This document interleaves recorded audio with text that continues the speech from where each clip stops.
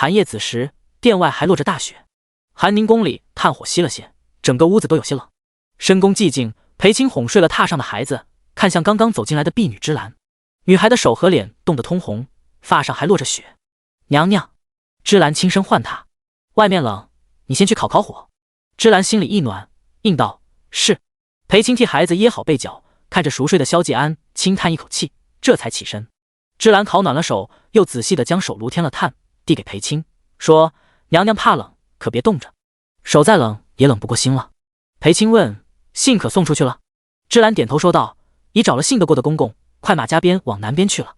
只是娘娘，这信有用吗？裴青摇摇头说：不知道。他是真的不知道，可这也是他唯一能做的事了。芝兰将一件厚厚的披风盖在了裴青的身上，然后安静地退了下去。他知道娘娘今夜又要这么做一夜了。芝兰退下后，殿内就变更静了。裴青坐在并不暖和的炭火前，听着外面呼啸的寒风，不知那封求救信到底能不能顺利送到那人手中。他不曾想过会有这样一日。住进姐姐的寒宁宫，抚养了姐姐的孩子，延续了裴家的荣耀。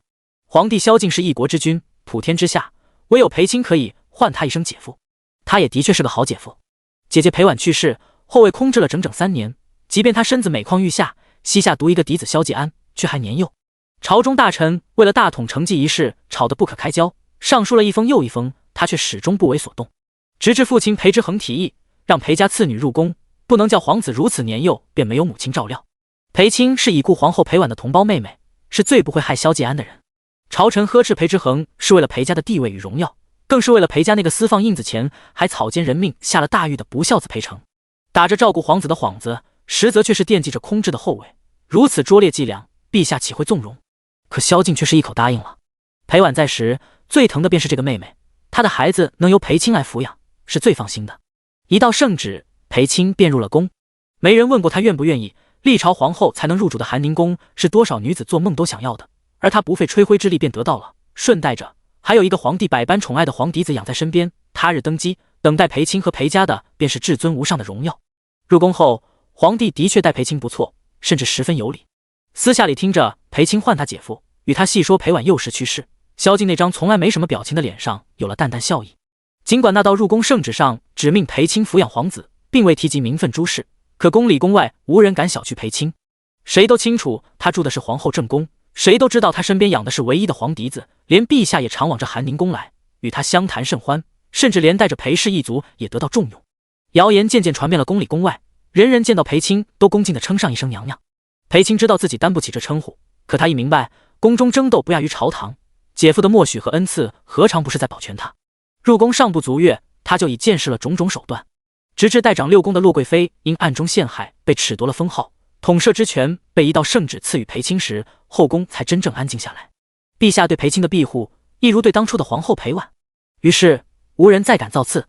世人眼红他命好，亦嫉妒他容貌，却无人知镜子里映出那张倾城脸蛋。自入宫后便很少笑了。他是命好，入宫不过1年，萧敬病重卧床不起。前朝后宫虎视眈眈，皇族萧氏宗亲众多，谁也不会扶一个只有几岁的奶娃娃继承大统，更何况他还有个母族没什么势力的姨母。宫外枕戈待旦，毫不避讳。裴青将萧继安带在自己身边，片刻不敢分神。可他知道，一旦外面那群人攻进来，他是护不住这个孩子的。他死了无所谓，但萧继安一声声母亲这样叫他，他如何放得下？又怎能带着这个孩子去地下见姐姐？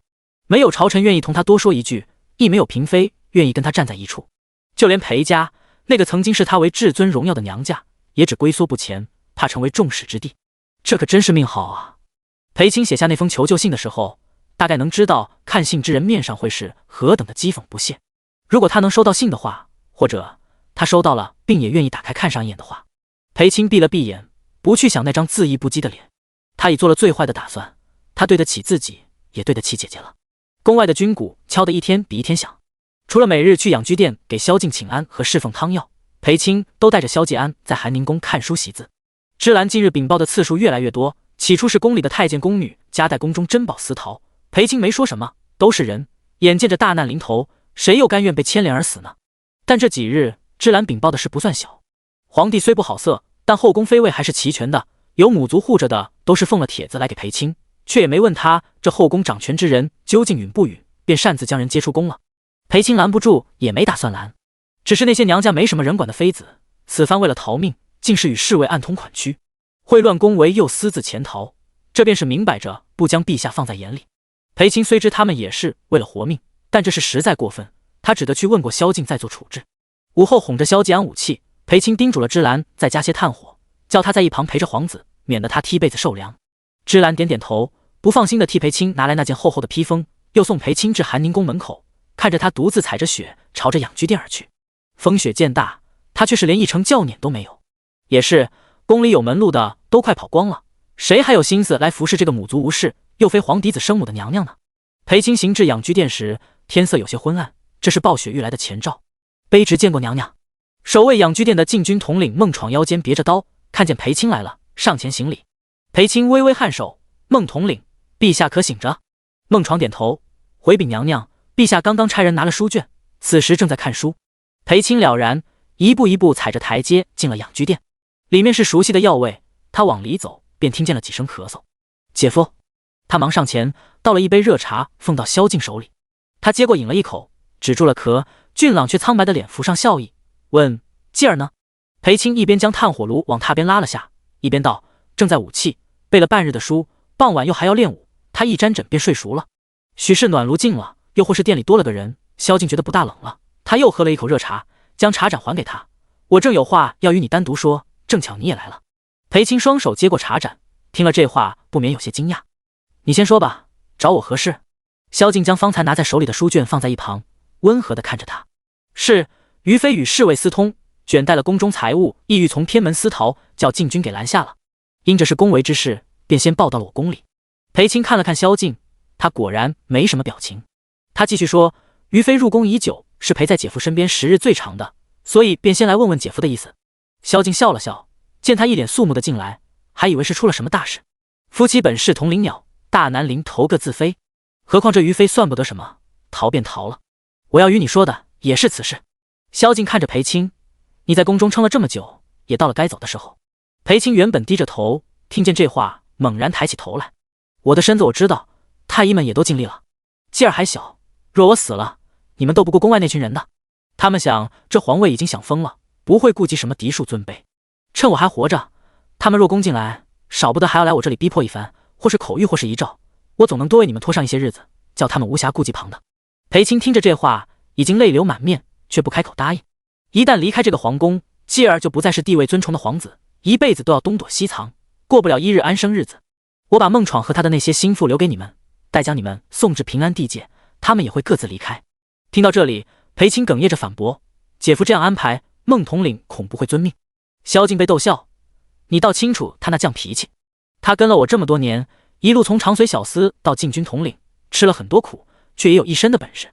他年近30，还没娶妻生子，若是最后死在宫里，就是我的罪过了。你说是不是？”裴青眼泪不住的掉，却不肯应他。虎符已调不出兵马，朝臣忙着结党营私，宗亲忙着趁乱夺位。裴青，我们已是绝境了。萧敬忽然又开始咳嗽不止，唇角甚至溢出了黑色的血。裴青忙用锦帕替他擦拭，慌乱间脱口而出：“我写了求救信，姐夫，我给南川王写了求救信。他手里还有兵马，如果……可他没有底气说出下面的话。信已送出去7日，石沉大海，毫无音信。南川王萧敬若有所思，他那人恐不会管这种闲事。”裴青垂眸，他又何尝不知？忽然，外面传来孟闯的一声大吼，霎时火光滔天：“闯宫杀人了！闯宫杀人！”外面公公的喊声戛然而止，紧接着是振聋发聩的刀剑厮杀声。裴青是从养居殿的侧门跑出来的。养居殿有孟闯等一众禁军在，萧敬上有活路，可寒宁宫里只有芝兰和继儿2人。他心里慌乱，脚下不稳，险些摔倒。可他不仅不愿慢下来，反而丢掉了素日里的端庄典雅，顺着那条僻静的小道跑了起来。寒风和着雪吹在他脸上和颈间，宫墙之隔，那边的厮杀声叫人胆战。他跑回寒宁宫时，芝兰正紧紧护着萧继安，而不满5岁的萧继安手中拿着一把木头做的剑，那是他平日里练武用的，大约是继承了姐姐和姐夫的天资。萧继安比寻常孩子开蒙早上许多。若母亲未亡，若父亲无病，凭他们2人的悉心教导，萧继安一定会是个好皇帝。裴青无数次这么想过，可他也知道，如今能奢求的根本不是什么太子和大统，而是如何能救下这孩子一命。母亲，宫内未燃灯，有些昏暗，可萧继安还是一眼看到了跑得有些狼狈的裴青。他挣开芝兰的手，跑过去扑到了裴青的怀里，说：“母亲别怕，儿子守着母亲。”裴青被冷风吹干的眼眶再度湿了。娘娘，趁着敌军还未来，咱们得赶紧逃了。芝兰语气焦急。裴青点点头，可还未来得及说话，只听咻的一声，一支利箭从殿外射了进来，几乎是擦着裴青的头发，一举扎进地上。芝兰吓得惊叫一声，而下一刻，宫外的兵马拥入，将三人牢牢围住。殿外传来大笑的声音，那孩子果然在此。这刀剑无眼的，谁要是伤着小皇子，可是要挨罚的。裴青紧紧将萧吉安护在怀里，连带着一把拉过芝兰的手，将她也护在身后。迈着大步子踏入寒宁宫正殿的是萧氏宗室亲王萧玉的亲信，他的刀还滴着血，目光肆无忌惮地从萧吉安身上慢慢从下至上挪到了裴青的脸上。大裴小裴两姐妹皆是出身不佳，却能先后入宫侍奉君侧，为何？还不是那张叫男人见了无不心生歹意的脸，还有那藏在官服中的玲珑身段。那赤裸裸的轻薄之意叫裴青心寒。此时芝兰从他身后冲了出来，死死地挡在他面前，斥道：“尔等大胆！这是寒宁宫，是国母所居之所，娘娘和皇子在此，你们若敢轻举妄动，定要抄家灭族，不得好死！”萧吉安愣愣地仰头看着，从不知平日里总是轻声笑语哄着他的芝兰姐姐，竟然会如此大声厉色的吼人。只是一众官兵不是孩童，不会被区区宫女呵斥住。为首的男人甩了一把刀上的血，随后猛地举起，区区贱婢也敢智慧爷们儿的事。裴青心里一抖，尖叫着去拉芝兰。男人们的大笑和女子的哭求交织在一起，刀锋毫不犹豫地落下。众人皆不信世间竟有如此主仆之情，裴青护着皇子也就罢了，竟然还护着一个婢女。眼见着这一刀下去，定然能砍掉裴青一条胳膊，唏嘘之声渐起。谁知殿中忽然砰的一声，那把大刀摔了出去，而后一声闷哼，门口的男人庞大身躯轰然倒地，一支利箭从他脑后射入，从眉心而出，锋利的剑尖还带着红的血。裴青胃中瞬时翻涌，却抢先一把捂住了萧吉安的眼睛。黄昏之中，暴雪肆虐，寒宁宫正殿之外，那人放下了手中的弓弩。天色太暗，裴青看不清那人的脸，只知道他骑在高高的战马之上，身形挺拔，却也周身杀气。是他吗？可那人明明看见了寒宁宫中的娘娘和皇子，却如没看见一般，不仅不下马，反倒懒懒地吐出两个字：拿下。听见声音，裴青浑身一颤，可忽然又起的厮杀叫他顾不上这些。誉王的人一刻钟前还洋洋得意，现如今却是在这寒宁宫中身首异处。两个女人和一个孩子缩在一角，直至整个殿中安静下来。此时一个身量消瘦的男子将挂着血的刀往旁边一扔，这才大步走过来，说：“寒宁宫歹人已尽数处置，娘娘和皇子无需害怕。”多谢。芝兰扶着裴青起身，裴青甚至理了裙摆，带着萧继安和芝兰对那男子行了礼。那男子一愣，赶紧往后退了两步，说：“娘娘切勿如此。”裴青柔声道：“救命之恩，自当受得起。敢问阁下是？”那男子抹了一把脸上的汗，朝裴青拱手道：“属下乃南川大营都统楚离，奉南川王之命，特来护驾秦王。养居殿外，尸横遍野。”孟闯和一干禁军将士在如此暴雪中喘着粗气，衣衫尽湿，有血也有汗。若非南川大军来得及时，今夜他们恐被誉王和其他宗亲的兵马踩成肉泥了。见前面来了人，孟闯擦了把脸上的汗，立刻起身，本想开口喊一句南川王，可看清了那人的样貌，又没叫出口。听闻南川王把持南川大营多年，手段毒辣，震慑南境已久，以至于南边只知南川王而不知皇帝。这般人物又同是陛下宗室兄弟，从年岁上算也该进不惑之年了，怎么也不该是个看着还不到25的年轻男子啊。且此人身量极高，身形健硕挺拔，腿长步子大，3两步就到了近前。见孟闯身上挂着禁军统领的令牌，却如此愣愣地望着他，男子一笑。隔近了看，孟闯惊叹于此人的容貌。他肤色偏白，鼻梁高挺，一双丹凤眼稍吊着一股邪劲儿，薄唇嫣红，总带着笑意。可骤见此人眸中一凛，眸色倏地深不见底，孟闯当即心颤了下，见过南川王。谁知这人竟是歪头冲他一笑，还在他肩上拍了拍，刀法不错。只是这随随便便一拍，于孟闯而言却像被千斤重的石头猛砸了下，肩膀瞬时酸痛不已，连拿着刀的手都开始发颤。此人，孟闯回身看向那道背影，他定是南川王，是个绝不简单的人物。殿内传来了萧静的咳嗽声，地上跪着的3人被拇指粗的麻绳牢牢捆着，手被硬生生的折到了背后，折得变形，叫人哀嚎不已。哟，好热闹啊！人影未现声先到，养居殿的大门被人从外面推开，一双黑色蟒纹战靴率先映入眼帘。你就是南川王？跪在地上的誉王死死地盯着来者，就是这人在千钧一发之际毁了他所有的筹谋和盘算。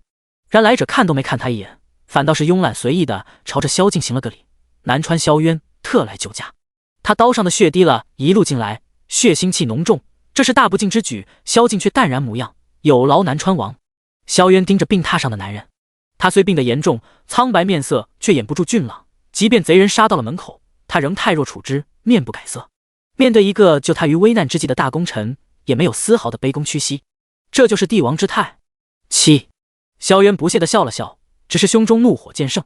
他侧眸看向地上跪着的三人，悠悠道：“誉王、允王，还有个大将军，逼宫谋反，臣弟便替堂兄都杀了，如何？”那三人忙哭喊着磕头求饶。众人皆知萧敬是明君，是仁君，不会这么狠心杀了自己的宗亲兄弟。只是未待萧敬开口，萧渊便已抬了手，外面当即进来几个粗犷的军汉，大刀一挥就要行刑。萧渊拿刀尖指了指他们，怎么如此不知礼数？在陛下面前杀人多不好看，去，拎到外面。是。踏出门的下一刻，三人便谢剑当场。萧敬不住地咳嗽起来，那一声又一声的咳嗽落在萧渊耳中，就是一遍又一遍的讽刺。就为了这么个病秧子，他倏地跨上龙榻，将刀抵在了萧敬的脖子上，血瞬时染红了萧敬雪白的里衣。两个男人离得极近，对峙着。萧敬还是不怕，甚至都不慌。堂兄既然受术不勇，可写了一诏，臣弟甚是好奇。萧渊故作沉思，是要传给那个一出生就没了娘的小皇子吗？一个奶娃娃坐龙椅，坐得稳吗？同为男人，萧敬感受到一股强烈的敌意。这种敌意不同于那些觊觎皇位的敌意，而是对他这个人，对他萧敬的敌意。颈间刀刃又往里了一分，萧敬终于蹙了眉，开口之言却是多谢。呵，萧渊拿开了刀，笃定我不稀罕什么皇位是吧？萧敬拿起榻边小桌上的帕子，擦着颈间的血。你想要皇位，等他们把我和皇子杀了，再来个拨乱反正，岂不更名正言顺？萧敬平静地看着他，不要皇位。萧渊，你想要的是什么？萧渊盯着萧敬半晌，忽然觉得这人还挺有意思的。可不巧，他不喜欢有意思的人，就是无聊，练练身手罢了。不过到底也算是立了功。萧渊随手把刀扔在一旁，弄脏了萧敬的被褥。那些个金银财帛我多的是，堂兄可别赏这些。萧敬不说话，在等着他的下文。萧渊一笑，不如就把你的女人送给我。寒宁宫内，裴青哄睡了萧继安，守在一旁安静地看着他。原担心萧继安受了惊，可未料他竟是握着他的手安慰他。孩子胆大，可裴青却是后怕。若南川军来得再晚一点，他们三人便是誉王一派的刀下亡魂了。娘娘，裴青出神之际，芝兰轻轻唤他，奴婢侍奉您梳洗吧。裴青还是刚刚的样子，发丝凌乱，衣衫沾了血污。他很少这样狼狈，自入宫后，他便恪守宫中规制礼仪，一举一动一言一行皆效仿姐姐的样子。因为姐姐从不出错。芝兰扶着裴青去了里间，侍奉他褪去衣衫，散下长发。芝兰，你可有伤着？芝兰回想起裴青扑到他身上的样子，不禁红了眼眶。他摇摇头，没有，奴婢好好的，一点也没伤着。裴青点点头，沉默了会儿，又问：陛下那边可还顺利？娘娘放心，陛下一切安好。逼宫谋反之人已当场伏法，禁军伤损严重，现在宫内防卫已由南川军接管。芝兰欲言又止，只是怎么？娘娘，南川王也是宗亲皇脉，又手握重兵，眼下皇城已被他控制，陛下和皇子会不会有危险？裴青轻叹口气，芝兰待在他身边久了，便总能想到一处去。他问：南川王可是在宫里住下了？芝兰点头，住的还是东宫正殿，那可是储君该住的地方，是先帝封咱们陛下为太子时御赐的。可他一向是这样，喜欢的就要拿过来，不问任何人。裴青更了衣，又重新挽了发，还亲手画了远山黛，上了胭脂。芝兰不解，娘娘从不爱打扮，她甚至以为天生丽质的美人都是不会打扮的，此番粉了装饰，当真美到令人心颤。芝兰，你替我陪着劲儿。芝兰一惊，问：这么晚了，娘娘要独自出去？裴青短短应了一声，没有多说。是他写信求他来的，今夜若不去找他，到了明日便是另一回事了。他若发怒，危险的便是陛下和孩子。冷夜之中，裴青一步步走着，想着如今这算不算是搬起石头砸自己的脚？生死存亡之际，他想到了他，危难过后却又不禁防着他。原本不算近的东宫，竟也这般快的到了。远远的便听到门口一帮军汉喝酒吵闹的声音，他们聊着南川美人，唱着南川歌谣。楚离最先看见了他，一声娘娘叫周遭立刻安静下来。深更半夜，娘娘不带侍女，独身一人来这里作何？一伙人你看看我，我看看你，在一片诡异的气氛中，看着如此貌美倾城的女子走进了王爷的寝殿。身后楚离关上门的一刹那，裴青听见了外面的惊叹和讥笑。深更半夜，他在众目睽睽之下进了一个男人的寝殿，廉耻端庄，在他踏入这里时便没有了。他闭了闭眼，往里走去。床榻边，一个极度俊美邪气的男子随意地靠在床栏，显然是刚沐浴过，只穿着黑绸里衣，没系带子，胸口大敞，露出里面结实的身材和狰狞的刀疤。他手里正擦着一把刀，可血进入刀身，根本擦不净。骤然闻到了香味，萧渊侧过头来，裴青几乎是立刻别开了目光，看他认他，只一眼就够了。可萧渊不是这样，他肆无忌惮地盯着裴青，裴青感受得到那目光的炙热和厌恶。半晌，萧渊忽然一笑，娘娘来了也不说话，倒是叫臣惶恐了。他的声音没变，在寒宁宫时他便听出来了，只是他说话的调调变了，以往总是很高兴很爽快，现在却是充满了不屑和挑衅。裴青垂眸，我来感谢南川王领兵护驾。萧渊继续擦着他的刀，像是根本没听见他的声音，但裴青知道他当然听得见，继续道：王爷顾念手足之情，叔侄之情，裴青替陛下和继儿谢过王爷。有王爷庇佑，定不会再有人逼宫谋反。他语气婉转，却又话里有话，谢他相救，却又疑他别有心思。萧渊冷笑，怎么，娘娘信上的委屈哀求，百般阴语，现在不作数了？见他起身，裴青往后退了一步。萧渊面色一冷，裴青知道他要怒了，他拎了裙摆跪了下去，声音有些发颤，只要王爷答应不伤害陛下和继儿，信上一切自当作数。皇帝百般宠爱的女人，此时此刻就匍匐在他的脚边，颤动又无奈地求着他，这感觉似乎不错。萧渊舔舔唇角，拖着刀走到他面前，用刀身抬起了他的脸。果不其然，梨花带雨，温婉可怜。刀尖随着男人的视线下滑，探入了他的领口，尖锐冰冷，令他一颤。萧渊很有耐心地数了数，嗤笑一声，穿这么多便是娘娘的诚意。萧渊的确是变了，裴青想，他以往虽恣意不羁，却从不是下流之辈。可眼下他凑到他面前，灼热的气息将他紧紧环绕，而那只手掐住了他的脸，肆无忌惮地摸着他白皙细腻的肌肤。娘娘为了那个小野种和病秧子，当真什么都能做吗？他早就在信里言明，他却故意要用这等难听的话问他。继儿是我儿子，不是什么野种。陛下一国之君，亦是王爷的亲堂兄，望王爷嘴下留情。呵，你儿子？萧渊看着他略有不悦的脸蛋，娘娘如此厉害，入宫不过1年多，倒是生出个快5岁的儿子。他看了眼他纤细的腰身，戏谑地问，不如娘娘也给臣生个5岁的儿子？我正好不喜欢婴孩啼哭吵闹，直接生个5岁的，倒是免了这些麻烦。裴青看他一眼，或许这人不是变了，而是疯了。至于你那个病秧子陛下，男人的手指抚上他的唇，我倒是挺好奇的，他病成那样，都是你伺候他？裴青听不得旁人诋毁萧静，裴青垂眸不语，惹来萧渊一句，不说我就亲自去问那个病秧子，他要是也像你这般答不上来，我就割了他的舌头。你说他要是没了舌头，还能当皇帝吗？裴青觉得他干得出来。王爷，这是私事，不说也是情理之中吧。他语气柔和，试图跟他讲道理。哦，私事。萧渊站直了身子，居高临下的看着他，他要是知道你来伺候别的男人，还想跟你做那些私事吗？裴青明白他说的伺候是什么意思，跟生死比起来，他自己的清白和声誉真的不算什么。可人前人后，他都已入后宫，既已抚养皇子，便再无出宫婚嫁的可能。更何况萧敬赐他统摄6宫之权，默许宫中按皇后典例侍奉于他，于情于理，他都不能做出有损他颜面的事。于是他低声委婉地求眼前的男人，能不能等等。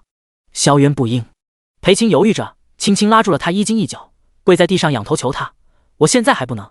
娘娘这是在跟我谈条件？裴青摇头，却又说不出什么。是他一时心急，在信上应允了太多，他说只要他能来，他愿意付出任何代价。可仔细想想，他又有什么呢？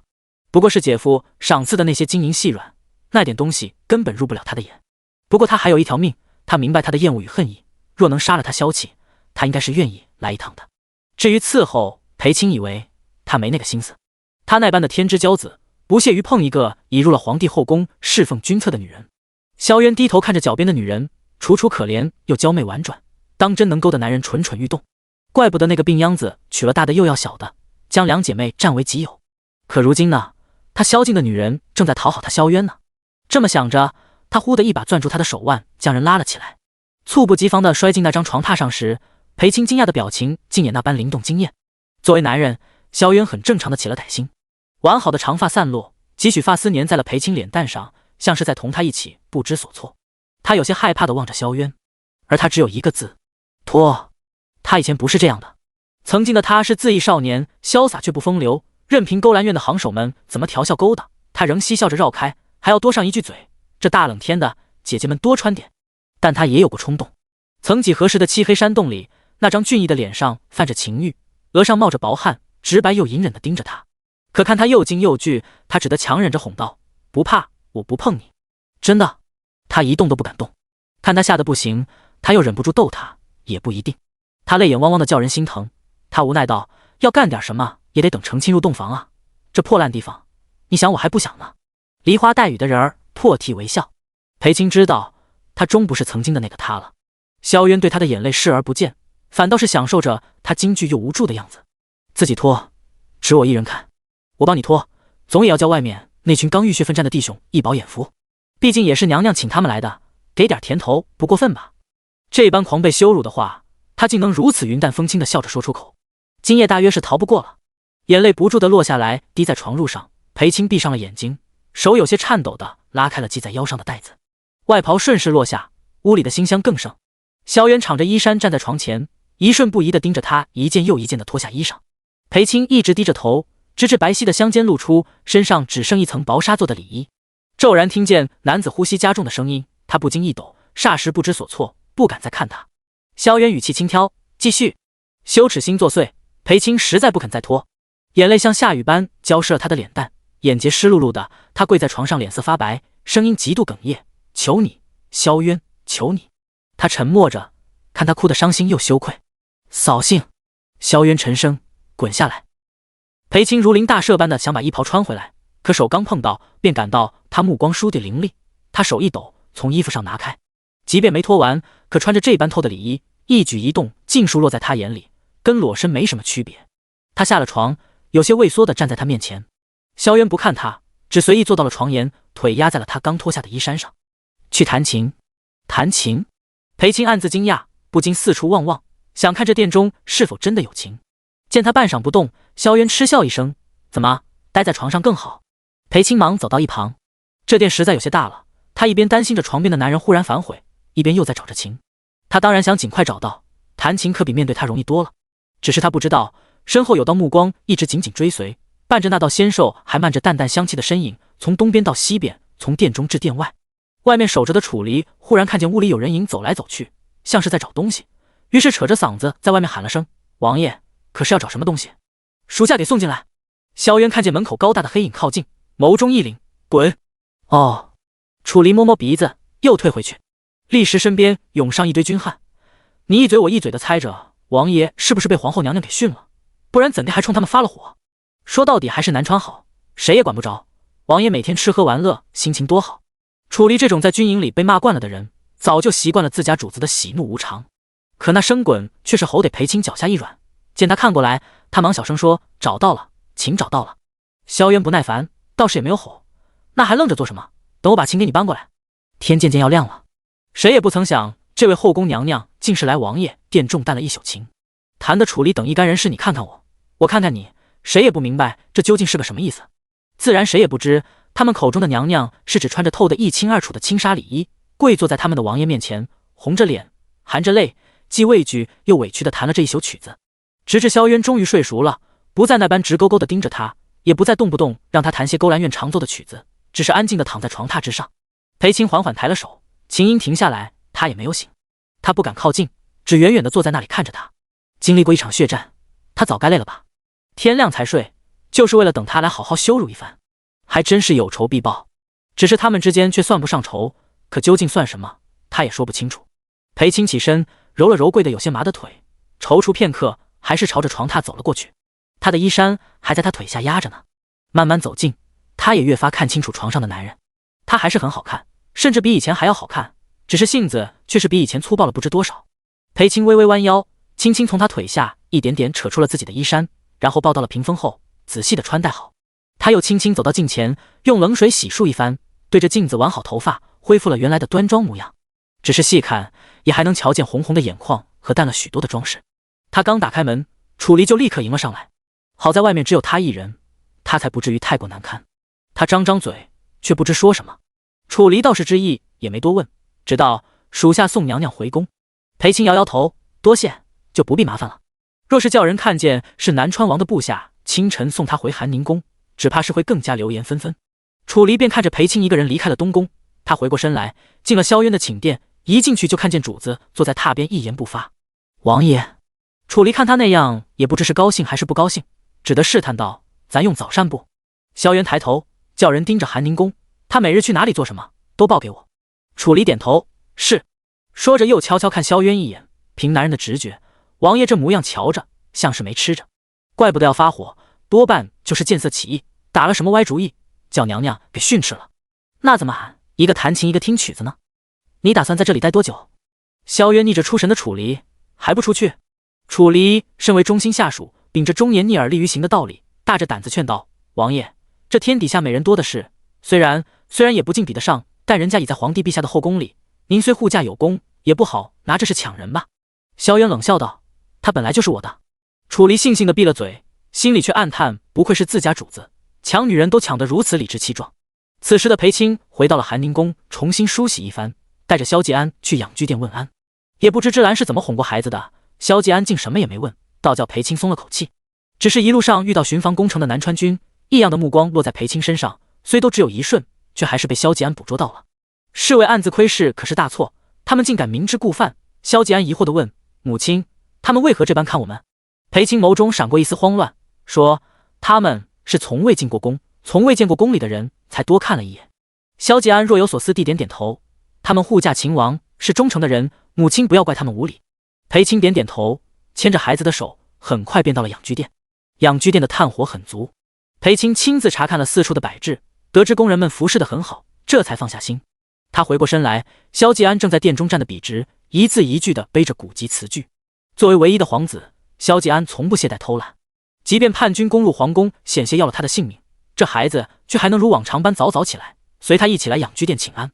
此时萧静咳嗽了2声，裴青忙走过去说道：“陛下，汤药也不烫了，还是要趁热喝下才好。”说着他端了起来，想用汤匙为萧静喝药。一旁的萧继安偷笑出声，萧静也笑着摇摇头，对萧继安说：“继儿，今日书背得很好，你先去殿外等候。”萧继安很爽快的点头，自己去了殿外。姐夫可是有话要说。萧静接过了他手里的那碗药，尝了一口，还是这么苦。身为帝王，他一向是喜怒不形于色的，很少这般抱怨，抱怨的还是汤药苦。裴青青笑道：“所以我才每日准备蜜饯，不过姐夫可是一块都没吃。”一碗汤药见了底，萧静还是没有吃蜜饯。蜜饯带的是口中之苦，于心里的苦却是无用。若是有用，想来你也会吃吧。他放下药碗，这话让裴青一愣。萧静看着他：“南川王说想要你。”他照旧面色温和，可裴青却立刻跪在了他的面前，张了张口，又不知该说什么。是他写信求萧渊来的，他未经萧静同意，在那封求救信上应允了太多，如今萧渊是名正言顺的讨要罢了。陛下恕罪，是我的错。你何错之有？萧静朝他伸手。裴青看着那只好看的手，没敢触碰。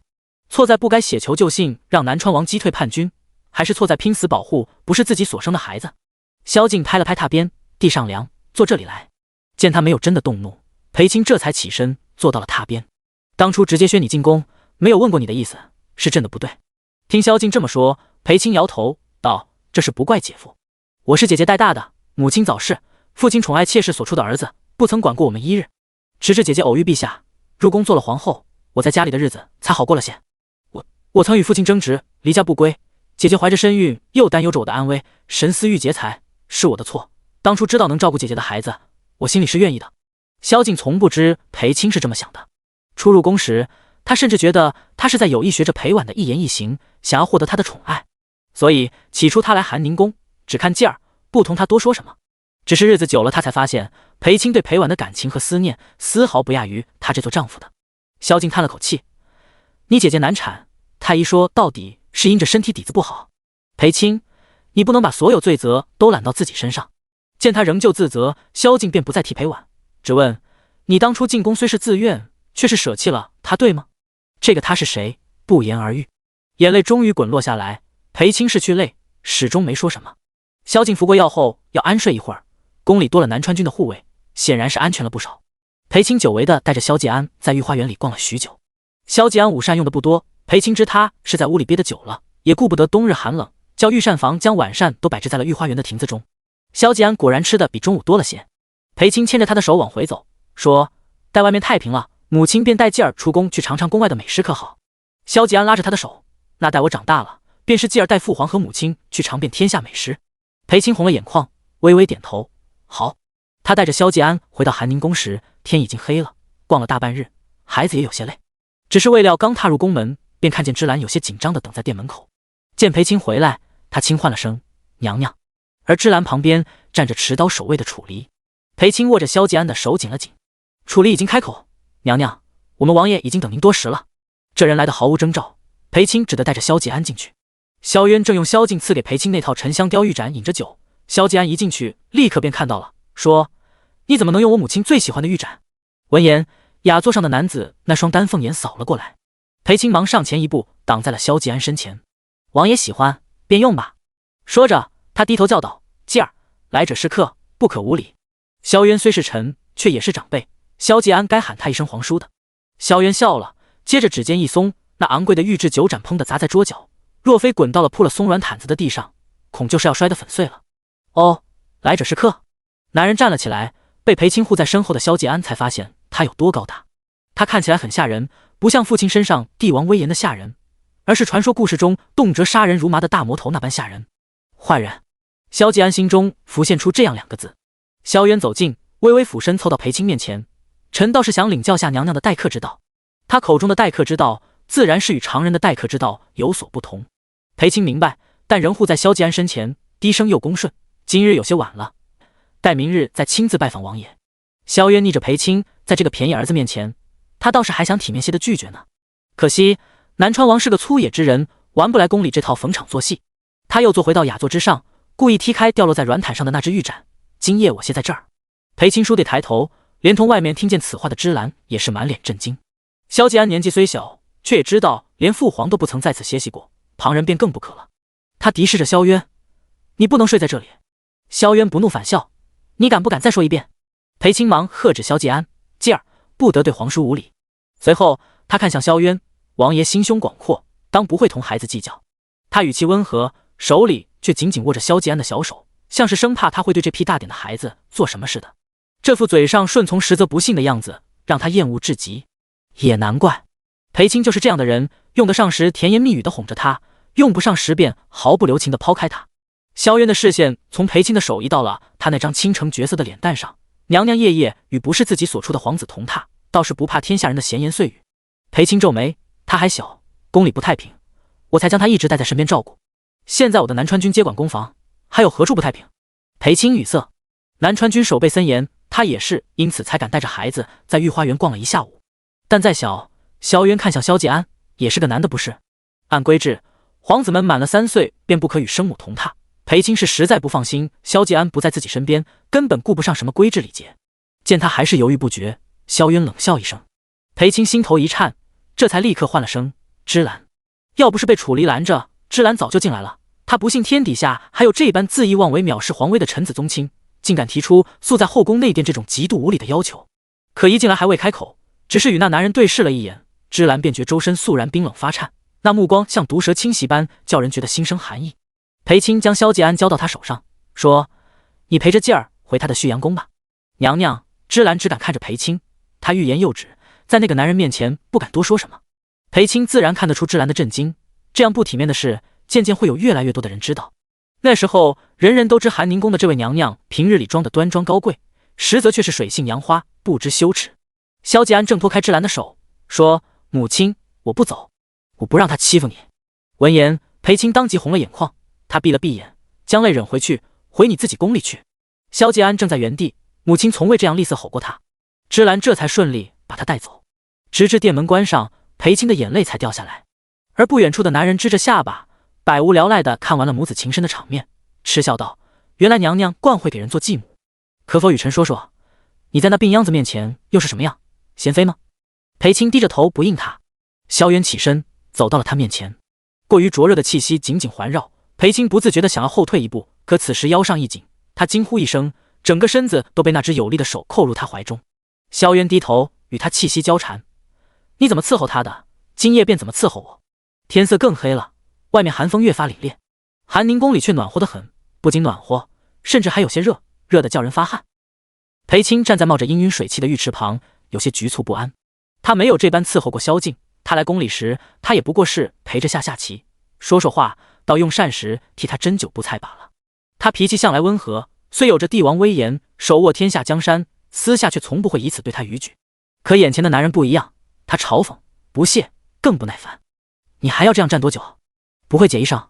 他皱着眉催了，裴青这才有所动作。纤纤玉手碰到了萧渊的腰间，他眸中倏地一暗，只是裴青仍低着头，毫无察觉。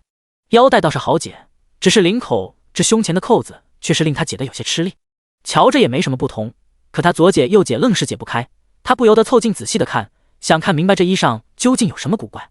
女子的香气就这么忽然靠近了，萧渊甚至能听见她轻轻的呼吸声。他的长摆衣袖边缘触到了她的指尖，竟一路痒到心里去。下一刻，萧渊握住了裴青的手，他的手还是那么小，总是凉凉的，要用他的手才能捂热。裴青一愣，抬头看他，四目相对的一刹那，萧渊怔了片刻，只是他立刻反应过来，眸中掩不住的厌恶将裴青的手握得生疼，粗鲁地教他解衣裳。这样学会了没有？他松手时，女子原本白皙的手背多了好几道指痕。裴青点点头，沉默着继续替他脱下衣裳，他也不再说话，殿中极为安静。裴青脸红的能滴出血来，南川王才又开了口：“娘娘可真会装，定然就是这副娇软羞涩的样子，才勾得萧静自他入宫后便不再去其他嫔妃宫中。嫡皇子给他养，万千赏赐任他挑，只差把天下一并奉上了。”男人泡在温热的水中，闭着眼睛什么也没说。裴青却莫名的觉得周遭弥漫着一股怒气。他想了想，许是伺候的不对。想定后，他慢慢靠近，试探着伸手。萧渊在这一瞬间睁开眼睛，只是他没动，没露出任何异样，就这样背对着他。那双有些凉的手落到了他的肩膀上，力气不大，却又一下一下的按捏着。身后传来柔柔的声音：“听闻今日王爷出宫绞杀了誉王一派的余孽，挥刀数次，想来身上会有些法。”他的手又慢慢挪到了他结实的臂膊上，认真又仔细地按捏着。我记得是用热水沐浴，再辅以指法按捏，方可缓解次日身上的酸痛。这法子是曾经那个每日上蹿下跳不消停的少年告诉他的。只是那时候的裴青还不知道，他也是皇室血脉，身份尊贵，更是自幼在军营里摸爬滚打出来的。于是他抛下他时说了那些话：他是皇帝，是天底下最尊贵的男子，入了皇宫便是天下珍宝应有尽有。可同你一起就只有粗茶淡饭，还不如我在家里过得滋润。你一介匹夫，无权无势，凭什么叫我跟着你一起吃苦？裴青仍记得那时他的不可置信，就像后来他无意间知道称霸南境的南川王根本不是什么老头子，而是一个名叫萧渊的俊美少年时一样的不可置信。又是无尽的沉默。他那句我记得到底是有意还是无意，是想拿旧情换得他的怜悯。萧渊傲慢地勾起唇角，拨开了他的手。裴青不解地看着他，烛光映照下，他的侧颜好看得让人挪不开眼，连同声音都如鼓般获人心神。去叫楚离拿酒进来。身为心腹，楚离对于萧渊深夜要喝酒的要求习以为常，但也知道烈酒饮得太多总还是伤身的。娘娘，我们王爷是不喝酒就睡不着的主儿，只是这酒烈，您还是劝他少喝些。将酒递给裴青时，楚离压低了声音。他这番举动倒是叫裴青一怔。楚离一笑道：“王爷不听我们的劝，多说两句惹怒了他可没好果子吃。”裴青点点头，这个他倒是看出来了。有些人的怒得发作了才知道，可有些人的怒却是无声无息的，叫人双腿发软。他轻轻关上门，拿着酒回了殿中。里面的男人随意的穿了一件里衣，照旧是没系带子，衣衫松松垮垮的露出里面仅是好看的胸膛。他坐在软榻上，手上正把玩着什么，只是拿壶酒，他也能磨磨蹭蹭让他等着。萧渊不悦地看着他，问道：“你跟他在外面说什么？”不过2日，裴青便有些习惯了他现在的脾气了。他抱着酒壶走过去，放到榻边的小桌上，说：“楚离说这酒烈，让我劝你少喝些。”萧渊逆着他：“娘娘还真是母仪天下，连一个小卒叫什么都知道。”裴青不明白他怎么又不高兴了，他蹲下身来，倒了一杯酒递给他，连带着目光落在了他手中之物上。那是一个带着流苏穗子的赤色锦囊，比寻常锦囊小上许多，有些旧，但还带着同他身上一样的香味。萧渊没接那杯酒，反倒是顺着他的目光也看向手里的东西，道：“怎么，这东西是那病秧子赏你的？还藏于枕下，日日枕着看着。”他语气满是不屑。但裴青摇摇头，柔声说：“这个是姐姐在世时替我求的平安符，有她陪着，便会安心许多。”萧渊又看了眼手上的平安符，说：“就靠这东西保平安，能挡刀还是能挡枪？”裴青不在意他的轻蔑，见他还拿着，试探着问：“王爷喜欢吗？若是喜欢，就送给你。你要把这东西送我？”裴青点头道：“我日日都在宫里，横竖也不会有什么危险。但你和南川军将士们打打杀杀的，或许带上这个平安符可保佑一二。”他说的真切，像是真的在关心他。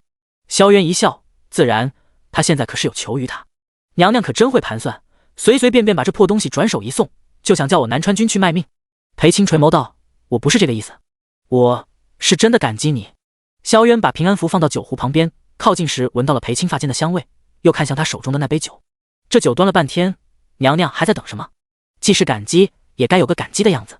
裴青抬眸看清他眼里的戏谑，他只好端着酒，白皙的手一点点靠近男人的唇边。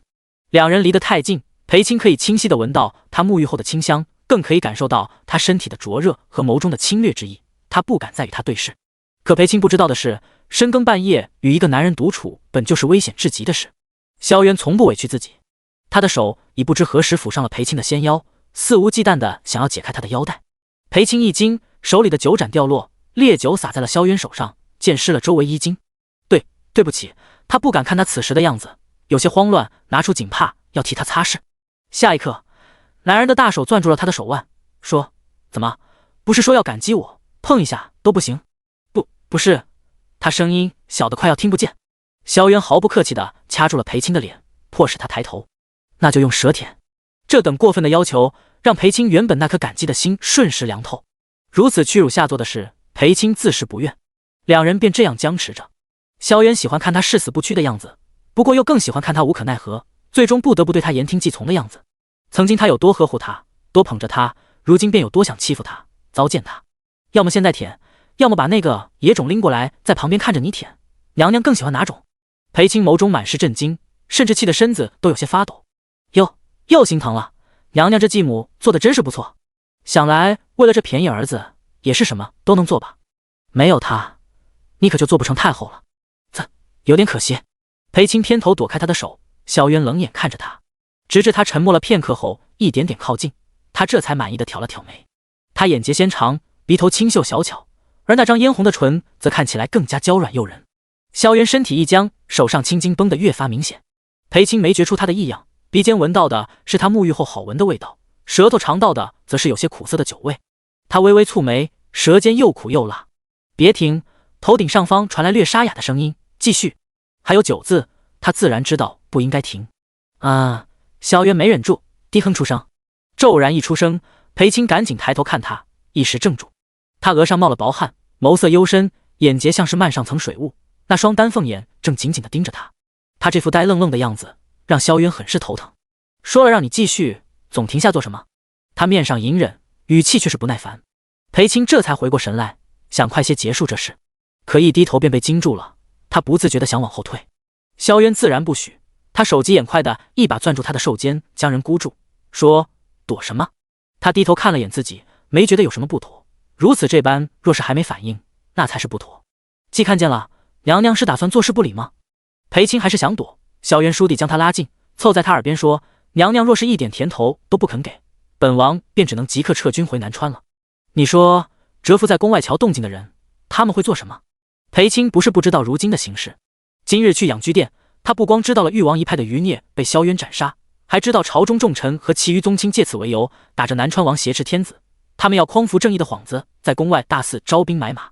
若是萧渊走了，他们便可名正言顺的进宫，即便不敢逼宫篡位，也少不得是要让病重的陛下退位，将继而扶持为手无实权的傀儡皇帝。而他这个碍眼的皇后，当然是做不成太后的，大约就是被留子去母的下场。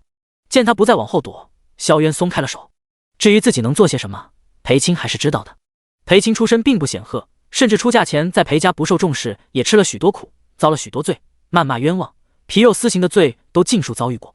母亲早逝，父亲偏心，姨娘蛮横，裴青未曾哭过，因为他知道或多或少总还是有那么1-2个人是疼他护他的。姐姐裴婉是一个，曾经的萧渊亦是一个，而眼下他的眸中尽是玩味和羞辱。热热的眼泪一滴又一滴的落下来，却未换来一丝怜悯和退让，等来的只有他一句不耐烦的命令：“楚离，把那个野种给我从旭阳宫拎过来。”门外的楚离本以为今晚已经没他什么事了，忽然被吼得一哆嗦，忙应着：“是，王爷。”不，里面传来女子带着哭腔的声音。楚离脚下一顿：“娘娘哭了。”他把耳朵凑到门上又听了下，里面的裴青说：“王爷说笑的，就不劳烦都统了。”楚离等了片刻，王爷没什么动静，那该是不必再去旭阳宫了。楚离抱着剑在门外歪着脑袋琢磨，明日得跟王爷说说，自古祸从口出，他老管小皇子叫野种，可实在是不妥。殿内软榻边，萧渊修长的手指勾玩着裴青的一缕长发，看着他脸蛋上还挂着泪，眸中百般委屈。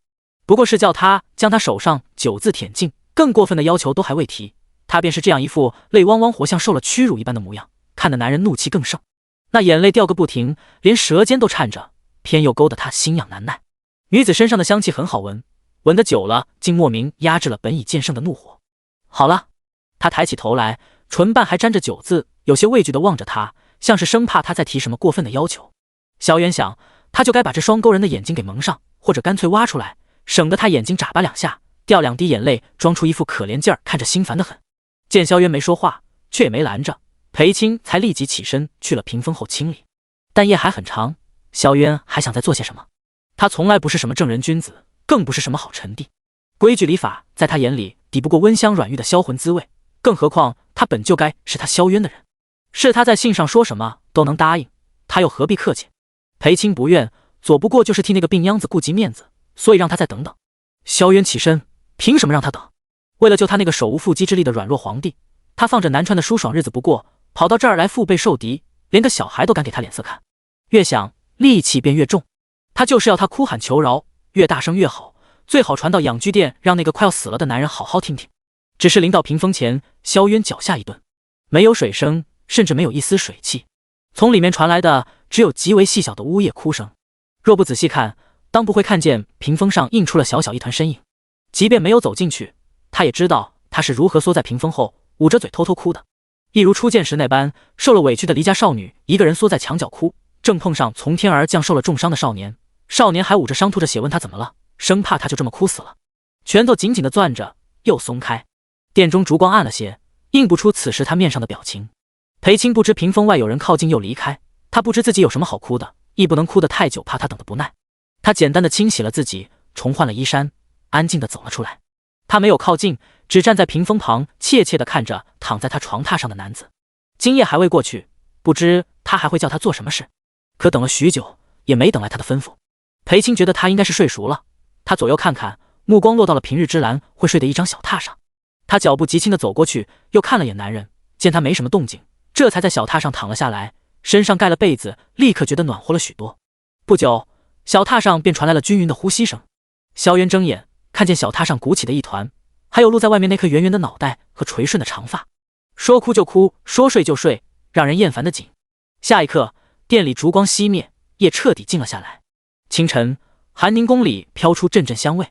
楚离站在一旁，看着萧渊黑着一张脸，试探地问：“王爷，是不是今儿个这早膳不合口味？”萧渊睨他一眼，问：“他人呢？”娘娘一早便起了，先去了旭阳宫看小皇子，又去了养居殿，应该是侍奉汤药。话音刚落，就见萧渊脸色更难看了。楚离默默往后退了2步，瞧这样子，像是又没吃人啊。楚离回想到昨晚娘娘的哭声，暗自有了定论，一定是王爷软招不行，便要硬来，强行宿在这里不说，兴许还拿小皇子威胁人了。啧，王爷在南川的时候可不止说过一次，什么姑娘家都是用来疼的，用强纳等子下作手段都是没能耐的男人才使的。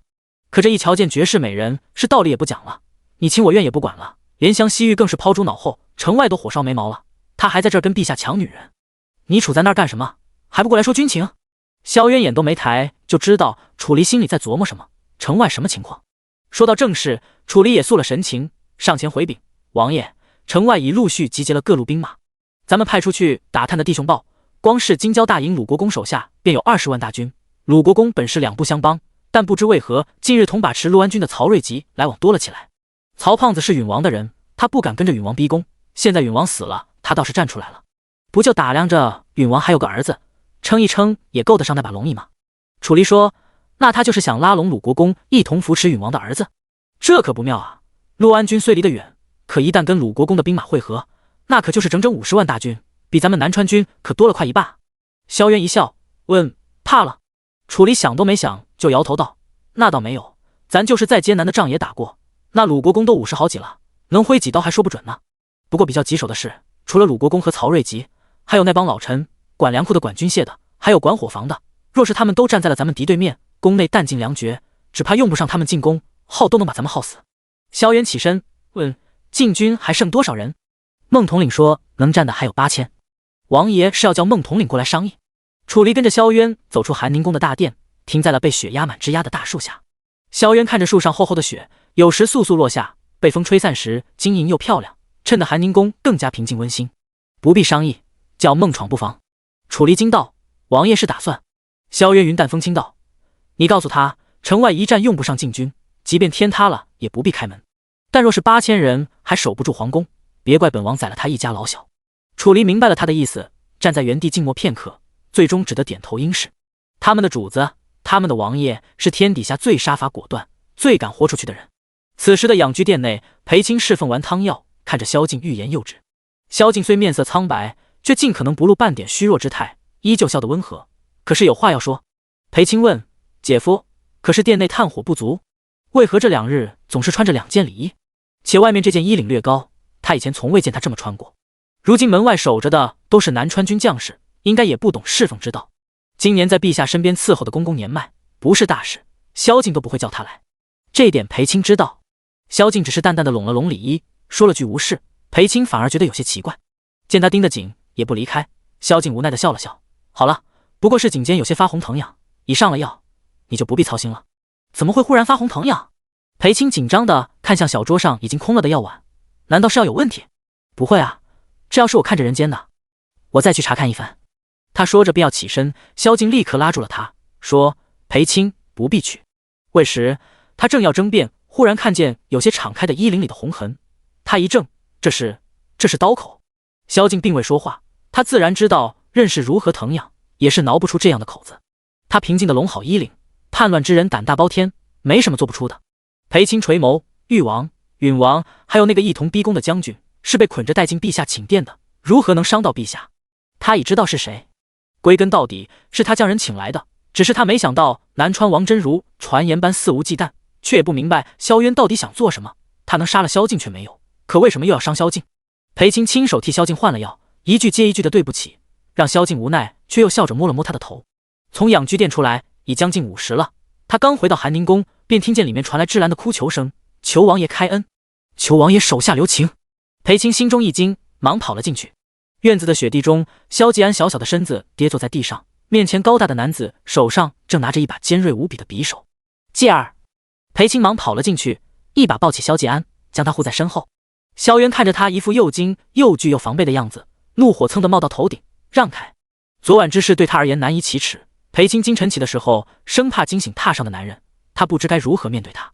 但眼下看萧渊拿着尖锐的匕首对着孩子，羞涩脸红，统统被抛诸脑后，裴青不肯退让半分。庭院里开始落雪，院中2人就这么僵持着。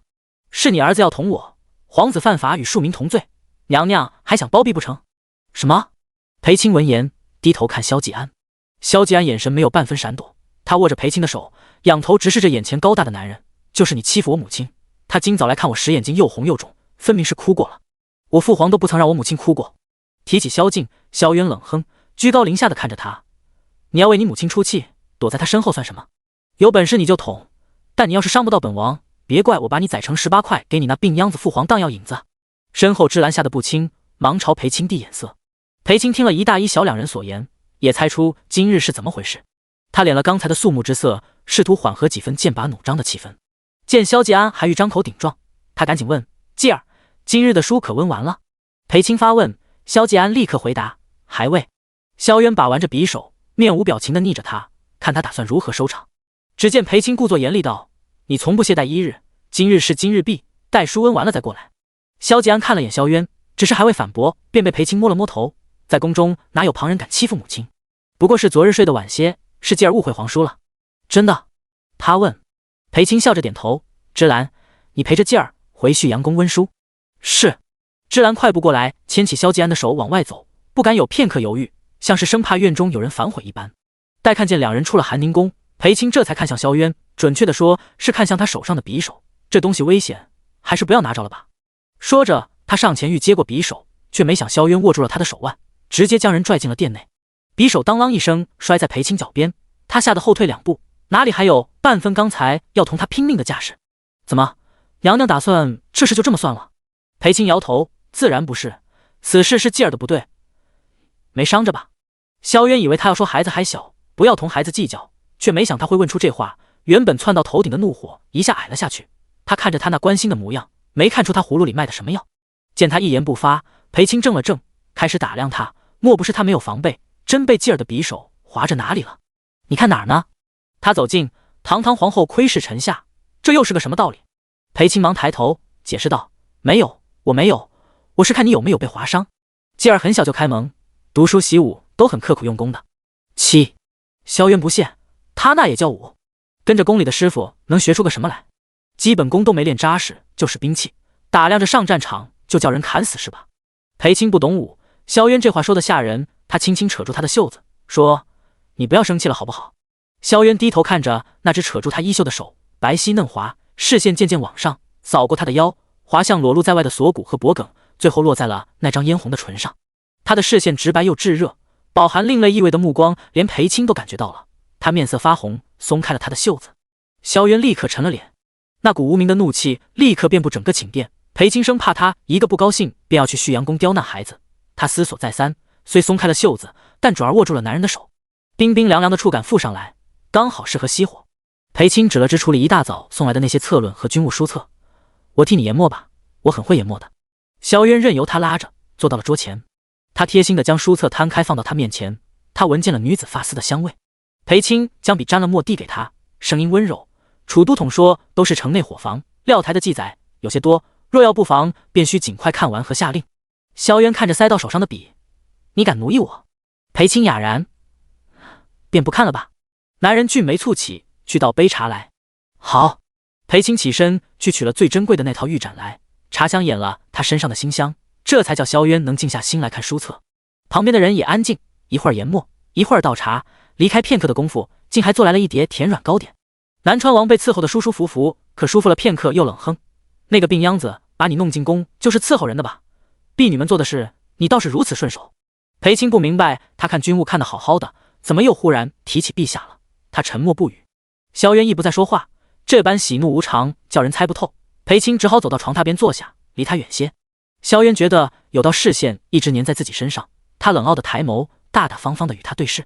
床榻边的女子却是欲言又止，可忍了忍，还是没忍住。那个昨晚放在榻边的平安符好像不见了。男人一噎，把笔往旁边啪的一放，说：你什么意思？又要收回去？裴青看他那眼神，也明白这平安符去哪儿了。他昨晚的确说了要送他，可他一脸的嫌弃，他便以为他肯定不会要的，只要不是丢了就好。想到这里，裴青笑了：晚膳想吃什么？我先去准备。那笑样人心神，勾得人蠢蠢欲动。可他笑的样子有多勾人，哭的样子便有多叫人心烦。萧渊别开视线，随便。晚膳时分，养居殿内膳食的香味掩盖白日里的药味。陛下，这是娘娘特意吩咐要做的山药软泥羹，听闻您近日总是口中发苦，娘娘还叮嘱了御厨添了些许食蜜，做的甜些，好开胃呢。公公将精心烹制的膳食一一摆好，光是样数和食材便知是费了不少心思的。娘娘这几日都不曾来陪着陛下用晚膳，陛下可要传召？公公见萧敬一人用膳，多嘴问了一句。萧敬尝了一口山药羹，果然微甜又爽口，解了连日来饮药留下的涩苦之味。见萧敬笑了却没有发话，公公忍不住道：陛下，那位南川王可实在是不像话，不仅光明正大的赖在娘娘殿中，还险些伤了小皇子。今日之事已有人禀报于萧敬，他一口一口的喝着羹，直至白瓷碗见了底。继儿还在旭阳宫温书吗？见他总算说话，公公忙躬身，并未。娘娘方才差人去了旭阳宫，换了小殿下一同到寒宁宫用晚膳，眼下应该快到了。容奴才多言，只怕见着那暴脾气的南川王，小殿下是又要受委屈了。可如今形势，明眼人不会看不明白。任是谁，此时此刻也不得不百般容忍着南川王，有他的南川君在一日，宫里的人才可多活一日。公公自知今日话说的逾矩，好在陛下并未怪罪，他便安静的守在一旁。萧敬用的不多，仅一碗山药软泥羹后就放下了汤匙，公公递上锦帕供他擦拭。你带朕出宫，去将乡老大人请来，趁着夜色勿叫人察觉。是，奴才这就去办。这边寒宁宫中同样有数道佳肴摆置上桌，配以佳肴的还有南川君将奉命拎过来的一壶烈酒。只不过与养居殿中不同的是，这菜肴和酒都是裴青亲手摆好的。萧渊净了手走过来，正瞧见女子玲珑身段，背对着他将碗筷放好。这是他曾梦见过无数次的景象。裴青回过身来，见他直勾勾地盯着这边，轻声问：“饿了吗？”见萧渊面色不善，裴青迟疑了下，还是说：“我换了继儿来用晚膳，你不要发脾气好不好？”萧渊不理他，走过去坐下。裴青靠近说：“继儿每日都是同我一起用膳的，我不想他一个人在旭阳宫孤零零的吃饭。”萧渊听了这话嗤笑一声：“你喜欢给人做继母就罢了，还要我也陪着他吃饭？娘娘勿怪，我这人什么都做得来，就是做不来人家继父。”裴青一愣，随即耳朵发红，低声反驳：“我没有这个意思。”他只是想着继儿是晚辈，萧渊是长辈，归根到底也是同宗同氏的一家人。也不知萧渊怎么就说出这话来，听起来像是寻常百姓家中的夫妻为了继子吵架一般。只是雅座上的男人倒没想这么多，他自顾自地倒了盏酒，一饮而尽。此时殿外传来芝兰的声音：“娘娘。”裴青便知道是芝兰带着孩子来了，但因着萧渊在殿内，芝兰只敢带着萧继安在殿外等候。裴青出去后，殿内便只剩萧渊一人，安静的连倒酒声都如此突兀，一如回到了曾经的那些夜晚。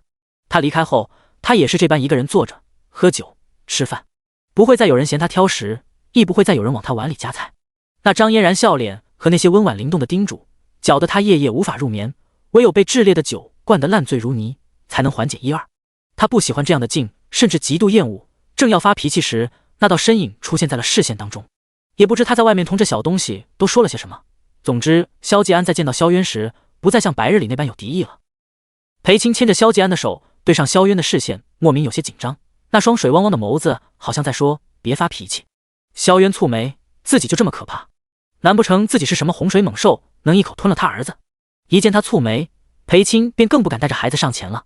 他怎么对他发脾气都好，只是对继儿，他总不愿孩子受委屈。却没想萧继安先一步放开了他的手，走到了那个吓人的男人面前。继儿，裴青轻唤。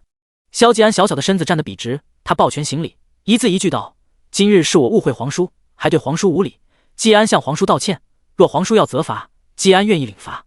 一大一小，一坐一立。”萧渊看着萧继安那双黑白分明，还像小兽一般敢直视他的眼睛，忽而邪性一笑：“既如此，你喊声爹来听听。”对于此等过分至极的要求，最后的结果便是萧继安怒而瞪着萧渊，还大声吼：“我有自己的父皇，你才不是我爹！”眼见着萧渊那表情像是要打孩子一样，裴青赶紧上前道：“皇叔同你说笑呢，菜都要凉了。今日有继儿喜欢的清蒸鲈鱼，快来。”他让萧继安坐到了萧渊的对面，离得最远，自己则坐到了中间。裴青夹了一块鱼腹肉放到萧继安碗中，笑说：“继儿尝尝。”萧继安一跟裴青说话时便软软糯糯，他应了声好，将一大块鱼肉都吃了。裴青笑着回过头来，就看见萧渊冷着一张脸。也不知为何，裴青觉得此情此景有点逗趣。他顺手拿起一只空碗，盛了一碗鱼汤放到男人手边，仔细烫着。南川王的脸色这才缓和了些。萧继安大口大口地吃着鱼肉，却见萧渊碗里只有汤，他抿抿唇，还是开口：“这鱼很好吃，这么多我和母亲也吃不完的。”萧渊把空碗往桌上一放，又是一副要打孩子的表情。合着他堂堂南川王，若想吃鱼，还得吃这尊贵母子俩剩下的。裴青在桌下握住了萧渊的手，转而对萧继安解释道：“皇叔只喜欢喝鱼汤，不爱吃鱼肉的。继儿有心了，你喜欢便再多吃些。”手上温香软腻的触感竟叫南川王没有发脾气，全当没看见对面那个碍眼的小孩子享受着身旁人儿细心周到的布菜和针灸。只是吃着吃着，萧继安又说话了：“听说你同我父皇是兄弟，为何相差如此之大？父皇总不忍母亲做这些事，每每都会拦着他的。我母亲到现在也没吃上几口。”听儿子替他说话，裴青心里软成一片。只可惜旁边坐了个杀风景的男人，萧渊半点没有愧疚之色，说：“你知道什么就敢数落本王？你这个母亲一下午吃了糕点又吃果子，现在若还吃得下，那才见了鬼了。”裴青面色微红，原以为他只顾着看那些书册，竟没想他都瞧见了。午后无聊，他便随手做了些糕点，料备的多了，扔了又可惜，他才多吃了些。现下虽满桌菜肴，但他实在有些吃不下。还有，少拿本王跟你那个父皇比，没有我，你现在就在他坟前烧香呢。萧继安愣了下，随即眼眶有些发红。他虽小，却也明白萧敬的病，一只父皇陪不了他太久。可真的谈到生死，小孩子总是接受不了。裴青见他如此，心疼不已地摸了摸萧吉安的头，尚未开口安慰，只听萧渊又说：“事实就是如此，有什么好哭的？生老病死本没得选，能选的唯有如何去死，为了谁去死。你父皇14岁继位，经历垂帘听政，摄政夺权，积劳成疾，无药可治，就是为家国天下而死。这是他自己选的，你哭也没用。”萧吉安听得半懂，可裴青却是微怔之后泪如雨下。他哭得萧渊动了怒，大手一把掐住裴青的脸蛋：“你就这么舍不得他？你放开我母亲！”裴青被萧吉安喊得回过神来，忙擦了眼泪，看着萧渊，眸中满是感激。此刻他终是明白了，他本可以杀了陛下，本可以趁平乱当日把持整个皇宫为所欲为。裴青知道他心里存着对他的恨，亦存着对萧敬的恨，甚至刀口已抵在了萧敬的脖子上，他却没有下手。他还记得曾经那个自缢少年顶着一张玩世不恭的俊脸，说自己要当大将军，说要保家卫国，浴血杀敌，效忠明君，护佑江山。萧渊说到做到了，只是裴青却食言了。那时他装得漫不经心地问他要不要做将军夫人，他分明是一口答应了的。见他眸中微动，万分温柔又敬佩地看着自己，萧渊心中猛地颤动了下。他松开手，语气仍旧不善：“都不许哭。”裴青点点头，陪着一大一小两人用完了晚膳，又望着芝兰带着萧吉安回了旭阳宫。萧渊已在门口，看萧吉安人都走没影了，裴青却还在看着那处，嘲讽说：“又不是你生的，就因为他是那病秧子的儿子，你就爱屋及乌是吧？”裴青现在听着萧渊对萧敬的称呼，不觉得刺耳了，反倒是话里话外听出些酸味。他说：“继儿是陛下的儿子，也是姐姐的儿子，姐姐待我多好，我都告诉过你的。”萧渊当然知道，那时候的裴青口中说的最多的便是他姐姐裴婉的美，裴婉的好，萧渊都清楚。但同为男人，他却绝不会做出萧敬这种失了姐姐便要妹妹的破事。裴青自然不知他此时所思所想，还轻声劝道：“继儿还小，道理可以慢慢说，你总把话说得那么吓人，会吓到孩子的。凭什么让他叫声爹都不叫？”裴青刚还觉得他心存大义，转眼就又跟一个不满5岁的孩子计较起来。他摇摇头，柔声说：“我先去准备沐浴之物。”他进了寝殿，萧渊这才看向寒宁宫门口的那道黑影：“你一个大男人听什么墙角，滚过来！”楚离本是来有要事禀报萧渊的，可刚走到门口就被自家主子那话给吓了回去。连他这座属下的听着都觉得这可就是王爷的不对了，跟陛下抢女人也就罢了，怎么连人家儿子都抢呢？裴青备好了沐浴之物，还仔细试了水温，可一切都准备好了，却发现萧渊不在殿内。方才听着外面似有交谈声，想来他应该是处理要事去了。外面寒风呼啸，芝兰在旭阳宫陪着劲儿，整个寒宁宫便只剩下他一人。裴青关好了门，走到屏风后解开了衣衫，热水暖了身子，他闭着眼睛回想刚刚席间的那番话。他说：“生老病死本没得选，能选的唯有如何去死，为了谁去死。姐姐难产血崩，宫中知情的嬷嬷说她是笑着闭上眼的，于是众人皆言她是为了陛下和皇族血脉而死。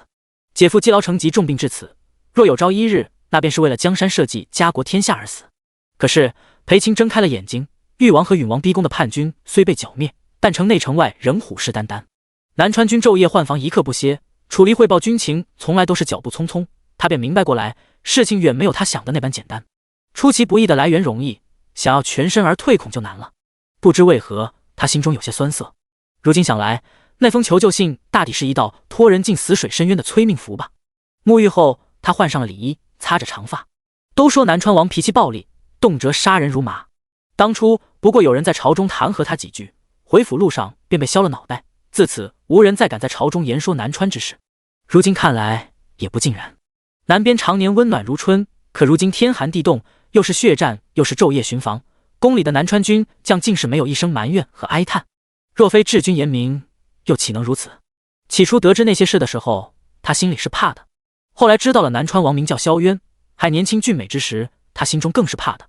他清楚的知道自己负了他，清楚的知道入宫前对他说的那些话有多伤人，而如今他也还是怕的。裴青走到床榻边，掀开了被褥。他怕，他回不去。正要吹熄蜡烛之时，外面传来吱呀一声，紧接着一股寒风吹进来，又听见殿门砰的一声关上。萧渊身上还沾着血，殿内扑面而来的暖意和香气瞬时消了几分令人不适的寒气。走进来看见榻边似是想要就寝的女子，他俊眉皱起：“我还没回来，你便要睡？”裴青赶紧起身解释：“我以为你不回来了。”“不回来我去哪儿？”他没好气的从身上掏出个东西往他手里一塞，这东西动不动就掉下来。裴青低头，手里是他昨晚送出去的平安符，赤色锦囊外面都湿了，像是沾了血水。那我给他缝上带子吧，你系在腰带上就不会掉了。他一边说着，一边去拿针线盒子。真麻烦。身后的男人解了衣裳。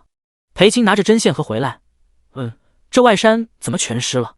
然而萧渊没理他，自顾自地去了屏风后沐浴。堂堂南川王自然不会说，是因为去东宫的路上这破平安符掉出来，偏遇着今晚大风暴雪吹飞出去，皇城之内2个高大的身影好一阵追。到了东宫，楚离还在那儿又笑又喘，上气不接下气的被踢了一脚才闭嘴。不过此时此刻，整个南川军内应该都传遍了。裴青见他不应，以为他又生气了，见他去了屏风后，这才恍然想起根本没预备他回来后要沐浴的东西。他匆忙放下手里东西跟过去。我很快准备好要用的哀呀。男子赤裸又精壮的身体骤然映入眼帘，裴青惊叫一声，红着脸背过身去，一时忘了自己要说什么。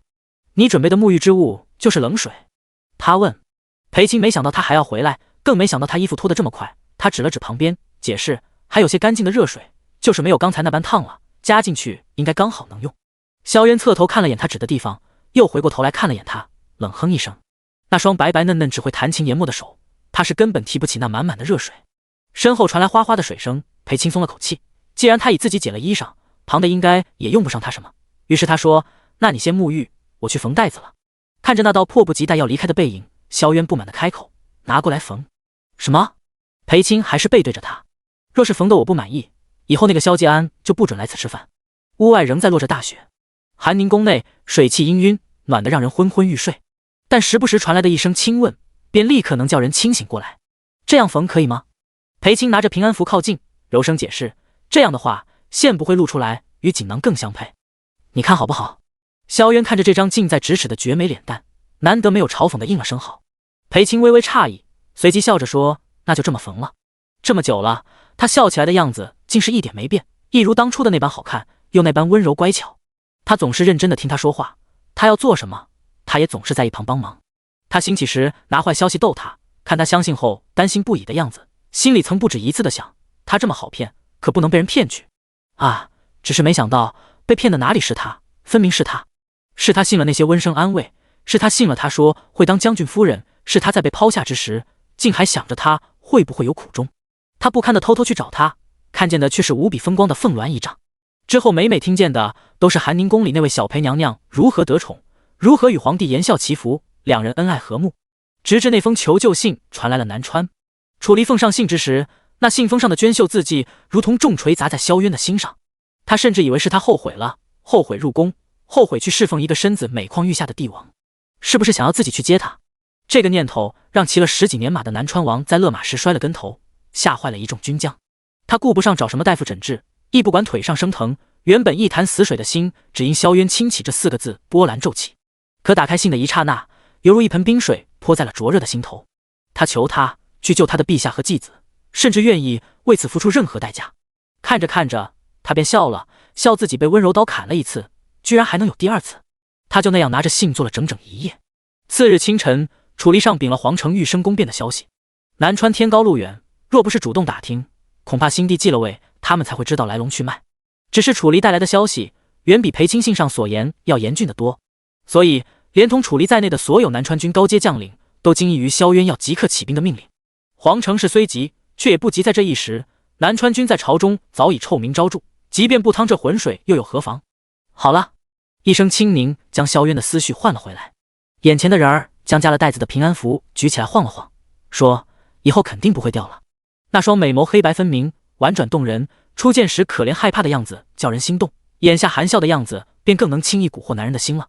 萧渊起身，裴青忙别开眼，却又在下一刻递上了干净帕子和衣衫。不知为何，他总觉得今晚的萧渊有些不一样，自出去一趟回来后就安静了许多，也不发脾气，更不羞辱嘲讽他了。他将平安符放回到榻边的小桌上，与萧渊解下的腰带放在一起，转过身来，萧渊正看着他。裴青想起了昨晚，他不由得后退一步，眼里有些畏惧。你要安歇了吗？他问。他坐到了床榻边。那我把蜡烛熄了。他走到一旁熄了烛光，脚步很轻地走到了不远处的小榻旁，掀开被褥躺了下来。殿中便只剩下淡淡的呼吸声。不知是不是在热水旁坐的久了些，裴青觉得身上暖暖的，很快便入睡了。只是睡得迷糊间，感觉身上一凉，紧接着小榻颤了颤，一双强劲的胳膊环在了他纤细的腰上。他惊醒，黑暗之中对上一双极为好看的眼睛。他还未反应过来，吻已经附了上来。萧渊的吻如他这人一样侵略又猛烈。裴青起初有些招架不住的想推开他，可男人仅单手便轻松地攥住了他双手手腕，另一只手箍在他腰上，两人的身体紧紧贴在一起。他以吻封口，不想从他嘴里听见拒绝的话，于是这吻变得绵长。他想象过这般肆意碰他的感觉，但那点想象远不及此时此刻的刺激与销魂。二人气息交缠，低低的音鸣听在耳里，养在心中。交紧喘息间，两人可以清晰地听见彼此胸口的声音。良久，萧渊终于开口，在他耳边说：“裴青，不要再有别的男人。”裴青心头一颤，这么久了，他终是再叫了一声他的名字。从再遇到今夜，他一口一个娘娘的叫他，如同一根根刺一样扎在他心上。他也知道这都是他自找的，难过也好，不舍也罢，一切已是定局。裴青可以在外人面前装得安然随和、端庄典雅，却管不住自己的心。自在见到他以后，他也曾奢望着他能再像曾经那样调笑也好，戏谑也好，叫上一声裴青，叫一声小青儿。眼泪滴落，浸湿了男人的肩头。萧渊放开他，果然看见一张梨花带雨的脸蛋，久难平息的情欲就在这一瞬间被眼泪浇灭。这夜，萧渊没有歇在寒宁宫，裴青是被一阵急促的敲门声吵醒的。他坐起来朝外看去，天都还未亮。敲门声越来越急促，裴青赶紧穿好了外衫，低头看看，觉得还是不妥，最后又加了一件披风。打开门，是楚离痛哭流涕过的脸。裴青一怔，问：“楚都统，怎么了？”楚离抹了一把脸上的汗和泪，说：“娘娘，把持京郊大营的鲁国公与陆安军曹睿吉暗中勾结，我们的人探得消息，两路大军将在今日会合，还将伙同城内伙房、水利等要处，欲围剿南川军，拿下皇宫。一旦让他们形成合围之势，宫里的人便只有死路一条。昨夜王爷已于东宫做了部署，下令今日凌晨先下手为强，兵分两路迎战鲁曹大军，拿下机要官员。可是看楚离的样子，接下来所言应该不会是什么好事。”裴青面色发白，问：“可是什么？”勿说是兵分两路，即便是整个南川军加起来，也够不上鲁曹大军的一半，更何况还要差了人手去攻伙房。这不是寻常的以少战多，分明是以寡敌众的死战啊！昨夜明明说的好好的，是生是死我都要在王爷身边，可他竟叫人给我下了药，把我撇在宫里。楚离人高马大的，说到此处一度哽咽，只将一张字条往裴青手里一塞。事已至此，娘娘快跟我走吧。裴青打开字条，上面是龙飞凤舞的几个大字：“楚离，护好他和孩子，这事只有交给你我才放心。”眼泪落在了字条上，模糊了上面的墨迹。那张自意的脸划过眼前，心鼓鼓作痛。裴青紧紧攥着门边，强撑着让自己站稳。他深吸口气，抬头问：“禁军呢？禁军至少帮得上南川军？”楚离摇头：“王爷下了死令，8000禁军护卫皇城，守住宫门，绞杀意欲闯宫的叛军残孽。娘娘，我们这几日连夜挖了地道通向宫外，这是最后的路了。禁军能否真的抵挡住反贼，王爷其实是信不过的，所以最后还是决定让娘娘和皇子从地道逃离。只是也请娘娘恕罪，南川军为王爷之命是从，我们这点人护不住皇帝陛下，生死有命。”楚离一席话，裴青已经了然。他问：“他做此安排的时候，胜算有几成？”楚离再度哽咽：“若是有援军，便有3成胜算。”什么？昨夜本还收到老王爷旧部愿意出兵来援的消息，可不知为何今晨消息全断。楚离说：“援军不到，王爷和外面的兄弟们根本撑不了多久，即便如此，他还不带着我。”这句撑不了多久，霎时让裴青心中的弦崩掉。如果援军不到，他撑下来的意义便是尽可能为他和继儿拖延时间。想到这里，裴青说：“劳烦楚都统带继儿离开。”楚离大惊：“娘娘不走吗？”裴青没有多说，只跪地向楚离行了一礼。无论如何，孩子是无辜的，是他最信任的人，求都统带继儿从地道离开。娘娘可知王爷知道后会如何大发雷霆？裴青声音有些颤：“那他也得先活着，才能大发雷霆。”眼泪止不住的滑落。我写那封求救信，不是让他来送死的。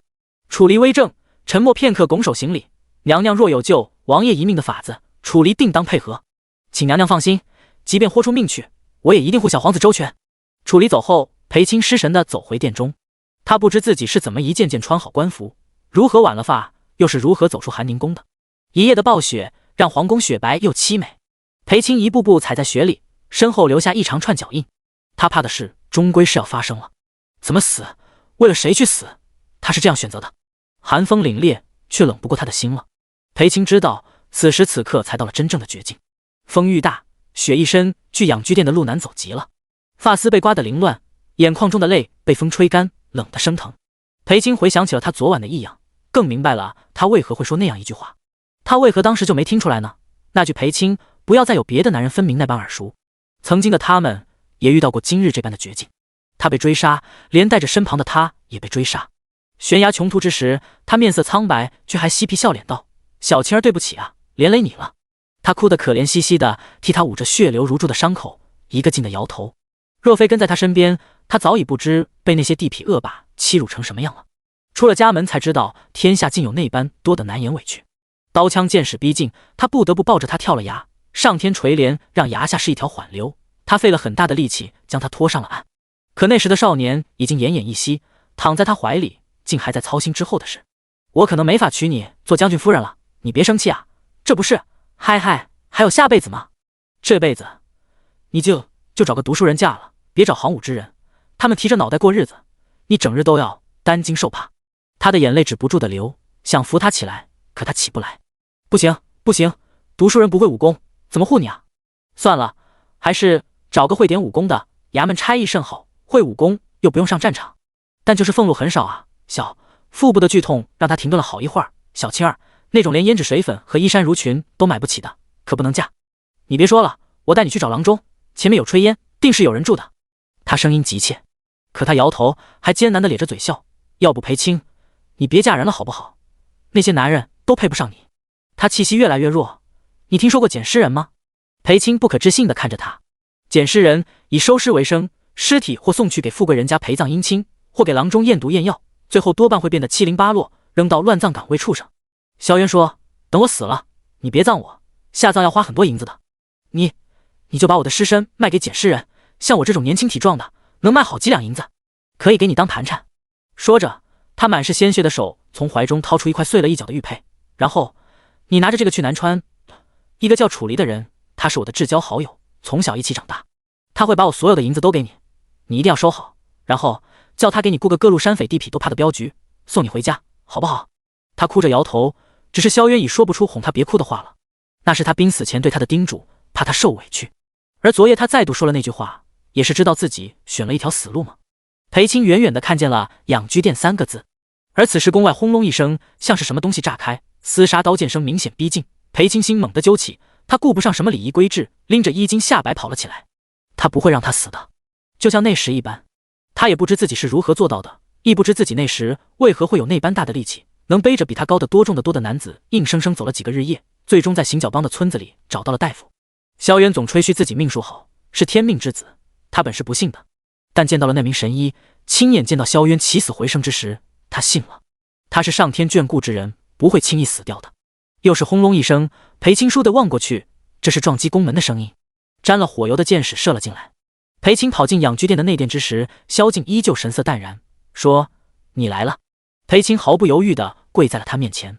裴青从来都是温顺的、娴静的，即便后宫嫔妃冷言冷语，他也从不计较和在意，更不会在萧静面前说他们半句不好。于是宫外盛传小裴娘娘性子温和、宽容大度，一如其子裴婉，将来定是能母仪天下的皇后。可宫里人知道，裴氏姐妹虽百般相像，但裴青终归不是裴婉。作为如今的后宫掌权之人，裴青的确事事以陛下和皇子为先，但作为女人，她心里没有陛下。嫔妃们谁侍寝谁争宠，她从不过问，因为不嫉妒，所以淡然又从容。但眼下的裴青是众人从未见过的，亦是萧静从未见过的。他悲怆而决绝。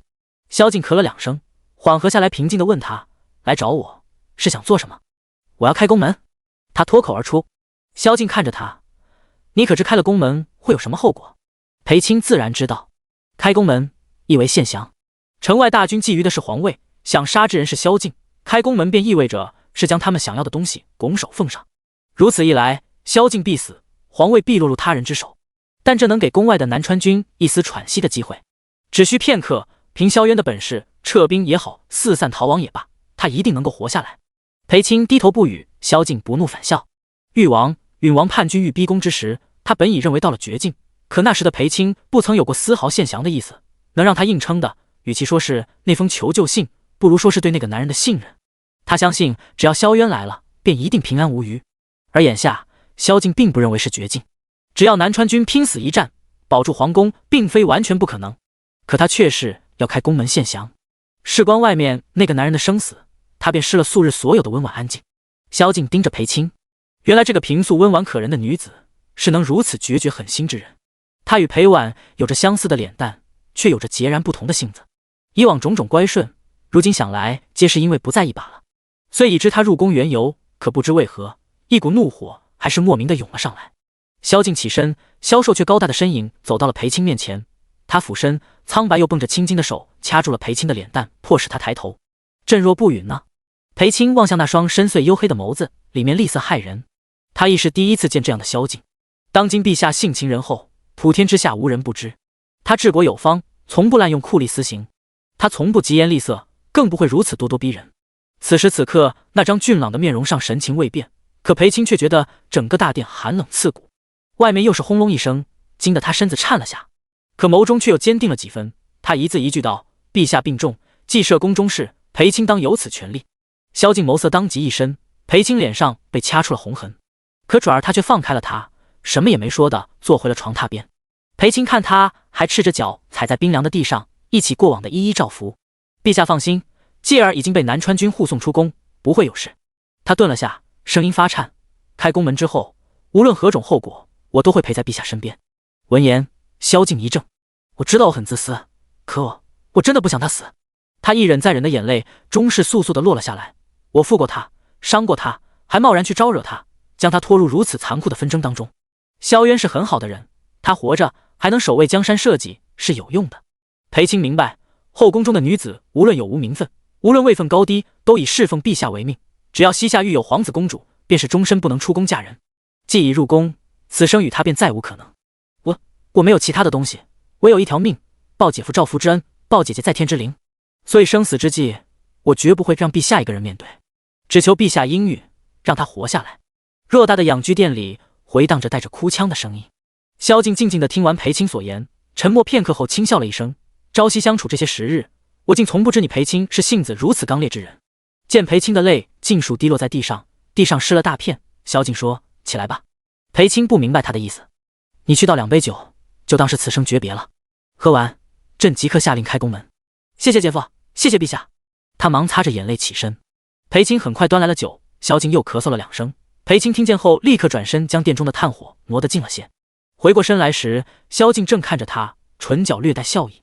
他微怔：“怎么？”“无事。”萧静拿起一盏酒递给他。做帝王10几载，萧静还是头一回如此看不透一个人，准确的说是一个女人。明明要用她的命去救外面那个男人，此刻却还担心他会冷。裴青接过酒，又低低的说了声对不起。萧静一笑，一饮而尽。裴青抿了抿唇，也将酒尽数喝下。“裴青，你有多爱慕他？”萧静放下酒盏。裴青垂眸：“你若真的自私，就该直接杀了我。你端来的东西，我从不厌毒。”他说：“待我死了，你想与谁在一起都可以，不是吗？可你呢，就因为入了我的后宫，当了几日名义上的娘娘，便要陪我一起死，你到底是自私还是傻？”萧静的声音很轻，也很好听，可不知为何，裴青离得这么近，却有些听不清楚。他抬眸望他，却眼前模糊。他晃了晃头，猛然想起了刚刚那杯酒。裴青，也容朕自私一次吧。这是裴青晕倒前听到的最后一句话。裴青是被外面的吵嚷声吵醒的。这里很黑，难以看清四周，头还是很昏。他费力地坐起来，循着仅有的一丝光，伸手摸到了门缝。丝丝药味沁入鼻腔，他便知自己还在养居殿里。来过这里数次，他竟从来不知养居殿内还有这样一处幽闭狭小的密室。这时外面传来哀乐，他心头一颤，急忙用力推开密室的门，霎时光照了进来，刺得他睁不开眼。可他顾不上这些，那哀乐一声又一声的传入耳中，还掺杂着刀剑碰撞声、粗鲁的喊声。莫不是叛军真的攻入了皇宫？那他只是想到此处，眼泪就已蓄得满满。裴青跌跌撞撞的朝外跑，血水浸湿了鞋袜，寒意自脚底一路冷到心头，他却感觉不到。离明武大殿越近，裴青便越发腿软。远远望去，地上猩红狼藉一片，脏污血水混着血腥，刚踏入此地便作呕难忍。地上有零落的人头和残肢，殿外竟是穿着赤金盔甲的军将，没有银盔战甲的禁军，亦没有黑色盔甲的南川军。凛冽寒风将裴青发丝吹得凌乱，如一朵极美却又即将残败的花落入血地之中。殿外的军将全都看了过来，声声惊叹盖过了混乱嘈杂。他们看着身穿正红官服的女子面色苍白地走过来，她似乎是看见了什么，正在原地。顺着他的视线望去，大殿的正中放着一尊棺柩，上面偌大的萧字恢宏而怆然。裴青认得棺旁的那人，楚离满脸是血，哭得声嘶力竭。刹那间，眼前一白，裴青险些没能站住。风吹干了脸上的泪，他反倒不跑了。片刻之间，裴青又恢复到了往日那般的淡然高雅，只是却眼神空洞。他走向棺柩的每一步都安然平稳，可仔细看，便知他浑身都在颤抖。娘娘，楚离哭的声音沙哑。裴青自知众目睽睽之下，没有娘娘跪臣子的道理，可他仍跪在了棺柩前，声音了无生气，淡漠又柔和道：“对不起啊，这次是我连累你了。”棺柩漆黑而紧闭，他看不见里面的人，但那张俊朗的面容却清晰地出现在眼前。裴青笑笑：“你定是觉得我对不起你的，又何止是这次？”他笑得很美，却也极伤。我负了你，也骗了你。眼泪一滴滴滑落。当日入宫是为了能照顾姐姐的孩子，姐姐待我如母，她的孩子亦是我的孩子，只要能替姐姐照顾她，我愿付任何代价。所以那时我不能选择你。自从知道你就是南川王，我心里有害怕，也有欣慰。听说你在南川过得潇洒自在，没人再敢追杀和暗算，我便放了心。裴青顿了下，其实也不是完全放心。朝中弹劾之词难以入耳，自古功高震主之人总是没有好下场的。我写了信，却不知如何落名。若是不落名，你定会觉得我是高高在上，在对你施以命令吧？可若是写裴青既已入宫，又如何能用闺名与你书信，叫你平白多思？他微微一笑，若是什么都不落，只怕你连看都不会看，对不对？最后那封信中是没能送出去，但好在姐夫是明君，他说南境的几次大战都极为凶险，仅凭几句弹劾之词，便责罚屡次平乱的有功之臣，那才会叫天下人寒了心。你看，其实并不是只有我才懂你的好，明白你的抱负与雄心。没有我，你也能过得很好，但最终还是我连累了你。裴青擦了眼泪，你知道吗？今日陛下问了我一个问题。他问裴青，你有多爱慕他？裴青歪歪头，望着棺柩笑得好看。这话你为何从不问我呢？你从来只问裴青，你知不知道我有多喜欢你？那个时候我总不好意思同你说这些，便从来没有回答过。裴青低头从袖口拿出一物，我当然知道啊，我一直都知道。今日之问没有回答陛下，是因为我觉得这些话应该先说与你听。尖锐的匕首尖划破了他纤细白皙的手指，留下斑驳血痕。我有多爱慕你，大抵便是萧渊，下辈子就算你不愿意，我也要强嫁给你。裴青闭着眼含着笑，匕首毫不犹豫地扎向了自己的腹部。娘娘！楚离这才看清裴青手里拿的是什么，可他离得不够近，纵身扑过去，却连裴青的衣袖都没碰到。此时忽然当啷一声，眼看着要扎入肉身的匕首掉在了地上。侧殿方向传来声音：娘娘，这是要给谁殉葬？萧渊伤得有些重，腰腹皆有刀伤，腿上还中了2箭。南川军和晋军也皆损伤不少，宫内宫外的一干事务便尽数由来源的渠成军接管。渠成毗邻南川，如今的首领便是当初跟着萧老王爷的亲信。老王爷乃宗族亲王，除了生了个不服管教天天惹事的儿子之外，真没什么错处可挑。但无论萧渊如何混账嚣张，老王爷骤然去世后，南境多年来一直安安稳稳，便是萧渊最大的功劳。援军兵分3路而来，虽悄无声息，但来得非常及时。所谓及时，便是萧渊快要战死的前一刻。他是被抬着回来的，带止了血，便像死了一样躺在明武侧殿。他太过疲惫，以至于连楚离安置好了小皇子一路杀回宫，却骤然看到萧氏棺柩时的嚎啕大哭都没听到。但剧痛昏沉时，一声声女子的哭泣和一句句温婉的话却尽数传入他的耳中。萧渊其实不清楚自己是死是活，但听见外面的女子在为别人哭，他就火冒三丈的要从阎王殿跑回来质问他。正殿里的人儿在哭着说话，侧殿里的男人则艰难地坐起来，还强行用已经疼麻木的腿撑着挪出去。越靠近便听得越清楚，直至听见那句萧渊，下辈子就算你不愿意，我也要强嫁给你的时候，他心间一颤，一股狂喜涌了上来，身上的疼痛当即消失，却未想走出来的一刹那，竟看见他举着匕首捅向他自己。若非动作快，只怕如今在他面前的便是裴青的尸身了。他本以为他是在为萧静之死而哭，不曾想他竟也会为了他萧渊做到如此地步。早该想到的，圣旨宣布开宫门献降之时，他就该想到的。萧静作为皇帝是人君不假，但作为男人，他不是个人善到明知自己宠爱的女子与别的男人有过牵扯，还能全然无所谓的人。正因如此，萧渊出宫迎战前再次去了养居殿，以竭力保全萧静唯一的儿子作为条件，要他承诺无论如何绝不处置裴青。即此意若胜了，那裴青地位不变；此意若败了，亦不可迁怒他追杀他。病榻上的萧敬第一次敛了一贯的从容笑意，应下这个如此犯上的南川王口中的条件。前有约定，所以萧渊从未想过萧敬会亲自下旨开宫门献降。现下想来，能有办法让萧敬退让到那番地步的，也唯有他了。裴青被侧殿突兀的声音惊在原地，他怔怔地看着从侧殿走出来的人，一时竟不知是真是假。直到那人笑得邪性又好看，还冲他招手道：“劳烦娘娘扶下本王，腿疼的实在厉害。”下一刻，那道纤瘦的身影扑到萧渊的怀里，紧紧地抱着男人的腰，哭得可怜极了。萧渊只觉五脏六腑都被撞移了位，可偏偏一点也不疼，反倒胸前酥酥麻麻，好生舒服。他不客气地揽上裴青的腰，低头亲了亲他的头发：“我这不是没事吗？哭得我都疼了。”裴青赶紧抬头，哽咽着声音：“哪里疼？”他这才闻到萧渊满身的血腥味，赶忙要松手：“我是不是碰到你伤处了？对不起。”说着，眼泪又吧嗒吧嗒地落下来。用命换来美人主动投怀送抱，萧渊自然不肯放手。他扣着他的腰，伏在他耳边轻声说：“青儿，你哭得我心疼。”裴青耳朵倏地红了，要推开他，却又不忍用力。这拉拉扯扯的样子，看得门外的渠成军首领徐达直皱眉头。他横竖是看不懂这位娘娘，先前还在皇帝陛下的棺柩前哭得百般伤心，怎么这就跑到别的男人怀里去了？至于萧渊，徐达就更不懂了。这小子不是只会打仗和惹事吗？还有这么温柔哄人的时候，哄的还不是别人，是当今皇嫡子的养母，未来的太后。这成何体统？眼瞧着外面越来越多的人往店里张望，徐达扯着嗓子猛咳了2声，引得店内之人看了过来。萧渊挑眉：“何事？”那模样看着讨厌的紧，这要是自己的儿子，徐达早蹦起来毒打他一顿了。若非看在老王爷面子上，他才不来圆这个浪荡子。襄公来了。萧渊还抱着裴青不放手。谁？还能是谁？国相襄之仪。徐达没好气道：“说是秉承圣意，待陛下崩逝之日前来宣读遗诏，昭告天下。”闻言，裴青叔弟望向殿中那方黑色的棺柩。裴青不相信棺柩中之人是萧敬，他虽病重，却也不会今日救。即便是叛军攻入皇宫，少不得也还需要威逼利诱要来遗诏，绝不敢立刻弑君。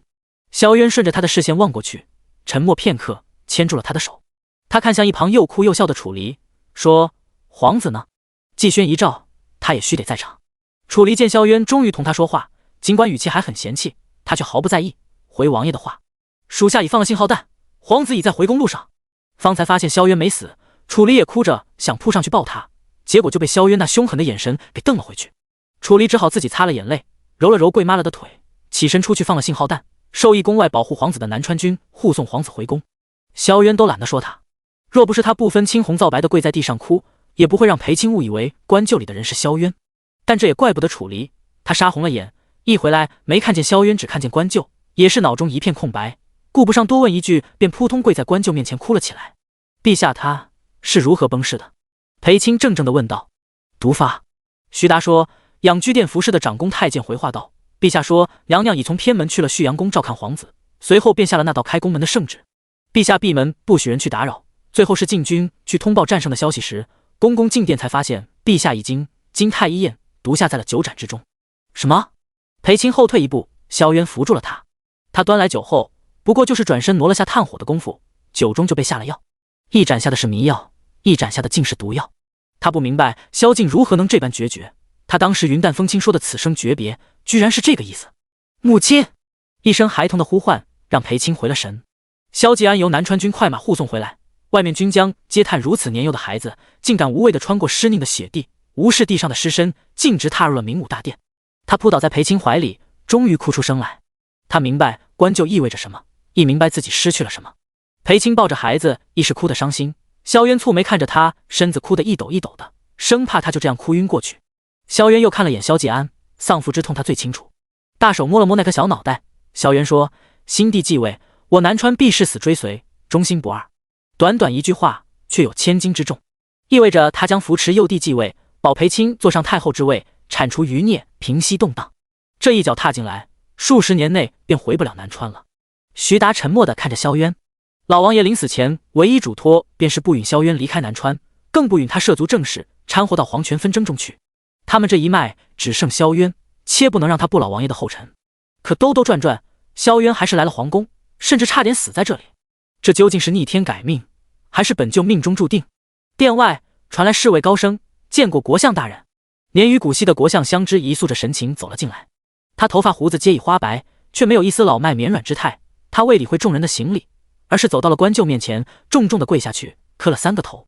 他看着萧敬登基继位，知萧敬如何忧思国政，亦知萧敬尚未完成雄图霸业，心中所憾无以言表，唯有尽心辅佐新君，或可报君3分。相知已起身，拿出了图腾文底的皇帝诏旨，高声道：“先帝遗诏在此，诸臣听旨。”从殿内转至殿外，所有军将乃至刚刚入宫的王公大臣全部跪在大殿之外，看着国相大人双手捧着遗诏站在殿门口，将诏书展开。猩红的皇帝大印威严无比，只是看至上面所书内容之时，国相面色一僵。今日之前，他从未擅自打开看上一眼，那夜陛下秘密召见，将遗诏托付于他。他明白自己深受皇恩信任之时，尚都不及此时的震惊。然众人屏息以待，他只得诏旨宣读。世袭南川王皇宗萧人欲之嫡子萧渊，朕之手足，数次平乱护驾秦王，居功至伟，必能克成大统。着继朕登基，即皇帝位。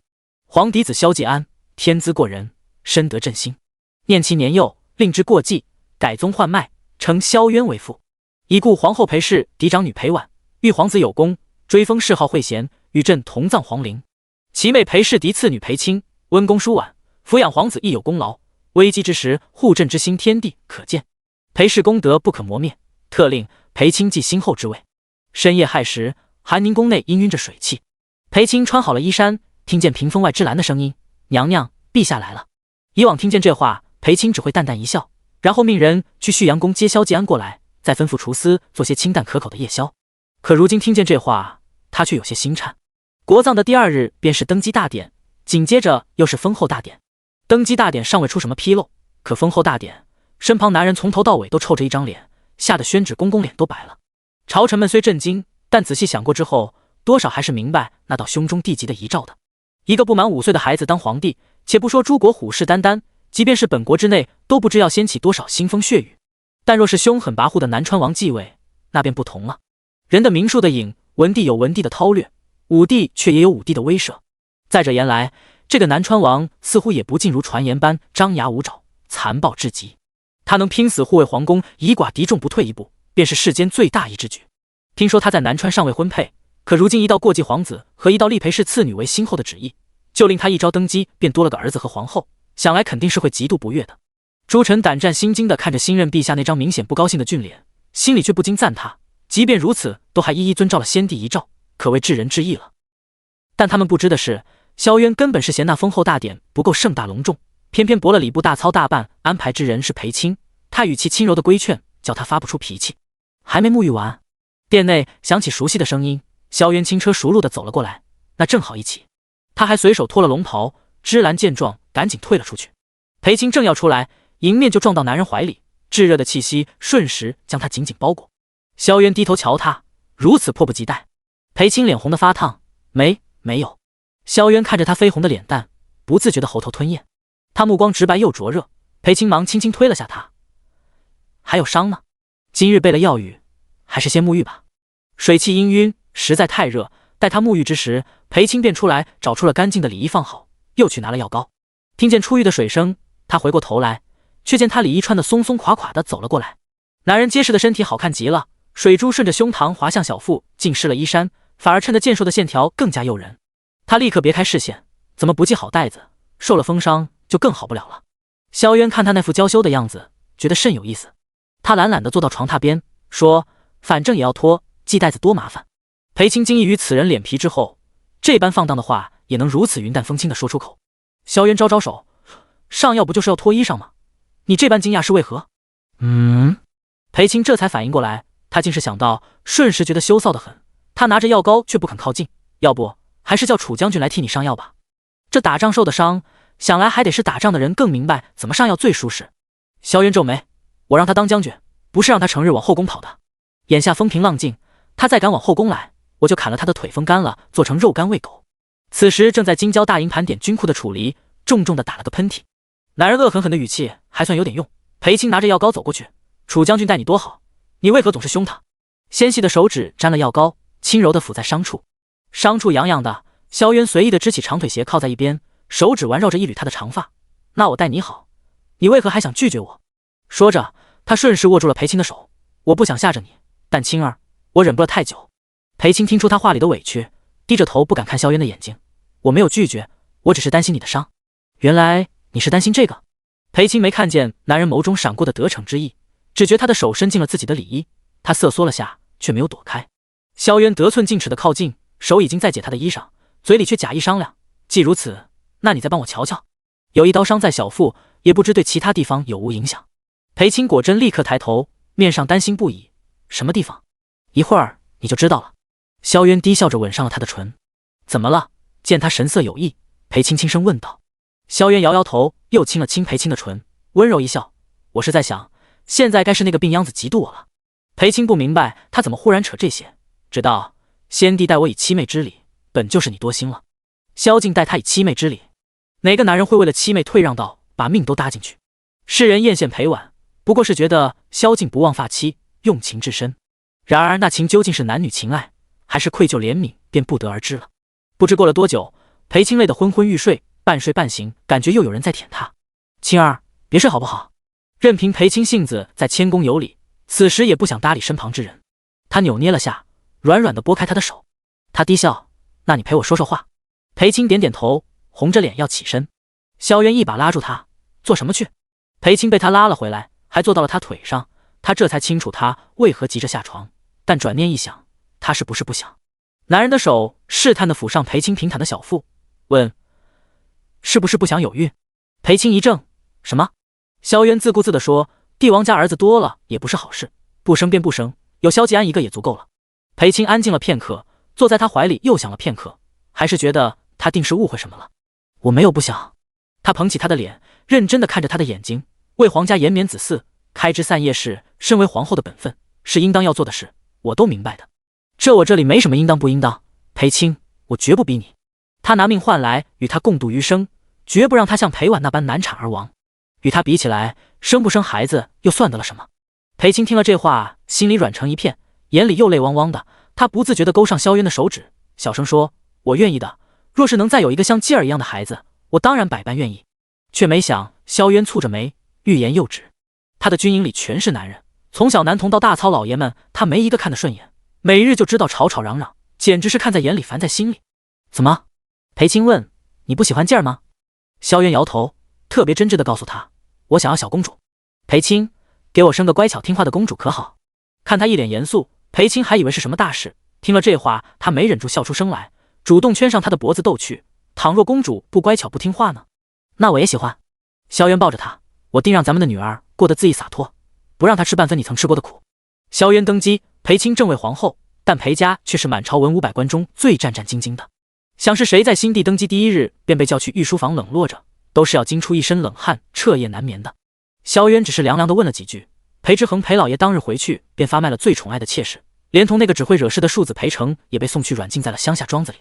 曾动辄打骂欺辱自己和姐姐的姨娘落得凄惨下场，裴青面上虽未表现出什么，却也是于夜深人静之时跪在姐姐灵前说了一宿的话。身为皇后，权柄再大，仍不可处置母族之人，一旦落人口实，便担不起母仪天下4个字了。所以他不止一次地想过，那偌大的权柄拿来又有何用呢？到头来也唯有算了2字作为释怀的借口。只是裴青未想到，他竟都记得。萧渊扯过被子裹住他，见他又要哭了，调笑道：怎么现在才知道我的好？我就是太善良，才被那个病秧子拿捏至此。虽是逗他一笑的随口之言，但这话从萧渊口中说出来，还是让他心中难受。裴青起初一直不明白，但待萧渊登基后，他终于明白了萧敬对他说的最后一句话：裴青，也容朕自私一次吧。这句话时时回荡在他心中。萧渊登基后，繁杂诸事一件接着一件，处处都是棘手的烂摊子。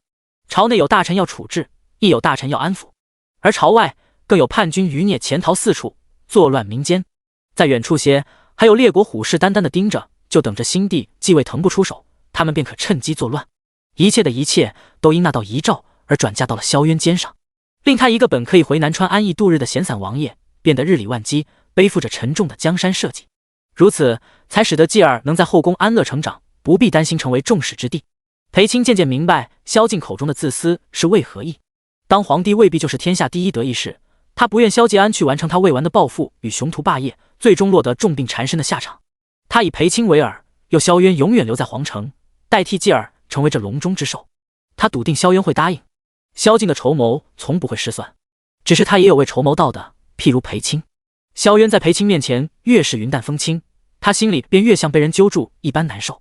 他不知该说什么，只将脸埋在他颈间，悄悄亲了亲。然而久经沙场之人最是粗中有细，软软的唇附上来的当下，男人的手便已开始游走起来。裴青直起身子，娇声问：“做什么呀？”天地可见，是你先偷亲我的。萧渊抱着他调整了姿势。裴青不肯承认：“我才没有。”此时的萧渊什么鬼话都说得出来，他从善如流道：“好好，是朕先招惹皇后的。公主要紧，皇后可愿再委屈一下？”要做就做，他竟扯到女儿身上。裴青一把捂住他的嘴：“你混说什么呢？”萧渊被逗笑，拿下他的手：“要堵我的嘴，得用这儿才行。”说着，他便吻了上去，深情又强势。夜还很长，韩宁公以你一事昭示着地久天长。裴青是哭着从裴府侧门跑出来的，刚及笄的少女身上只有一个瘪瘪的包袱，她一路擦着眼泪往城外走，顾不上路上行人纷纷投来的异样目光。她想去找母亲。裴青哽咽着出了城，便往景山上去。每次在家中受了委屈，他便会去找母亲，看着母亲的牌位，亲手为母亲上一炷香，念着以往同母亲和姐姐在一起的日子，再大的委屈也能咽下去。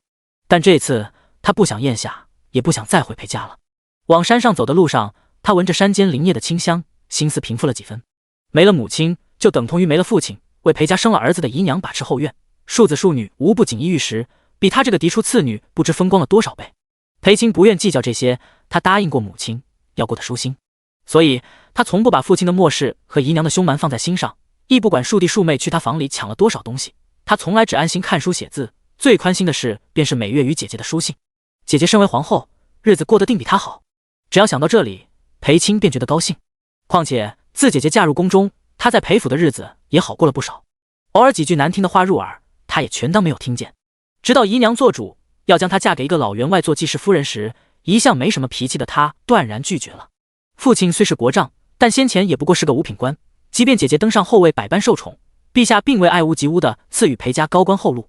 依德才论官职，这是前朝事，与后宫无关。尽管如此，还是有络绎不绝的人来与裴家攀亲结交，结亲便是其中最常见的伎俩。家中适龄的女儿只有她与庶妹两人，姨娘打着庶妹出身低微的幌子，一脸慈爱的在父亲面前忍痛割爱，将高价之路让给了裴青。老员外虽年迈，还死了2任妻子，但诚意十足，来裴家求娶，承诺一定给裴家女儿正式夫人的名分，且聘礼无数，日后整个员外府都任凭新夫人打理。能让其如此豪掷千金的由头，除了裴家出了一位皇后的颇天荣耀之外，便是裴青的美貌了。自古便没有妾室出门上大宴的规矩，即便姨娘在府上百般得宠，但只要出了府门，就无人会高看一眼。母亲过世后，姐姐作为嫡长女，便可印了帖子前去各府席宴。那时候姐姐总会带着她，这是他们为数不多可以不用看人脸色的日子。区区几次，大裴小裴姐妹两人的倾城容貌就家喻户晓。当初陛下要给姐姐后位，立时便在朝中惹出不少非议。当今圣上年少登基，多年来治国有方，是当之无愧的明君圣君。陛下不好色，后宫也冷清，但裴家的女儿竟能勾得这样一位君主魄力立后，当初不知有多少人眼红嫉妒的捶胸顿足，大骂裴家姐妹是狐狸精，红颜祸水。尽管那些话难以入耳，裴青却是高兴，有了陛下做姐夫，便再无人敢欺负姐姐了。后来每每通信，他都能从字里行间感受到姐姐过得很好。高兴之余，他也羡慕，更大胆地想着会不会有一日也会有位如意郎君风光大取，救他于水火。只是没想到等来的不是如意郎君，而是一个年近古稀的老员外。父亲铁面，姨娘还欲软禁他逼嫁。裴青第一次在家里撒了泼，哭着颤抖着顶撞了父亲，脸上挨了重重一巴掌。他不知自己哪来的勇气，竟径直冲回屋子，草草收拾了便离家出走了。天色昏暗，母亲长眠的寺庙也要到了。冷静下来，他意识到自己遇到了难处。今夜要住在哪里？日后又怎么办？心思又乱了起来。但他横竖知道姐姐即将临盆，不能让姐姐知晓这些平白操心。以往跪在母亲牌位前说了许久的话之后，就会觉得心里好受许多，但这次却越说越哽咽，不能见母亲，亦不能去找姐姐，更不能就这样回到裴家。断断续续的哭诉惊动了常年在此修行佛道的师太。小施主，身后传来声音，裴青连忙起身，双手合十向他行了礼，静修师太。他眼睛还红红的，是不是我吵到了您了？您能允我将母亲牌位供奉于此，以示仁义。我今日是。只见师太淡淡一笑，并非是吵到何人，只是听见小施主哭得伤心，想来令堂若是还在，只怕是要心疼坏了。提及母亲，裴青的眼泪便落个不停。家事难断，既不知你所欲何事，便不劝你大度原谅。望小施主明白，苦难向来是与福道相伴相生的，绝境之时亦是新生之际。勿恼勿伤，且往后走走看。裴青怔怔地听着师太所言，似懂非懂地点了点头。师太怜爱地摸了摸他的头，又看向他脚边的包袱。裴青也低头看了眼，忽然想到了什么，他有些难为情地开口：“师太，今夜可不可以在此？”只是话还没说完，外面便传来了吵嚷声。有位小师傅匆匆走了进来：“师太，有个孩童发了癔症，我们几个不知该如何是好，还请师太快去看看。是出了什么事吗？”裴青仔细听了下，后院都是禅房，本该安静，现在却传来许多孩子的声音。近日庙里收留了些逃难的孩子，他们同父母走散，亦不知该去哪儿。10几个孩子挤在后院那3间厢房中，也着实是委屈。小施主方才想说什么？师太问。哦，没什么。裴青听着那声音尖锐，虽有些害怕，却也还是说：“要不我也去帮忙吧。”师太一笑：“不必了，小施主，其他孩子倒还好，就是有个小女童时不时会发癔症，抽搐寒战，须得服药才可缓解。你去了也帮不上什么。天色已晚，你回去时多加小心。”是。裴青目送师太和小师傅离开，轻轻叹了口气。本想求得师太在此住一晚，明日再走，眼下看来他留下反而会添乱。裴青从寺庙出来，有些茫然，外面漆黑一片，他有些不敢走，可也知道不应在此久留。裴家若是派人来抓他回去，最先找的地方就是这间寺庙了。尽管心里害怕，他还是走上了下山的路。他一边走一边想着，深夜宵禁，各处城门已然关闭，此时应该有不少官兵在巡夜，若是看见他，少不得要盘问一番。若是就此被送回裴家，那就糟了。正皱着眉思虑万千，忽然山间传来怪异的叫声，裴青当即脚步顿住，不敢多动一步。是狼吗？还是虎？总之不是人的声音。又是猛烈尖锐的一声，裴青浑身一颤，忙拎起裙摆，朝着与声音相反的方向跑去。山间没什么住户，放眼望去，也只看得屋舍残垣，不知是被烧了还是被砸了，总之损毁严重。裴青跑了进去，躲在院中的墙角，紧紧抱着怀里的包袱，绝不敢多出一丝声响。那怪异的叫声不断，似乎还更近了。极度的害怕让少女眼中再度噙满了泪。她只是不想被逼着嫁给一个老头儿，不想成为裴家或名或利的棋子才跑出来的，这有错吗？难道今夜她就要这样被凶残野兽撕扯吃掉吗？越想越害怕，越想越委屈。漆黑的墙根下传出了难以隐忍的呜咽哭声。忽然背靠的墙像是被人踹了一脚般猛地颤了下，颤得裴青心里一抖，紧接着头顶似有什么东西飞过。裴青闻到了难闻的血腥气，还未反应过来，只听一声闷响，他眼前便多出了一个人。那人一身黑衣，离他极近，灼热的呼吸喷洒到他脸上，他的心倏地收紧。他感觉得出来是一个男子。我没有钱。黑夜之中，危墙之下传出了微颤的女声。近身的男子手撑着墙，久久不动。裴青亦不敢动，他生得高大，足以将他整个人都罩住。听闻此言，耳边竟传来一声低笑，但这一笑，裴青便听出此人很年轻。他微微侧头，这才看见他的侧颜。这人应该很好看吧？只一眼，他便生出这种想法。他鼻梁高挺，轮廓分明，连唇形都恰到好处。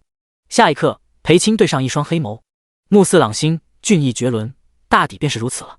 而看到裴青的第一眼，少年亦是怔住。这脸蛋怕是还没他一个巴掌大，肌肤白嫩，唇色嫣红，那双眸子灵动又勾人，眼下还噙着泪，哭得可怜巴巴，像只小兔。如此仙女般的人儿，怎么跑这儿哭来了？得哄哄才是。这是萧渊初见裴青时的第一个念头。若非他闪身快，方才翻墙而入孔，就是要踩到这颗圆圆的脑袋上了。只是往旁边闪身扯开了伤口，腹部疼得不行，愣是撑着墙好一会儿才缓过来。不成想就被当成了打家劫舍的贼人。裴青不知他那笑是什么意思，以为是他不信，忙说：“我可以把包袱都给你，只要你别伤害我。”他连说话的气息都是柔柔香香的，香的人有点听不清声音了。萧渊轻咳一声，往后撤了一些。裴青见他不要包袱，还浑身血腥味，心头满上恐惧。我看了你的脸，你不会放过我的，对不对？哭声就这样慢慢大了起来。可是是我先来这里的，我也不是有意看到你的脸。他泣不成声，我还没同姐姐告别，还没看见小侄出生。萧渊本就疼得不行，耳边不停地传来呜呜咽咽的哭声。他正欲说话，只觉喉头一甜，瞬时一口鲜血吐了出来，溅到了裴青的手指和衣衫上。你可嗨，别哭了，我不是坏人。这话说出来，他自己都不信。然而为了红眼前人，少年厚着脸皮解释：“我是来逃难的，嗨，受了伤才一身血腥味，这血是我自己的，不是旁人的。真的。他怯怯地朝他手捂着的地方看去，你都受伤了，怎么还要翻墙？万一这破屋子有人，还是官兵的话，我不就被瞧见了吗？我只想安安静静在这儿歇息一晚就走，这才翻墙。萧渊说的真挚，裴青点点头，他刚松了口气，却见那豆大的泪珠又簌簌地滚下来。大惊大惧过后，裴青抱着包袱哭了个痛快。这眼泪中既有在家里受的委屈，有无家可归的无措，亦有遇到一人能在这充满怪叫的黑夜中与他作伴的欣慰。哎，你怎么又哭了？是不是我说错话了？裴青肩膀一耸一耸的摇头。那你到底为什么哭啊？是不是有人欺负你？不是我吧？我应该没欺负你吧？萧渊有点不确定，是不是因为刚才离他太近了？听说北方的女子家规森严，只是他猜不到的是，除了母亲和姐姐，从来没人这般问个不休，问裴青为什么哭，问他是不是受了欺负。正在少年琢磨着他会不会就这样哭死过去时，裴青哭累了，他擦了眼泪，安安静静地缩在墙角。两人无话，还有点尴尬。忽然又是一声怪叫，裴青忙看向萧渊，眸中害怕不言而喻。是野猪的叫声。他动了动，坐直了些，尽量不扯到伤口。裴青放下心来，他坐在另一边，静下来后，他悄悄地看他，即便是在夜色之中，也看得出他面色苍白。萧渊闭着眼说：“你们北方的小娘子都爱这般打量人吗？”裴青面色一红，道：“我尚未婚嫁，如何就成什么娘子了？你不要乱叫。”萧渊睁眼，在我们南边，刚出生的女婴都可叫小娘子，你们这边叫什么？裴青说：“我们这边凡是未成亲的女子都叫姑娘。你家在南边，为何来北方？是家里遭了灾吗？”萧渊笑了下，算是吧，一群人抢我的东西，我嫌烦就跑了，结果他们不依不饶地追我，我就跑来了这边。那你的伤也是那群抢你东西的人所为吗？裴青蹙眉，语气严肃道：“那他们也太不讲理了。”这样听起来，两人算是同病相怜。萧渊没想到他竟还打抱不平起来了，仿佛刚才哭得昏天黑地的人不是他一样。我叫萧渊。突如其来的自报家门让裴青有些吃惊，但他看着的确不像坏人。见他犹犹豫豫，萧渊觉得有意思，不想说便不说。萍水相逢，有个美貌的姑娘记得，也是美事一桩。我叫裴青。他望着他，语气温柔：“裴回清雪意，你这样记就好。”此后的很多年，每每夜深人静落雪之时，萧渊便会想起这句裴回清雪意。一夜过去，清晨娘儿的叫声唤醒了睡梦中的人。梦里母亲和姐姐知道他受了委屈，特意来接他。握上母亲手的那一刻，裴青万般心安，一时激动便哭得更厉害了。日子过得太久，他就快要记不清母亲的样子了。若是只能在梦里遇见，那他情愿这梦一辈子都不要醒。可他还是醒了，鸟儿的叫声不断，他缓缓睁开了眼睛。醒了。裴青一惊，活了15年，头一次睡醒时身旁有个男子。小娘子醒了的话，可否松开在下的手？裴青听了赶忙低头，自己竟然紧紧地握着他的手。他赶忙松开，支吾道：“对不起，我以为是……无妨无妨，你不必解释，梦见了你的情郎，错把我的手当成了他的手呗。”萧渊听了一晚上的哭唤，大概也明白这小兔同他一样，从小没有母亲在身边照料。昨晚听他一语，本想叫醒他，没想被一把抓住了手，不知怎地，他莫名就是没有挣脱开，任由他握了一晚上。才不是，你别乱说。裴青耳朵红红的，我可没有什么情郎，也不是什么娘子，你为何就是不喜欢这称呼？萧渊支着下巴，在我们这里，娘子都是成亲后自己的郎君才能叫的，你这样唤我，会让人误会的。裴青低着头，看见自己手上的血，才想起眼前之人是有伤在身的。他指了指萧渊的腹部，问：“你的伤好些了吗？”死不了。将坐了一夜，他起身时有些不稳，要不还是去一板瞧瞧吧。裴青跟着起身，见他身形不稳，本欲扶一把，可一想到男女授受不亲，他又把手缩了回去。于是萧渊的手僵在了半空。他嗤笑一声：“昨夜你可没这么矜持啊，攥着我的手不放，还又哭又闹的，让我一个受了伤的人彻夜未眠。”裴青有些难为情地看着他：“罢了罢了，你别再哭了就成。”他捂着伤处往山下走。下山的大路只有这一条，裴青跟上来，在他身后小心翼翼地说：“受伤需要静养，你这样又翻墙又走路，伤势会更严重，还是去找个郎中看看吧。”萧渊头都没回：“我一个逃难的，哪有银子找郎中看伤？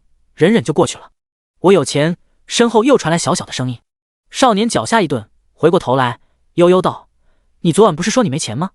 还让我翻找你的包袱。”“有一点的，没放在包袱里。”裴青说：“也够看诊了。”萧渊上上下下打量了一番，目光毫不避讳地落在了他纤细的腰身处，问：“你把钱放身上了？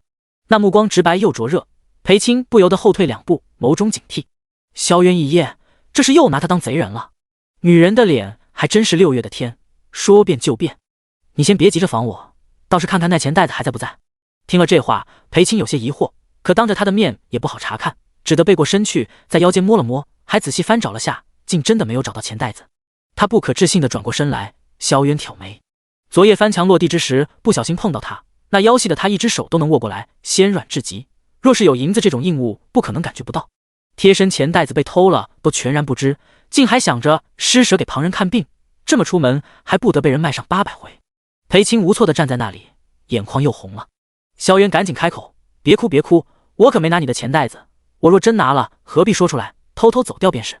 这话倒是真挚又有理，本来钱就不多，这下一个子都没有了。离家的第1日，怎地就落到这般田地？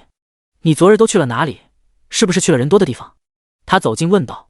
裴青点点头，说：我从家里出来时，街上集市未散，我穿过集市出了城，便径直上山去寺庙给母亲上香了，路上没有碰到别人。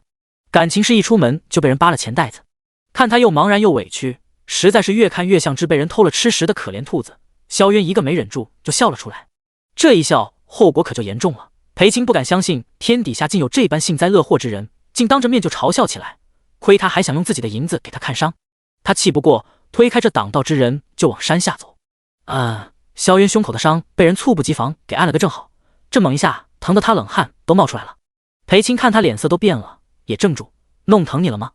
抱歉，真的抱歉。萧渊咳了几声，总算缓过来，身上疼得厉害，却还在那里笑。你若真觉得抱歉，就扶我下山用个早膳如何？被自己误会了2次，还被推了一下的人要管自己的早膳，让裴青有些愧疚。不分青红皂白就怀疑别人，怎么还能有脸接受他的早膳？可肚子悄悄叫了好几次，他也实在是饿了。羞愧使然，下山的一路上，裴青格外细心地扶着萧渊。慢一点，这里石阶有些窄，当心摔着。他声音柔柔糯糯，引得萧渊低头看他。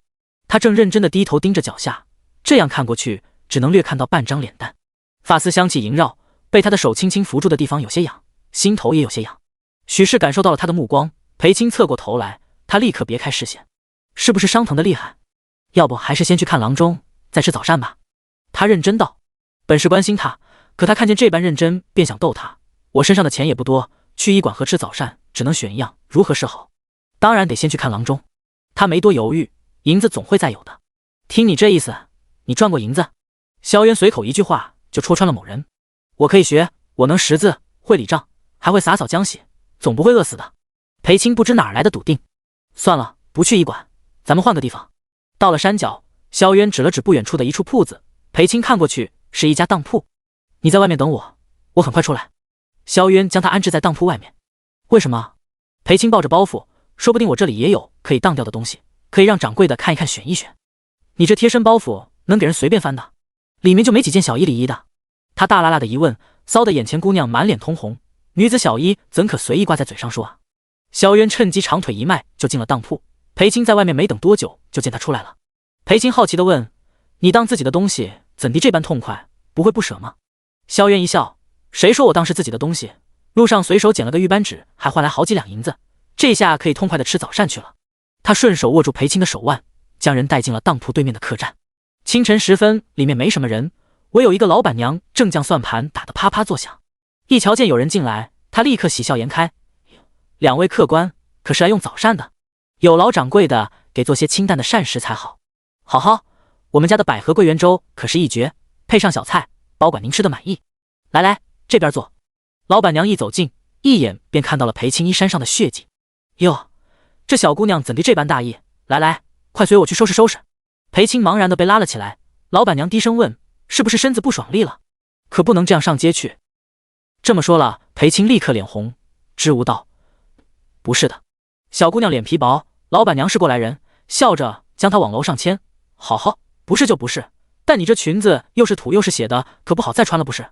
来，随我换身衣裳去。虽素不相识，可裴青被一只温热的手牵着，只觉一股暖流划过心底。诺，都是往日做姑娘时穿过的衣裳，舍不得丢，这花色如今也不适合再穿了。你呀，擦擦脸，再把衣裳换上。裴青心怀感激，却也不好意思平白收人东西。可还没等他开口，房门就已经被关上。他愣了愣，只好乖乖按照老板娘的意思，用温水擦洗了下，然后一件件穿上了干净的衣衫。他仔细将旧衣裳叠好，刚打开房门，就看见正欲敲门的萧渊。他手上不知端了碗什么东西，还在冒着热气。萧渊的目光落在他手上的衣服上，有些迟疑：“这个是我的血吧？”裴青起初还没听明白，当然是沾的他的血，难不成还能是他的血？好端端的他怎么会流血？想到这里，他立时羞得不行，这人怎么什么都问？萧渊见他耳朵都红了，自以为明白了什么，他把手里的碗往他面前一送，说：“那你趁热把这热汤喝了，里面放了姜和甘草，还有什么来着？总是掌柜的说喝了就不会腹痛。”是乌药。裴青知道，以往疼时姐姐便会给他煮这个汤，没想到离开姐姐身边，离开家，竟还能有这样一碗汤药，热腾腾的送到眼前。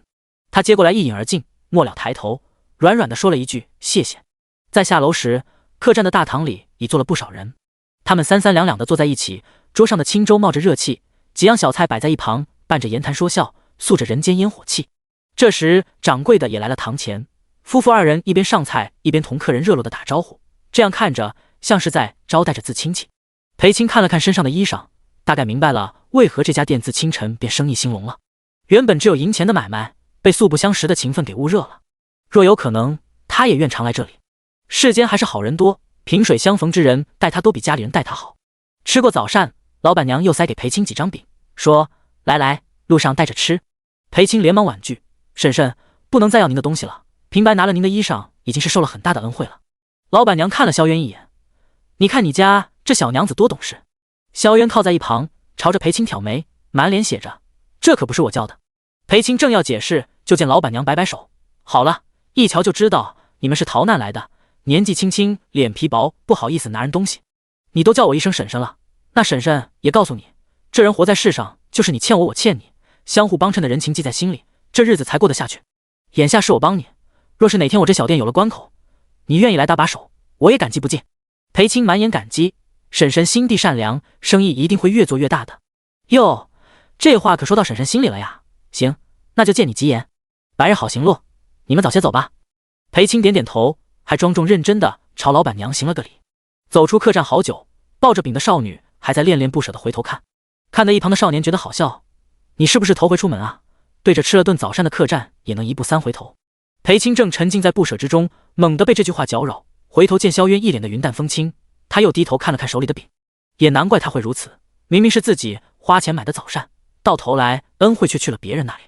于是裴青将手里的几张饼分开：“给你。”萧渊看了眼，一共也就3张，还递过来2张：“你就给自己留1张。”裴青点头：“我饭量小，这张饼能吃2日了。你受了伤，要多吃些，身子才好得快。那2张也不够，要不你都给我吧。”他抱着胸，饶有趣味的睨着他。啊！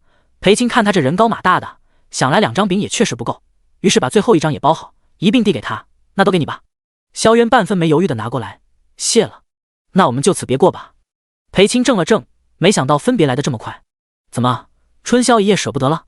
裴青一惊，赶紧看看四周，见有人看过来，也不知他们有没有听见刚才的话，他后退一步，同萧渊拉开距离：“那就此别过，你多保重。”他话说得很快，声音也小，随后便转身要离开。等等，身后传来声音。裴青回过头，少年大步走近，把3张饼一同塞到他怀里，说：“我瞧了下，这饼太干了。”说完头都不回便走了，连背影都写着：“公子有钱，想吃什么吃不着。”裴青一想，也是，他的玉扳指当了不少银子，接下来几日吃喝不成问题了。想到这里，他不由得蹙眉，自己竟还有闲心去操心旁人，身上只有一个瘪瘪的包袱和3张饼，还不知能撑到什么时候呢。即便如此，自己也不会回去的。裴青一边想着，一边想将包好的饼放到包袱里，却未想忽然有个锦带掉到脚边，他觉得那锦带眼熟，他捡起来打开，里面装着半袋银子。这时他倏地抬头，却已不见他的身影。裴青有些茫然的在街上走着，不知该去何处，也不知往后的路上还会不会遇到好心人同行。冬日里的日头虽大，风却还是冷的。他拢了拢衣裳，朝着下一城走去。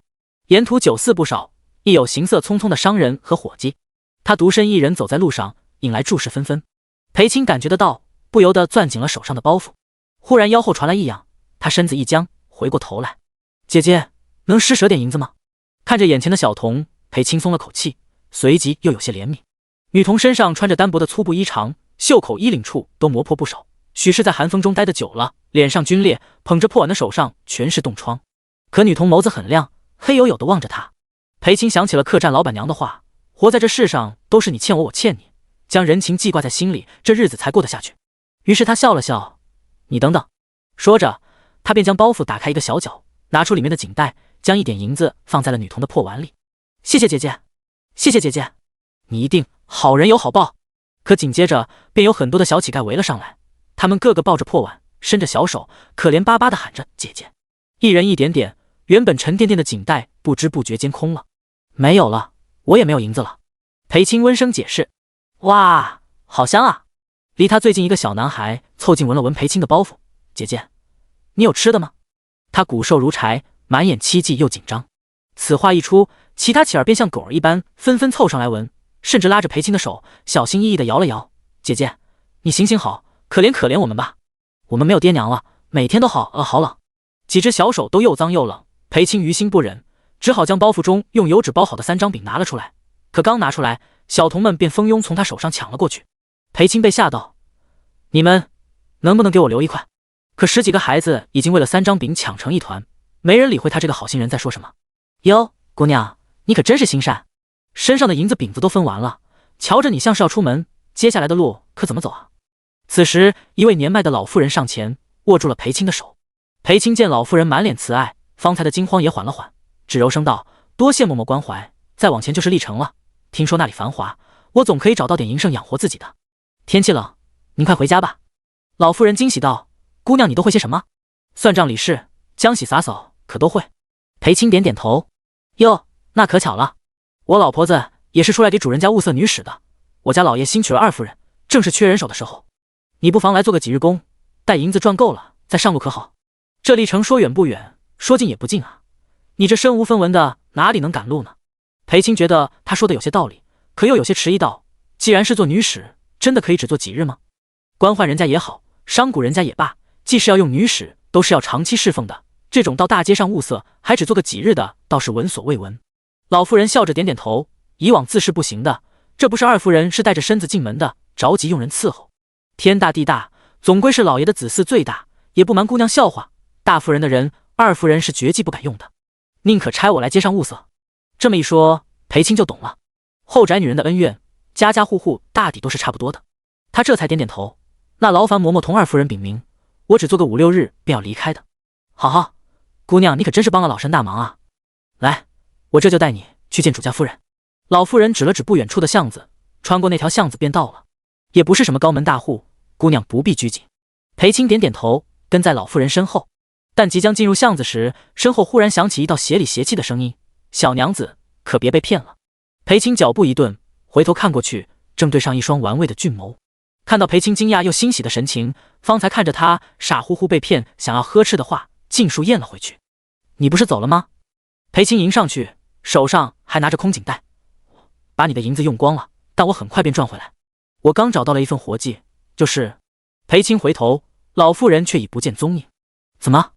你这就是传说中的被人卖了还帮着数钱吧？萧渊戏谑，你知道你跟着他进了巷子会是什么后果吗？他不等裴青说话，便已经握住了他的手腕，将人带了进去。裴青看到了地上的东西，脸瞬时白了，粗木棍、麻袋、帕子、绳子，甚至还有匕首。萧渊捡起地上那块帕子，说，不用闻都知道上面有迷药，倘若这伎俩不灵，便会将你敲晕了，装在麻袋里扛走。3、5个壮汉等在这里，别说你是个手无缚鸡之力的姑娘，就算你也是个壮汉，也是双拳难敌4手。裴青目中满是震惊，更有极度不解，为什么？萧渊颇为无奈地指了指，你是不是不知道自己是个大美人，生着这样一张脸蛋的婢女，你满天下去问问哪家的夫人敢用，给自己找不痛快吗？萧渊说，就连那群乞儿都同那老婆子是一伙的，分明是瞧准了你孤身一人，先是诓骗你的银钱干粮，等你身无分文的时候再给点甜头，让你心甘情愿地往火坑里跳。那他们要把我卖到哪里？裴青怯怯地问。望着这张布满失望的干净脸蛋，那2个字竟有些说不出口，然而不说，他却根本不明白这世间人心有多险恶。萧渊叹了口气，实话实说，10有8、9是青楼。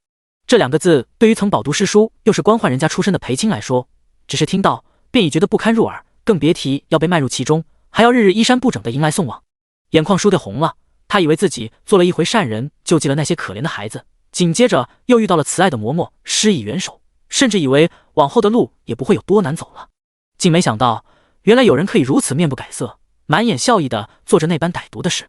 他竟以为家中的姨娘和庶弟庶妹已是最坏的人了，若不是被及时叫住，恐怕这辈子就因为一次善念和轻信而断送了。后怕又百般庆幸，裴青觉得自己极笨，强忍着不想让眼泪掉下来，却又压抑不住心中的震惊与惧怕，手间一颤一颤的，连眼睫都已湿漉漉。这模样落在萧渊眼里，简直可怜的不行。他想了想，背过身去，想哭就哭吧，我不看。说着又用双手把自己耳朵给捂住，也不会偷听的。你放心，只管哭你的。这样看过去，他整个人挺拔玉立，还能将他牢牢遮住，叫旁人瞧不见他此时身无分文又险些被卖的狼狈样子。裴青一忍再忍，还是没忍住。萧渊只觉后背一热，腰上一紧，一双细细的胳膊环上来，呜呜咽咽的哭声传入耳中，即便隔着衣裳也感觉得到他身体的灼热。曾经母亲的怀抱亦是这样暖和，他和姐姐一边一个抱着母亲，缠着她哼歌唱曲哄他们睡觉。有时被父亲训斥责罚了，也要去母亲怀里，听她温声轻哄，直至缓缓睡去。只是那个会永远护着他哄着他的人再也不会有了。眼泪将萧渊后背的衣裳浸湿了一大片，被他手碰到的伤处隐隐作痛，萧渊却感觉不到，只知道腰上背上酥酥麻麻，还热热的香香的，叫他不敢多动一下。刚告诉了他人心的毒恶，转眼就如此信任地抱着他哭，萧渊不禁有些头疼。这还真是拿他萧渊当君子了。裴青哭够了才放开萧渊，看着他背后衣裳湿了大片，他抬手擦了擦，却也没什么用。萧渊转过身来，见裴青脸蛋上还挂着泪，可怜巴巴地说：“把你衣裳弄脏了。”哭够了？他问。裴青不好意思地点点头，声音还带着哭腔：“你怎么来了？你不是朝着另一边走的吗？”他怎么来了？还不是担心兔子被人宰了吃了。分离时刚转身他就后悔了，生着一张狐狸精的脸，偏又傻里傻气，谁的话都信，就这样放任他一个人上路，准保还没到下一城就被人拐了去。他一路跟着，果不其然就看见他一脸感激的被那老婆子给诓骗住。你这问的够早的，哭了快半个时辰才想起问这个。他语气含糊：“我不想往北走了，改道往东，往历城去。”裴青面上立刻漾起惊喜，可张了张嘴，又没把话说出口。救你的恩情，你可别忘了，日后可是要还的。少年说着，便迈了步子：“我先走了。”裴青忙跟上去，他腿长步子也大，他都得一路小跑才能跟上。他跟得紧，惹得萧渊最终停下步子，居高临下的睨着他：“你打算像个小媳妇一样跟我到什么时候？”裴青被那3个字臊得往后退了一步，可没等萧渊说下一句话，他却又走了回来，一双干净的眸子真挚地望着他：“我能跟你一路吗？我也往东走，咱们是顺路的。”跟我？俊美少年挑眉：“可我喜欢一个人。”啊！裴青垂眸：“那就算，但谁叫我现在有伤在身，急需一个婢女贴身伺候着。”裴青眸中一亮：“我可以的，我什么都会做，我也很会照顾人。”母亲病重之时，就是他和姐姐侍奉在侧，无微不至，却最终也没能留住母亲。若重来一次，他定竭尽所能照顾好自己珍惜之人。他百般殷切，像是生怕他不愿意。萧渊别过视线，不自然道：“那就先伺候2天瞧瞧。”裴青欢喜地跟着他，那样子完全不像是个刚被人骗光了盘缠的人。两人往下一城走着，身边有道娇柔的声音，时不时地问他饿不饿，伤口疼不疼，要不要慢点走，让萧渊十分受用。你往东是要去哪里？他顺手拿过他手上的包袱往身上一背。裴青手里一空，有些愣住。他说：“还是我来拿吧，你身上有伤的，我冷，借你包袱背着暖暖。”他看着已隐约看得见的历城城门，过了历城继续往东，可就快到草原了。裴青顺着他的视线看过去，有些迷茫：“不如就去草原看看吧。”他声音很轻：“反正我也没有可以去的地方。”萧渊低头看他，即便不问，也大概猜得出，能让对生人说话都如此轻声细语的人离家出走，大概是受了天大的委屈吧。到历城10天已擦黑，趁着当铺还未打烊，萧渊一如初次那般将裴青安置在外面等着。小公子这枚穗子倒的确是稀有之物，虽说样式简单，但质地不凡。当铺掌柜的摸着小胡子：“公子真舍得。”萧渊嗤笑一声：“生不带来，死不带去的，有何舍不得？我这还拖家带口等着填肚子呢。”掌柜的了然一笑，正欲转身去取银子，就听见有道女声响起：“劳烦伯伯帮我看下，这只钗值多少银子？”掌柜的一瞧，小公子身后探出一颗脑袋。小姑娘看着年纪不大，却生得极美，活脱脱的美人坯子，竟叫人看得一时愣住。萧渊侧身正好阻断了他的视线。裴青说：“你身上的东西能当的东西本就没两样，我离家时走得急，只带了这支钗，不过它不是便宜物件，也能当一点银子的。”萧渊一眼看穿他，那般匆忙都不忘这支钗，显然是珍贵之物。他接过掌柜的递过来的银子，哄骗道：“那等这些银子用完了，你再当这支钗，省得后面没银子花。”这话说的有理，裴青还真像个听话的小女使。好，从当铺出来，萧渊把装银子的锦袋往裴青手里一塞，诺，好好管着，可别转眼又空了。这是在说他不该把银子都给那群乞儿，他也知道自己是善心大发的过了头，可那群小孩子瞧着实在可怜，若是再遇上同样的，他只怕也很难把他们都给赶走。裴青想了想，双手捧着银子还给他：“那要不还是你来管吧，你见过哪家的公子还亲自管银子的？”他径直朝着最大的酒楼走去，见他不接，裴青只好仔细的收好银子跟了上去，问：“我们要去哪里啊？”萧渊朝着酒楼扬扬下巴：“有银子了，自然是挥霍去。走，带你去吃好吃的。”傍晚的酒楼最是热闹喧哗，更别提这里城最大的酒楼。刚走进去，裴青就被里面热闹景象给惊住，觥筹交错，歌舞升平，肆意言笑着的人们个个红光满面，醉态百出。裴青不由得离萧渊更近了一步：“哟，二位客官是来咱们长安楼吃酒的吧？今儿个可有上好的西域美酒，是我们掌柜的亲自运回来的，二位可要尝尝？找个安静点的地方。”“好嘞，客官，您二位就尽管高兴的吃喝，若是醉了，咱们这儿还有上好的厢房。”店小二看了他身上的包袱，想来二位是从外城来的，这历程啊，夜里宵禁严得很，没法赶路，您就在咱们这儿好好歇一晚，明个儿一早启程正合适。那来2间厢房。萧渊说的豪迈，2间？小二怔了下，这么般配的男女，居然不是一对儿，这可真是看走了眼。裴青悄悄扯了下萧渊的袖子，他回过头来，只见裴青小声问：“会不会很贵啊？”那模样娇俏的紧，倒真像是精打细算的小娘子。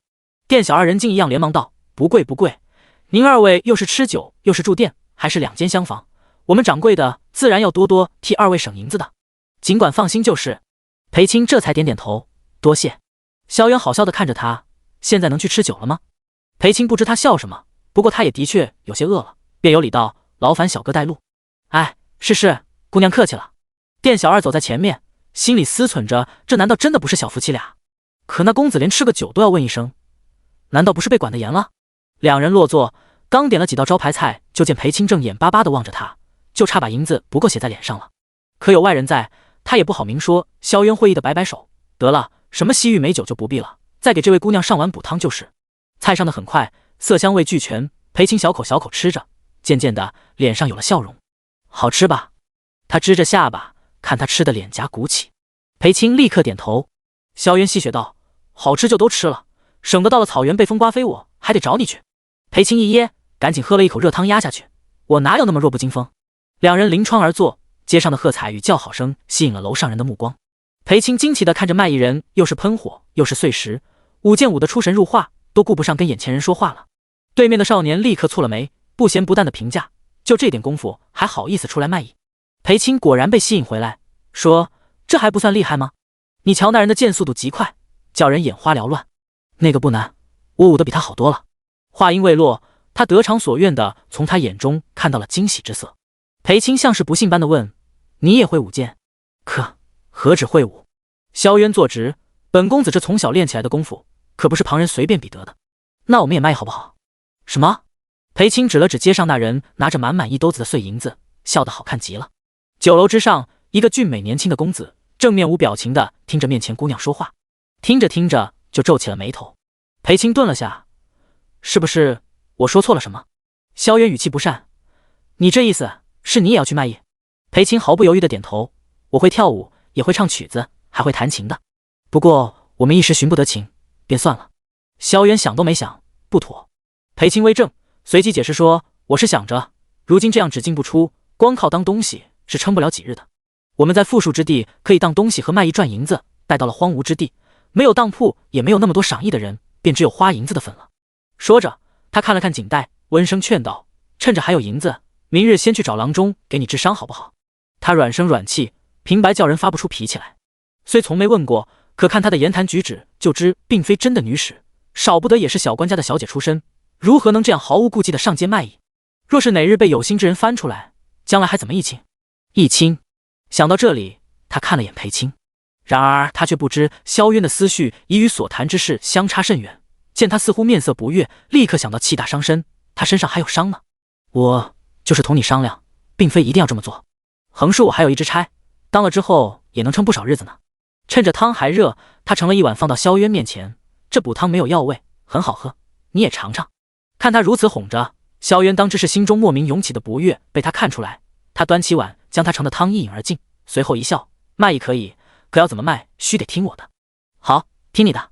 裴青笑得温柔，也不必去什么医馆，我的伤我清楚，干脆明日一早咱们就找个地方，我卖艺，你就在一旁好好收银子。说着还指了指街上那个拿着兜子收银子的人，那人不老实，私下媚了不少。我当然不会那样的。裴青连忙说，神色十分真挚。萧渊笑他，本公子是让你看看他是怎么媚银子的，学着点，到时候用得上。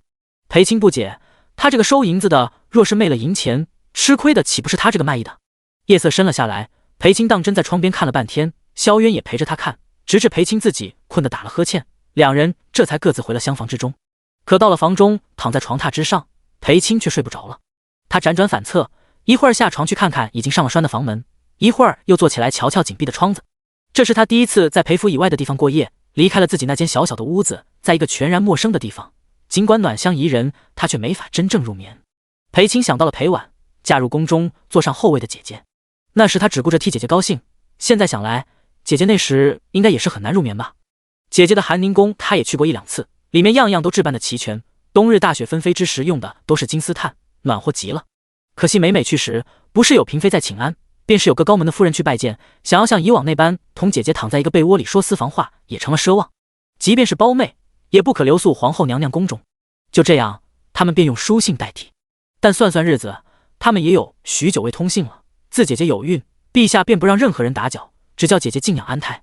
想到这里，裴青又有些欣慰。姐姐能静养当然是最好的，姐夫的疼爱远比自己那些没什么用的书信有用多了。裴青闭上眼睛，带着丝丝羡慕入睡。殊不知旁边的厢房之中，有人等着他这边彻底安静下来，才熄了灯。那些细微的脚步声清晰地落在萧渊耳中，眼前甚至浮现出他小心翼翼检查房门的样子，吹熄了灯睡不着，又起来重新点上，还险些打翻了烛台的样子。少年懒懒地靠在床边，半睡半醒地听着隔壁的动静，直至天明。清晨天刚蒙蒙亮，隔壁就传来细微的动静。果然没一会儿，就有人轻轻叩门。萧渊打开房门，看到一张带着嫣然笑意的脸，好看得令他心头一颤。他手里拿着已经收拾好的包袱，一双美眸含着雀跃，根本不像是要去大街上卖艺求生之人，想来就更不知道这艺也不是那么好卖的。但看着他兴奋的模样，少年还是没把话说出来。走吧。出了酒楼，一路向东，沿街除了早起出摊的早膳铺子，尚未有太多人。裴青乖巧地跟在他身边，指了指一处宽敞的空地，问：这里好不好？萧渊挑眉，地方不错，正对街口，临近晌午之时，来往的人定然络绎不绝。好归好，但萧渊说这地方不成。裴青正想问为何，但转念一想便明白过来，这么好的地方定然早就被人盯上了，如此绝佳的位置，只怕不管谁拿到都会引来红颜与嫉妒，初来乍到当然不好太过显眼。那就再找找。两人一直沿街走着，渐渐出摊的人就多了起来，直至走到一处打铁铺子，萧渊才停下脚步。裴青看过去，铁匠铺里只有一位老人，铁烧的红透，每一锤砸下去都火星四溅。见到有人在摊前驻足，老人倒是没急着上来招待，随意道：喜欢什么随便看，价钱好商量。裴青忙回答：好，谢谢伯伯。温婉的声音引得老头儿又抬头看了眼，如此乖巧有礼的小娘子，叫人看了就喜欢，不像他旁边那个上上下下把铺子看了个遍，最后扔出一句这些都不行。老人锤子砸得更重，眼看着火星子都有溅到萧渊脸上去了，他反而一笑：你这老头儿怎么不经说啊？生铁掺了铜，从一开始就不行，你就是砸到天上玉帝那去，也铸不出好剑。要买就买，不买走人。老头儿像被人戳到了痛处，恶狠狠地盯着萧渊：你懂什么？萧渊也不恼：你这件反正也没人买，送我一把如何？感情在这儿等着呢。老头儿把锤子一扔，教训：年纪轻轻，脸皮倒是厚得很。裴青忙拽了拽萧渊的衣袖，小声说：咱们还有银子的，老伯这般年纪还如此辛苦，让人看了于心不忍。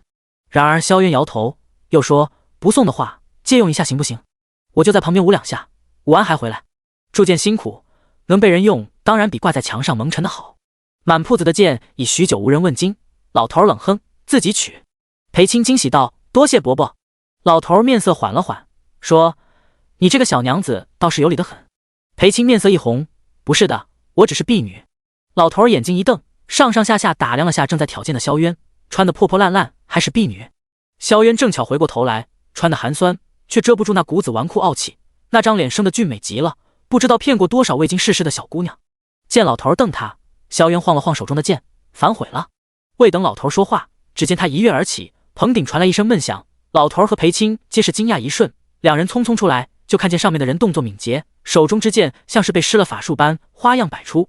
他3两步腾空踩到树上，枯叶纷飞如落雪，引来了街上小孩子们的惊呼：“快看快看，那里有个大侠！哇，好厉害啊！”同志的声音接连不断，相互追逐的孩童们3、5成群的跑了过来，引得大人们也纷纷往这边看。铺子前渐渐人多了起来。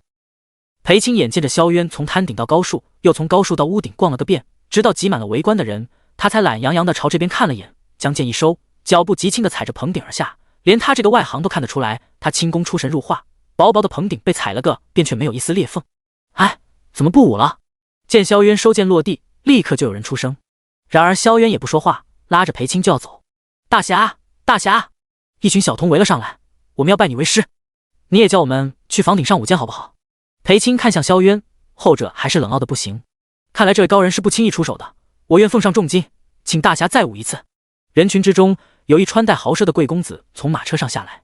裴青正看着那人，忽然手腕紧了紧，他回过头来，萧渊冲他眨了眨眼。虽未明言，裴青却立刻明白过来。他有礼的朝来者行礼：“多谢公子抬爱，只是我家公子。”那人看清裴青的容貌，当即眸中一亮，如此美貌，怎地做了人家婢女？原本只想一观高手武艺，下一刻那男子就变了心思。鄙人姓钱，姑娘不必多礼。我久居历城，在这条街上不知见过多少卖艺舞剑之人，即使出来赚银子，他们必都身怀绝技。可今日这位公子的身手却是远高于过往所有人，想来世外高人不会为了区区银钱便卖弄武艺。钱公子走近，众人纷纷让开。不如就请公子与我的贴身护卫比试，若赢了，这锭黄金我双手奉上。那沉甸甸的黄金锭一拿出，众人惊呼连连，有些小贩竟是连生意都不做了，匆匆跑了过来。不过若是输了，钱某也一并奉上此金锭。他看向萧渊：“公子可否割爱，让我替这位姑娘赎身，让她跟我走？”萧渊当即沉了脸，出来卖个艺，居然也能碰上打他主意的狗东西。裴青没想到自己竟莫名成了赌注，旁人不知，他却知萧渊身上是有伤的。这个钱公子敢拿黄金做彩头，定然是对自家护卫极为相信的。那个护卫壮实如牛，一看就是身手不凡的练家子。于是他想开口替萧渊婉拒，却没想萧渊笑了声：“既如此，在场诸位不妨都下上一注，就赌谁能赢。”不行，裴青一脸担心地看着他，本只是想按他说的那般耍些欲擒故纵的伎俩，多引人来看罢了，如何就变成了当众比武？这担心的模样，缓了萧渊方才生出的怒气。他温声道：“没事，没什么好担心的。可你还有伤呢。”裴青拽着他的衣襟，一向温温柔柔的人儿，居然也强硬起来，愣是不松手。萧渊还是头一回见他这样，瞧着这小兔是以貌取人，拿他当绣花枕头了。萧渊看了眼那高大壮实的护卫，唇角勾起，这种一看就是蛮力练出来的，就算让他一条胳膊，他也赢不了。萧渊摸了摸裴青的头，随后挣开了他的手。裴青拧不过他，只能担心的叮嘱：“一定要小心，不要强撑。你怕不怕？”他问。裴青看着他的眼睛，摇了摇头。不知为何，他觉得他不会输，又不知为何，他相信即便输了，他也不会把自己交出去。那壮汉护卫已经走了过来，粗声粗气，手上拿着一柄大刀，刀锋锐利薄如蝉翼，日光下却泛着骇人的荧光。萧渊手上的那把剑已有些年头，剑身略发乌，刃口则已有些钝了。那护卫上前二话不说，便是一刀砍来，刀锋猛烈，吓得大人立刻捂住了孩童的眼睛，怕他们看到血淋淋的场面。却未想那锋利的刀口砍到萧渊脖颈的前一刻，他后倾半寸，以手中之剑抵住了那砍来的一刀。砰的一声，剑身被砍成两半，一半握在萧渊手中，另一半则掉到地上，沾了不少尘土。孩童们哈哈大笑起来，原来大侠不过如此啊！剑身断裂的一刹那，裴青的心猛地提了起来，可萧渊竟笑了，还朝那护卫说了声多谢。那护卫一愣，只见萧渊忽然眸色一凛，以断剑别住那柄刀，身形一闪，从刀的另一侧直逼护卫身前。那护卫手中的刀难以挥动半分，眼见着那把只比匕首长不了多少的断剑，如毒蛇般侵袭而来。啊啊！被砍断的剑断口极为锋利，硬生生地划破了壮汉持刀的手腕，手巾当即翻出，大刀砰地砸在地上，滴滴鲜血落在刀身。这一见血便吓坏了不少人，那姓钱的公子面色不佳，护卫更是痛得狂怒嘶吼。他捂着自己的伤处，怒目瞪圆，大喝一声，猛地朝萧渊撞去。众人惊呼，这一撞恐能把人五脏六腑都撞出来。小童们惊奇地看见萧渊不紧不慢地理了理被血弄脏的衣衫，随后一脚蹬在土墙上腾空而起，从护卫头顶翻了过去。那护卫受伤后便笨重不堪，不料对方身形轻盈敏捷，这一下撞空，整个人重重地砸在了墙上，整面土墙被撞得摇摇欲坠，还出现了裂缝。不待他回身，只觉后颈被一只大手捏住脑袋贴在墙上，他眼见着那把断剑朝着自己扎来，立时吓得尿了裤子。残剑擦着他的鼻尖，稳稳地没入土墙之中，仅剩一截剑柄留在外面。赢了，赢了，大侠赢了！羞羞，这么大了还尿裤子！孩童的畏惧总是来得快去的也快，方才看见血后的害怕已经被抛诸脑后，一个个喊着大侠冲上去围着萧渊。他被团团围住，眼睛却是看着裴青的，见他又惊吓又欣慰，惹人怜爱。见他有惊无险，裴青望着他笑得好看。萧渊朝他扬扬下巴，小女使，替本公子收银子去。裴青这才想起还有正事未干，他拿着荷包走到那位钱公子面前，微微欠身，多谢公子的彩头。离近了看，便越被他的美貌所折服，奈何自家这护卫竟如此无用。他心有不甘的将那锭金子放到了荷包之中，本还想再多说句话，可他已经走开了。一番热血又利索的打斗，争的还是黄金和美人，看得众人过瘾，纷纷挤上前去往荷包里放铜板和碎银子。一圈走下来，荷包满了，又用布兜子整整装了大半兜子。热闹看过，午时也快到了，各家燃起炊烟，饭食飘香，孩童们被大人牵着，恋恋不舍地离开。姓钱的公子输了金锭，连护卫的手也被废了，当着众人丢了脸面，却又不好当众反悔，只得愤而离去。裴青抱着布兜子回来，你看，我们赚了好多银子。萧渊觉得他那笑颜比银子可好看多了，他侧头看脸老头儿，怎么着老爷子，你这件卖不出去，可怪不得旁人。老头儿看了眼那柄断剑，点了点头，但无论如何还是要多谢他能借剑一用。裴青从布兜子里拿出些银子，递给老头儿，多谢老伯借剑。老头儿连连摆手，我老头子可不受嗟来之食，这些银子是你们赚的，方才那护卫可是下了死手，若非你家公子道高一行，别说是银子，保不齐他没了命，你也被当街抢走。快快收起来，路财招灾。他坚决不肯收。裴青有些为难的看向萧渊，萧渊觉得这老头话太多了，干脆走过去，随便扯了块桌上的破布，又用黑莓铁渣在上面写了什么，最后草草一折，拿过来塞到老头手中，随后拉着裴青就走。裴青匆匆说了句老伯再会，待拐入巷子，裴青好奇地问，你写的什么呀？铸剑法。他说千金不换的东西就这么给了那老头儿，现下想起来有点亏啊。裴青知道他是在玩笑，顺着他的话说，要不我们回去给要回来，这有点难办。刚出了巷口，萧渊便停下了脚步。为何？话还没说完，就见一群面相凶狠的糙汉三三两两的围了过来，而身后也不知何时跟上来了一些三教九流的人，霎时变得进退两难。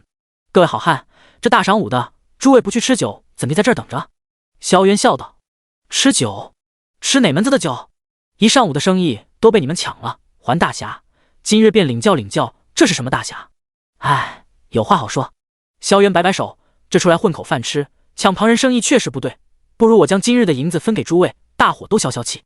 众人目光皆落在了裴青怀里的布兜子，还有腰间坠着的荷包上，那贪婪的目光令人不适，他不由得往萧渊身后藏了藏。你说真的？萧渊点头，自然是真的。说着，他就要将裴青怀里的布兜子拿过来，可那两只白皙的手抓得紧紧的，一下竟没扯过来。哼，我看你家这小娘子是很不晓得规矩，你若是管不好，兄弟几个替你管管。七八个壮汉立时哈哈大笑，好做事要上来。裴青吓得松了手，任由萧渊将布兜子拿走。还有荷包！为首的大汉大喝一声，别以为我们没瞧见那金锭子就放在荷包里。没有，裴青小声的反驳，可一见他们人多势众，也只得将剩下的话咽了回去。他不甘又委屈的解了荷包，一并递给萧渊，眼泪吧嗒吧嗒的落下来。小娘子哭什么？要怪就怪你男人没本事，抢别人生意就得有能逃命能护住银子的本事。那人一边说着，一边走到萧渊面前，给我。等等，方才在一旁看戏的大汉瞪着眼走了过来，凭什么给你？徒劳我你什么意思？他们抢了我生意，我把银子要回来怎么了？他们也抢了我们的生意，街上卖艺的可不止你一家，这银子我们当然要分。三言两语，那些壮汉就为分银子而争执起来。萧渊挑眉，瞧准时机，将布兜子和荷包随便往面前的大汉怀里一塞，牵起裴青就跑。跑出好远，回过头来看时，那边果然还在闹哄哄的打成一团。两人躲躲藏藏，在各条小道窄巷中穿梭而行，眼见着快到出城之处，两人才在一处破败的凉棚里坐下歇脚。裴青从包袱里拿出一方白色锦帕递给萧渊，擦擦汗吧。萧渊拿过来，看见上面绣着一只兔子，他看了看兔子，又看了看裴青，莫名就笑了。裴青不明白他笑什么，见他擦了汗，就要将锦帕拿回来，却没想他顺手放入怀中，这都脏了，再买一块。可是裴青没好意思说出口，这是他自己绣的锦帕，而且是贴身之物，怎么能被男子放在心口揣着？萧渊显然看不出女儿家的思虑，问道：“还剩多少？”这话让裴青回过神来，他不再纠结锦帕，而是从包袱里还有自己身上拿出了不少锦带，归拢到一起，不用拿都知道沉甸甸的，还剩了不少呢。他眸中亮晶晶的，都是悄悄藏下的。剩下不少的银子，看来是昨日晚上后学的那些禁术牌上了用场。难怪你要我照着学那些媚银子的法子，原是早就料到赚了银子后会有人来抢吗？裴青把所有银子都归拢到一起，历成富庶，就是因为人人眼里都只有银子，没有多年的博弈和争夺，不可能有街上那番平静的样子。咱们初来乍到，没智慧，任何人一生就做起了生意，少不得是要惹上麻烦的。他看着他将银子一一倒出，忽然笑了声：“你还挺懂行。”剩下的都是些碎银子和铜板，相比起金锭银锭，这些花销起来最不会引人注目。听了这话，裴青一笑，将近一半都给了人家，我还以为你会不高兴呢。是他没跟他商量一下，便擅自做主，将金锭银锭都交了出去。这有什么可不高兴的？花钱免灾，剩下这些就可以安心使了。不然那群人眼红眼热的紧追不舍，少不得要打上几架。一听这话，裴青立刻点点头，赞同的不能再赞同。话说回来，你装的还挺像那么回事。萧渊看着他湿漉漉的眼睫，不过下回要用嘴说，不许掉眼泪。裴青想着，若是大大方方就舍弃了赚来的银子，一定会让那些人起疑心，万一他们要搜身，身上藏的这些可就被发现了。唯有百般不情愿，却在敌众我寡的局势下不得不交，才最能令人信服。殊不知萧渊看见他哭了，一副委屈至极的样子，让他险些没忍住的要出手。知道了，他温声应着，又低头看了看怀里的银子，沉甸甸的，倒让他有些犯难。这些太重，带到下一城就换成银票，带在身上也轻便。他说着，朝他伸手。裴青听话的把银子放到包袱里，连同包袱一起给他。从外面看，一点也瞧不出里面有一包银子。萧渊拿过包袱，忽然问了一句：“我有本事吗？”“当然有啊。”裴青没多想：“没有你，哪来这些银子呀？”说完，他就见萧渊挑了挑眉，眸中满是戏谑。裴青一怔，恍然想起了刚才那抢银子的壮汉的那句：“要怪就怪你男人没本事。”走了。他起身把包袱背上，顺势拉住了裴青的手腕。裴青的脸红得发热，手腕更热。他的掌心干燥又灼热，一路烧到少女的心里去。出城路上的人很多，双双对对的夫妻满大街都是，谁也不曾多看一眼。可裴青羞得不行，那个我不会跟丢的。萧渊侧头看他，见他整个人都粉粉的，忍笑道：“不知道的还以为我们方才做了什么见不得人的事。”他左右都不放手，还出言嘲笑。裴青瞪他，这一眼瞪得萧渊心神荡漾，他轻咳一声，别开目光，看向前方城门口盘查出城之人的守卫，说：“看见那些独身出城的女子了吗？要么得有家里的出城文书，要么得有主人家给的是奴文书，没有文书者出不了城门。你有吗？”他当然没有。裴青仔细地看着，他们果然会对独身女子进行盘问，可对于独身男子却是不管不问，任由其出城。与之一样不会被盘问的，便是与男子同行的女子，或为妻女，或为奴仆，看上去不过都是男子随身携带的物件罢了。裴青微微垂眸，临到城门口，裴青感到自己手腕一松，正有些惊讶，就感到手心一热，他握住了他的手：“有我在，不必害怕。”他感觉得到他的低落，以为他是害怕了，怕被拦下盘问，怕自己出不了城门，怕不能再与他同路。想到这里，裴青微微仰头，看见他的侧颜。这张脸瞧上去是极为好看的，可好看里还带着邪里邪气的自意，叫人挪不开眼，却也不敢随意放到心上。可手心的灼热让他觉得暖热又安定。裴青不再看他，低着头跟着他走，只是手上悄悄回握了一下，极轻极快的一下，可萧渊立刻便感受到了。出城后天已经要黑了，幸得下一城离得不远，路上并未有太多停留，进了云城已经到了晚膳时分。相比于上一城，云城显然只是个小地方，这里的屋舍街道远没有历城那般繁华，零零散散的行人穿着粗布衣裳，走了一路也没看见一辆像样的马车经过。这地方很小，还很穷，以至于萧渊去换银票，那钱庄掌柜的和店里伙计忙活了好一阵，才堪堪凑齐了银票，递给了这位衍生的客官。从钱庄出来，包袱便又回到了裴青身上，这回轻了不少。裴青见他两手空空，一张也没留在身上，想了想，低声说：“要不要去吃酒？”身旁的人脚步一顿，低头看他。上次在历城的酒楼，他就想喝酒来着，奈何荷包吃紧。他在那双漂亮眸子的委婉提醒下，把西域名酒换成了补汤。见萧渊盯着他，裴青拍拍包袱：“吃得起呢。”萧渊一笑：“那走吧。”这里的最大的酒楼里也不过只有10几个人在用饭。掌柜的何小二一瞧有新客官进来，当即喜笑颜开：“来来，二位里面请。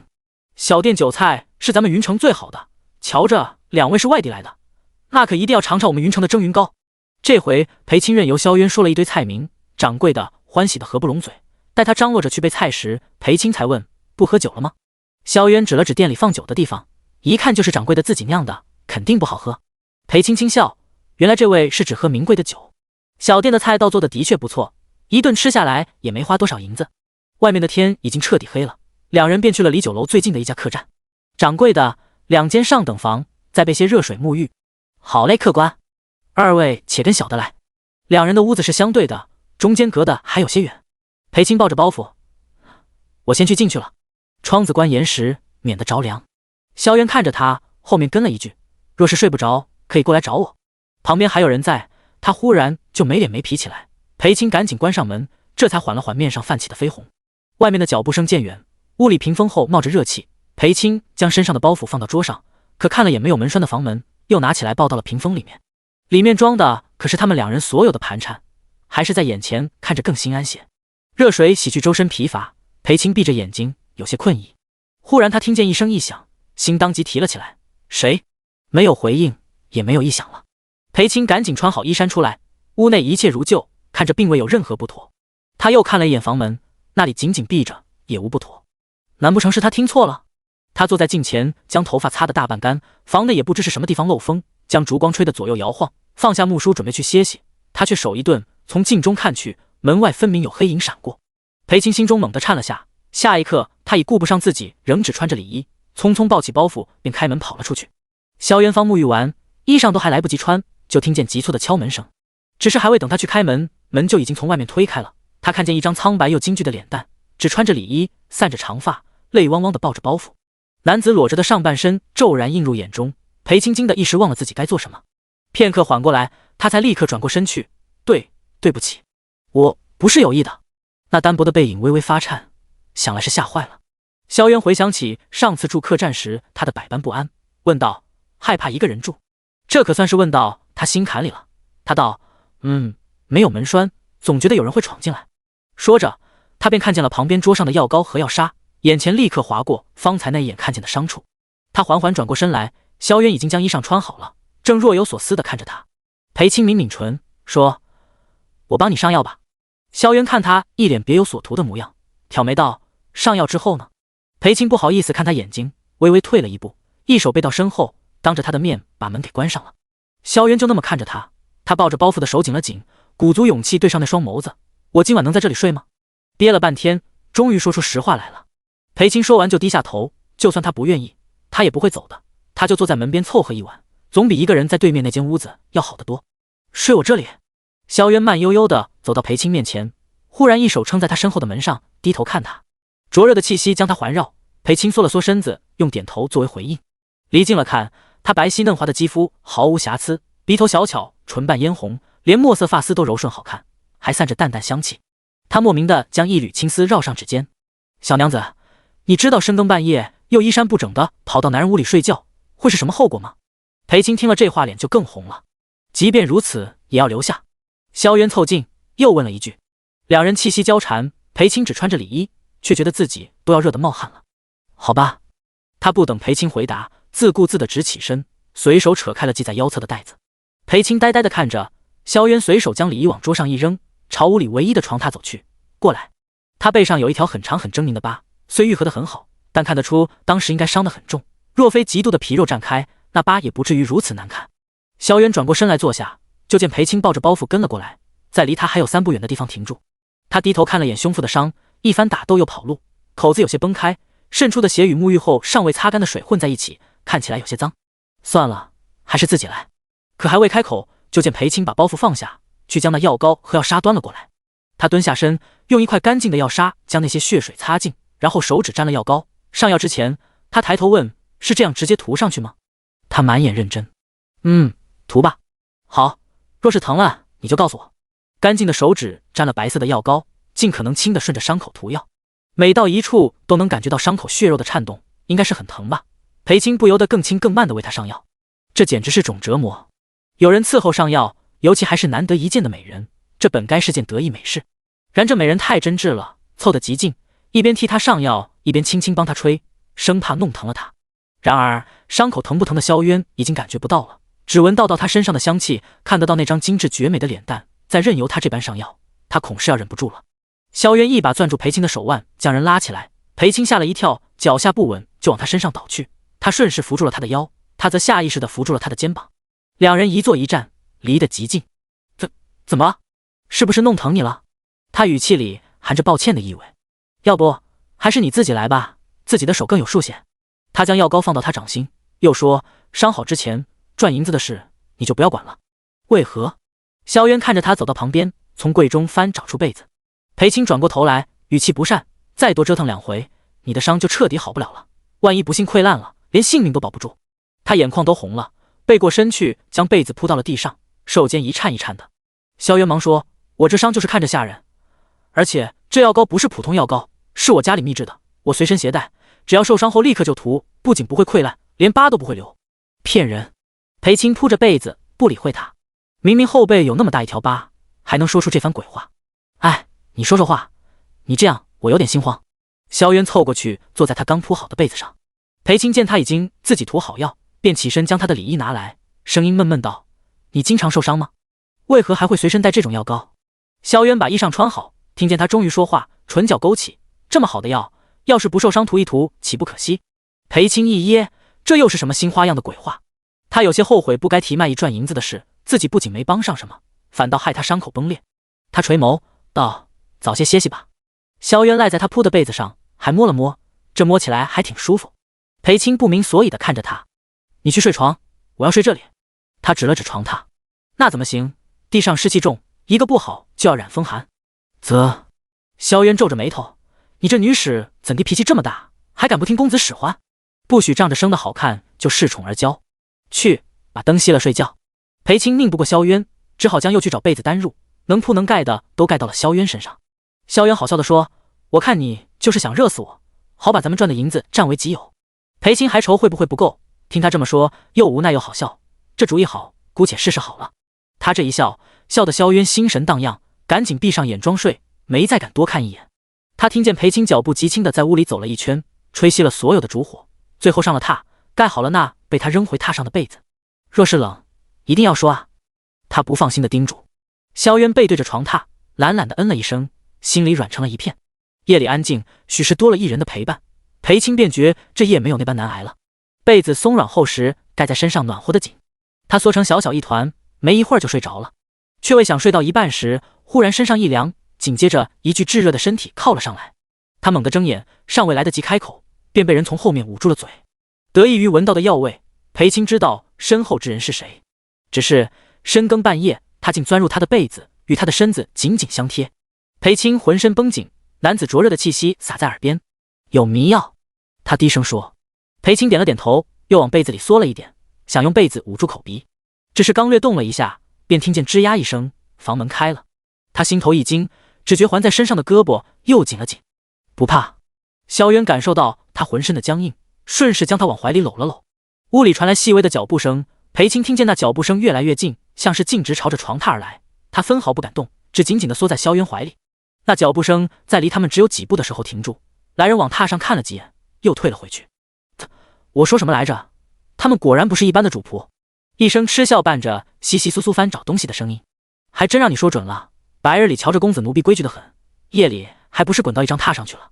另一人声音满是淫笑，这小丫头生的这副脸蛋，哪个男的把持得住？受着伤逃命都不忘带着她，一瞧就是放不下那温柔乡的销魂滋味。呵，本想着今夜弟兄们乐呵一番，可惜了。说着，那人便又往床榻这边走来。哎，找到了。脚步声一顿，又折了回去。嚯，这么多银票，咱们开这破酒楼1年都赚不了这么多。走了走了，再耽搁他们就该醒了。你把那包袱系上，别叫人看出来。又是一阵窸窸窣窣，最后房门关上，外面的脚步声走远。裴青感觉腰上的手臂一松，耳边传来萧渊的声音：“好了，他们走了。”说着他便要起身，谁知怀里的人忽然转过身来，抱住了他的腰，脸蛋埋在他胸前。你别走。萧渊看不见他的脸，但清晰地感觉到胸前如湿，知道他定然是被吓哭了。他轻轻抚着裴青的后背，没再多说什么。裴青是后怕，今夜若非萧渊收留他，而是让他一个人住在对面的屋子，又有迷药，那他的下场可想而知。又或者萧渊没有发现异常，两人都吸入了迷烟，他若昏迷不醒，那些人便可能当着他的面救他。不敢接着往下想，只抱着这个救了他清白的男子抽泣个不停。裴青哭着哭着，有些累了。萧渊不自然的轻咳一声，哭够了。裴青闻声仰起头来，湿漉漉的眸子对上他的目光。萧渊喉头一紧，伏在他后背的手不由下滑至他衣襟边缘，指尖已略探入其中。谢谢你。他的声音还带着哭腔，没有你，我只怕要被他们。眼泪又大颗的滚落下来，砸得萧渊赶紧把那只不受控制的手从他身上拿开。他正哭着，还将他当成恩人言谢。萧渊从未觉得正人君子这4字竟有如此之重，他忍着欲不碰他分毫，温声安慰道：“别哭了，好好睡一觉，明日我带你离开。”裴青哪里还睡得着？他擦着眼泪：“我们不能今晚就走吗？今晚就走恐不会顺利，还是明日当做什么都不知道的离开比较稳妥。横竖他们都只想要银子，吃点哑巴亏，总比真同这些地头蛇动手为好。”裴青立刻想到他身上的伤，这才发现自己贴他太紧，忙松开手往后撤了几分。有没有弄疼你？娇软的身子骤然离开，萧渊没出息的想往上凑，又见裴青坐起来掀被子，他赶紧一把摁住他的手：“没有，我好得很，不必担心，你睡你的。”真的。他吸吸鼻子，满脸真挚。萧渊大概明白那些为了护住妻儿而投降认命的骁勇之人是何缘由了。刀砍在自己身上无妨，可若因此让至关重要之人陷入险境，他们便绝不会这么做。若是以往，即便有伤他也是要出手的，生死有命，总比窝窝囊囊的躲着强。可一路上他一忍再忍，他只知道自己不能有闪失，不能留他一个人面对这险恶的人世间。莫名的，从不曾当回事的软肋2字浮现眼前。萧渊无奈的笑了笑，原来他这辈子也会生出软肋。裴青显然不知他所思，心头恐惧未散，他试探着双手握住了他的手，眼巴巴的看着他，提出了一个过分的要求：“萧渊，你能不能陪我？”娇娇软软的一声萧渊，差点把他叫得摔下床去。他深吸口气，问道：“陪你什么？”他知道他是什么意思，只是那话从他口中说出来，不知又是如何一番滋味。裴青抿抿唇，不再扭捏：“陪我一起睡好不好？”京剧过后，裴青窝在萧渊怀里，睡得很熟。这夜未再有其他异样，除了某人心猿意马的睁眼至天明。两人从客房出来，引来掌柜的和小二的目光，但见两人神色自然，不由得有些嘲讽的笑了起来。待出了客栈，裴青才真正松了口气。见他略带愁容，萧渊摸了摸他的头发：“怎么了？”裴青低声：“若我把包袱藏好，或是在身上多藏些银票，也不至于现在身无分文了。还以为是什么大事，感情是在自责。”萧渊一笑：“咱们一进城就被盯上了。若是猜得没错，钱庄和酒楼是通着气的，咱们兑了多少银票，昨夜的人一清二楚。若是少了，说不定还要搜身。咱们既然装晕，便只能任由他们搜。你想被搜吗？”裴青毫不犹豫地摇头：“那就是了。”萧渊接过他手上的包袱，背在背上。银钱本就是身外之物，生不带来，死不带去的，没了再赚就是。这话说的有理，可裴青想了想，又问：“钱庄和酒楼真的是一伙的吗？”萧渊点头：“怪我一下兑了太多银票，招了贼惦记。钱庄的人知道就不好下手，若不是他们告知酒楼里住店的并非只有你我2人，他们为何偏偏选中了咱们？包袱在何处，他们一清二楚，明显是一直暗中盯着咱们。”裴青越听便越沉默。萧渊歪头看看他：“好了，不就是些银票，有本公子在，不找你这小女使。为了赚那些银子，你伤口都裂了，到头来却……”这下萧渊总算听明白，他不是心疼银子，是在心疼人呢。萧渊盯着那张脸蛋，心头蠢蠢欲动。末了，他把包袱打开，说：“你先把这个换上。”裴青一看，竟不知何时包袱里多出了一套男子衣物，道：“这是？”萧渊挑眉说：“只许他们偷咱们，还不许咱们偷他们。我去那掌柜的屋里拿的，你换上后，咱们就去赚银子。”说着还上下打量了他，还是扮成男子妥当些，不然太招眼。裴青接过包袱，忽然抬头，眼里亮晶晶的，道：“那你有没有偷点银票回来？”萧渊怔了下，随后笑得不行。银票他们定然是随身放着，若将屋子翻乱，咱们还能出来吗？裴青一想也是，两人拐去巷中，裴青将那外袍套上，幸得掌柜的身材矮小，衣物穿起来也不算大的太多。萧渊顺手将他长发竖起，评价道：“这袍子还是得好看的人穿才不算辱没，穿那掌柜的身上太可惜了。”裴青轻笑，任由他的手指在发间穿插。小巷静谧，少有人来往，自然无人看见一个妙龄女子是如何变成文弱小书生的。在出巷子时，萧渊身旁跟着的便是一个身材纤瘦的小伙计了。“你真不贴胡子？”他问。裴青被缠问的耳朵都红了，说：“我这年纪的男子哪有蓄胡子的呀？你为何非要我贴胡子？”萧渊叹了口气：“因为你这样还是很好看，长发高束，纤腰长腿，虽身量不高，却胜在身形笔挺，仪态大方。扮上男装，眉宇间便多了些英气，即便瘦弱了些，想必还是能招来无数目光。”裴青见他不说话，又问：“我们要去何处赚银子呀？”这算是问到正事上。萧渊朝着巷子对面的扬扬下巴：“到了。”裴青顺着他的目光看齐，青柳妓馆4个大字赫然映入眼帘。想在这穷乡僻壤赚银子，就得去唯一的萧金窟。他一拉裴青的手腕，走了。午前的妓馆生意不多，骤然看两位公子前来，乐得老鸨妈妈带着姑娘们就迎了出来。哟，这可了不得！二位公子人中龙凤莅临小店，那是咱家姑娘们的福气啊！来来，还愣着做什么？快迎公子们进去！裴青还未反应过来，便已被一群铺着浓重香粉的姐姐给围住。他被熏得打了个大大喷嚏，惹来娇笑声不断。相比裴青，萧渊这边的姑娘便要少些。妓馆的姑娘们迎来送往惯了，最喜欢的便是裴青这种看着斯文的儒生，而像萧渊这种身量高大，一瞧就练过武的，纵然生得再英俊，却还是叫姑娘有些发怵。莺莺燕燕晚上来，萧渊不像裴青那般不好意思，反倒大啦啦的开口：“有劳妈妈和姐姐，我等是来寻个差事做伙计的。”一听不是来花银子，而是来赚银子的，老鸨便不似方才那般热络了。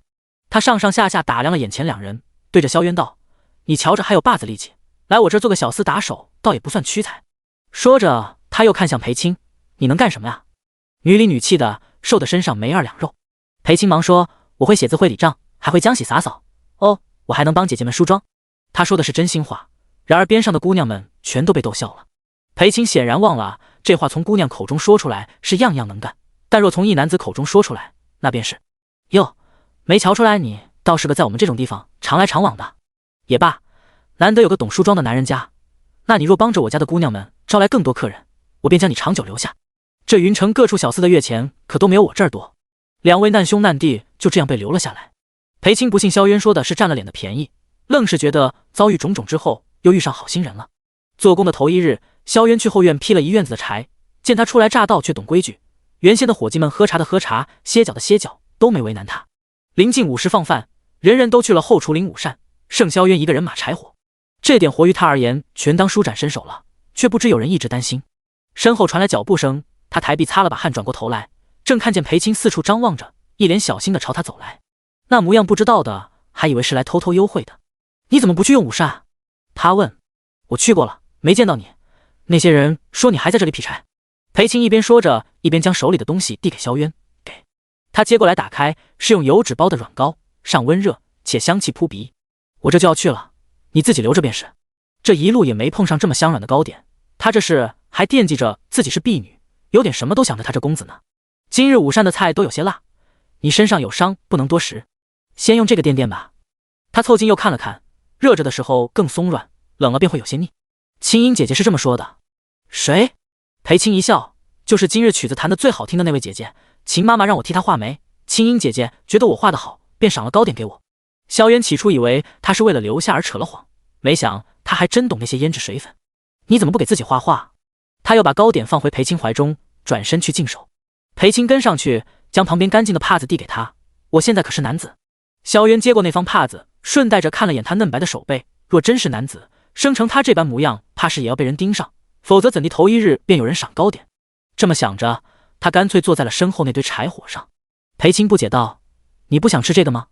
萧渊揉了揉胳膊，劈了半日的柴，现下手臂酸软，罢了，你自己吃吧。裴青怎么会自己吃？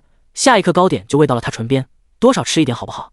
某人懒懒的张口，一副勉为其难的样子，咬了他手中的糕点。裴青欢喜道：“怎么样，是不是很好吃？当真软香清甜。”他眼里亮晶晶的望着他，萧渊心间颤了下，抬手握住他的手腕，将糕点送到他唇边。你自己尝尝不就知道了。裴青有些惊讶，呆呆地看着手里这块被咬了一口的糕点，两人同吃一块。你这是在嫌弃自家公子？他逆着他补了句，又不是让你咬我咬过的地方。他连油纸一起拿过来，将没咬过的地方放到他唇边，跟那群人一起吃能吃到什么？不过申时你就得人太多，裴青挤不过那群粗犷的汉子，的确只匆匆吃了几口。听见这话，他心里暖暖的，听话的低头咬了一小口，柔软的唇瓣就这样触到了他的指尖。萧渊一僵，盯着那张嫣红小嘴，喉头没忍住的吞咽了下。裴青全然不知，点点头道：“果然好吃。”正欲低头再尝一口，却见萧渊拿过去3-2口，吃完了一整块，还大言不惭道：“你都吃过午膳了，尝尝就行。”他没注意，他别开了目光，还去倒了盏茶来，怕他噎着。萧渊到底是没去后厨，午时难得的安静。后院里两人有一搭没一搭的说着话，裴青时不时的轻笑，犹如清透泉水，一路滑过心底，清了郁结已久的是非无奈。午后做活的时候，萧渊觉出了不对劲。后院伙计们瞧他的模样有些怪异，倒也不是要欺辱他这新来的，就是一种明显的避而远之。临近夜晚，前院便忙碌热闹了起来。有了客人，做活的小厮便不好久留姑娘房中。裴青被老鸨使唤着去后厨帮手，送些菜肴美酒到各厢房为恩客助兴。前院鱼龙混杂，萧渊见他还一脸高兴的来端菜，不由得啧了一声。裴青端着酒菜敲了敲门，里面嬉笑声太大，没有人应他。但妈妈说必要将酒菜送进去，才好一并赚银子。他想了想，轻轻推开了门。扑面而来的酒气与胭脂气熏得他有些晕，而里面的场面更是淫乱不堪，一男二女衣衫不整，连最里面的赤色肚兜都松松垮垮。男子肥头大耳，那双手不住地游走在女子身上，竟还探入裙摆深巷了。被匆忙放到桌上的酒水险些洒出来，那人当即一瞪眼，哪儿来的小厮，手脚这样笨，还不快给爷斟酒！再乱看爷，把你眼睛挖了喂狗！裴青被吼得身子一抖，忙拿起酒壶要给男子倒酒。而这期间，男子肆意的伸舌舔弄在姑娘白皙的肌肤上，裴青离得近，尽管已经尽力低着头，余光却还是能瞥见种种，一股恶心涌上心头。他强忍着倒了一盏酒就准备出去，却未想身后人刁难道：“不给爷递过来就想走？青柳妓馆连个使唤小厮都这么大的谱啊！”裴青闭了闭眼，深吸口气，转过身来，这就来。裴青端起酒盏送到那人面前，他这才勉强将手从姑娘的衣衫中拿出来。拿过酒盏的时候，手指毫不意外地触到了裴青的手。裴青心头一颤，再也忍不住地跑了出去。那人还欲发难，两位姑娘发了话：“爷，那就是个新来的，年纪小没见识，见了爷这般人物，自然是害怕的呀，何必跟他计较呢？”哟，这么说你俩也怕爷？里面的娇笑声大了起来。爷最是怜香惜玉了，我们姐妹可不怕您。裴青跌跌撞撞地跑出来，在拐角处猛地撞上一人，他连忙躬身行了一礼，便想下楼去。谁知胳膊被人攥住，他抬起头来，对上一双好看的眸子，看见裴青一脸惊慌，眼眶也红红的。萧渊沉声：“房里人欺负你了？碰了哪里？”裴青攥着手指，摇了摇头。他现在是男子装扮，自然没人觊觎，反倒是身板瘦弱，让人更看不上眼了。房内的娇笑声渐渐变成了喘息和媚喊，一声接一声清晰地传了出来。眼前的人耳朵都红透了，萧渊也明白过来是怎么回事。他一个连小娘子都听不得的人，如何看得了活生生的春宫图？来妓馆赚银子这事考虑的欠妥了，将人弄得这般泪汪汪的。萧渊说：“后厨缺人搬柴烧水，你去那边帮手吧，酒菜我来送。”这在裴青听来是最好的活了，他忙点点头，正要随萧渊下楼去，就听见一声哭叫，紧接着一道房门打开，一名美貌的女子被一高大粗犷的男人攥着手腕扯了出来，后边跟着老鸨。那老鸨急得不行：“我的大爷哟，这青音姑娘只能闺中待客，没有去府上服侍的道理，您就大人有大量，别为难我们这小小的妓馆可好啊？”那人蛮横道：“大爷我付了银子买他的清白之身，你这老婆子收了银子要反悔不成？大爷您可是误会了，您这就是买了青音一夜，可您将她带回府上就是另外一回事了。若是您硬将她留在府上，您可让我们青柳妓馆怎么活呀？”那名叫青音的姑娘满脸泪水，被拖得摔在地上，手腕青紫，脸色苍白。不管怎么说，人我今日要定了，谁敢阻大爷的路试试？爷，咱云城也有云城生意的规矩，您可别为难人。老鸨说着便招了招手，妓馆中立刻涌出10几个打手模样的小厮，将那人和青音给围了起来。喂，新来的，愣着作甚？没瞧见有人耍横吗？快随我来！此时有一人拍了下萧渊，这也是一开始便讲好的分内之事。萧渊只得揉了揉裴青的头，说：“你先去后厨吧。”裴青怔怔地点点头，见萧渊往那处去，还是开口道：“你要小心。”裴青在后厨烧水，他坐在灶前，有些担心。前院的吵嚷声渐渐大了起来，盖过了眼前沸水翻腾的声音。没看出来你小子身手不错呀，学过武？那人膀大腰圆的，怎么就被你掀翻在地了？裴青听见声音，起身望过去，正看见一群伙计正勾肩搭背的回来。不同于之前的是，他们把萧渊围在中间。哎，你领了赏钱，打算做什么？为首的伙计问。萧渊一笑，自然是请弟兄们喝酒呗。我这初来乍到的，全靠诸位相帮了。他扯了腰间的锦带，大方地倒了一半，往那人手里一放。不过我就不去了，身上有伤，喝不了酒。见他如此识趣，头先那些流言蜚语被他们抛诸脑后。既如此，就不强拉着你了，待你好了再喝就是。一群人哈哈大笑，各自散开。萧渊已经朝着灶台走来，给，好好收着。剩下的半袋子赏钱塞到了裴青手上。这是妈妈给的赏钱呗，方才我可是保住了她精心调教出的花魁娘子，叫什么来着？什么英？你提过的那个名字？青英姐姐，就是她给了我糕点。裴青数了数里面的散钱，即便刚才分出去了一些，也还剩不少。他顿了下，抬头看着萧渊，也不知是不是在一路待得久了，萧渊不必多想就明白他的意思。估摸着今儿个这人有点来头，一边是赚银子的花魁，一边又是惹不起之人，到时候若是人家回来报复，估摸着我就是那替罪羊了。萧渊挑眉，那块糕点可真够贵的，你是因为这个才？那块糕点还清了，咱们不欠他情了，记住没？萧渊顺手把他手中的锦带系好，若是再丢，本公子只能把你这女使卖了，换银子使了呀。裴青这回把锦带贴身带着，除了沐浴更衣，他绝不解开。曲悦的声音越来越大，萧渊看看四周，俯身凑到裴青耳边，这地方明日不能来了，2个时辰后下工，该做什么就做什么，别叫人瞧出端倪。不过你得乖乖在这儿待着，别乱跑。还没等裴青应，前院的管事便急匆匆地往后院来了。哟，还有坐着站着白话的呢，恩客都满了，这茶水怎的还不上啊？烧水的做什么呢？裴青连忙说，这便好了，水已经烧好了。烧好了还不快送过去？我来。萧渊接过那滚水。哎，那正好，青英姑娘的屋子里被砸得乱七八糟，桌子凳子都掀了个遍地，你去给收拾出来。都是上好的东西，仔细着些啊。裴青很听话的守在原地，看着萧渊去了前院的背影。青英茫然地坐在房中，看着一地狼藉，安静地掉着眼泪。此时外面传来敲门声，青英姑娘，管事命我来收拾屋子。心头猛地颤了下，青英抬手擦掉眼泪，起身快步走了过去。房门打开，露出的是男子高大的身躯和俊逸的面容。身处青楼妓馆，他见过无数男子，高门显贵家的公子老爷数不胜数，可穿着粗布衣衫还如此气度的男子，他还是第一次见。方才他不费吹灰之力将那人掀翻在地，一把将他拉到身后时，他掌心的灼热让青英原本麻木的心竟有了异样的涟漪。他侧身让开，垂眸道：我不敢让其他男子进来，便求管事的叫你来，有劳你了。分内之事。萧渊进来，将掀翻的桌椅尽数归为原位。外面嘈杂声太大，又因着是花魁娘子的屋子，总有些眼睛往里瞧。萧渊正将地上的碎瓷片捡起来，青英便自己走过去将房门关上，阻隔了外面的酒味，屋里的香味便越发明晰起来。这香气本是清幽的，再说女人家的屋子香一些也是情理之中。以往他还觉得好闻，但跟裴青待得久了，只闻得惯他身上的那股淡淡的香味，屋里这香过于浓了些。他动作利索，很快收拾好了屋子。外面人手不够，这些水迹酒迹劳烦姑娘自己擦净。青英仍站在门边，听见这话，他低低的应了声好。萧渊便打算出去，只是手还未触到门，便觉一股香气袭来，一具娇软的身子从后面贴上来，白皙的手臂紧紧抱住了他的腰。求你，他带着哭腔，求你再帮帮我。这种事萧渊不是头回遇到了，生成他这样的男子，便是什么都不做，也有女子会贴上来。他扯开环在腰上的那双手，说：青英姑娘自重，你是花魁，满妓馆最值钱的姑娘，在下没那个能耐将你救出去。青英见他要走，立刻跪在了他脚边，眼泪顺着精致的脸蛋落下来。我知道，我也不求你救我出去，只求他一点点触碰到了萧渊的手指，祈求的说：我不愿将清白之身给外面那些男人，若非要如此，我宁愿给一个救过我的男子。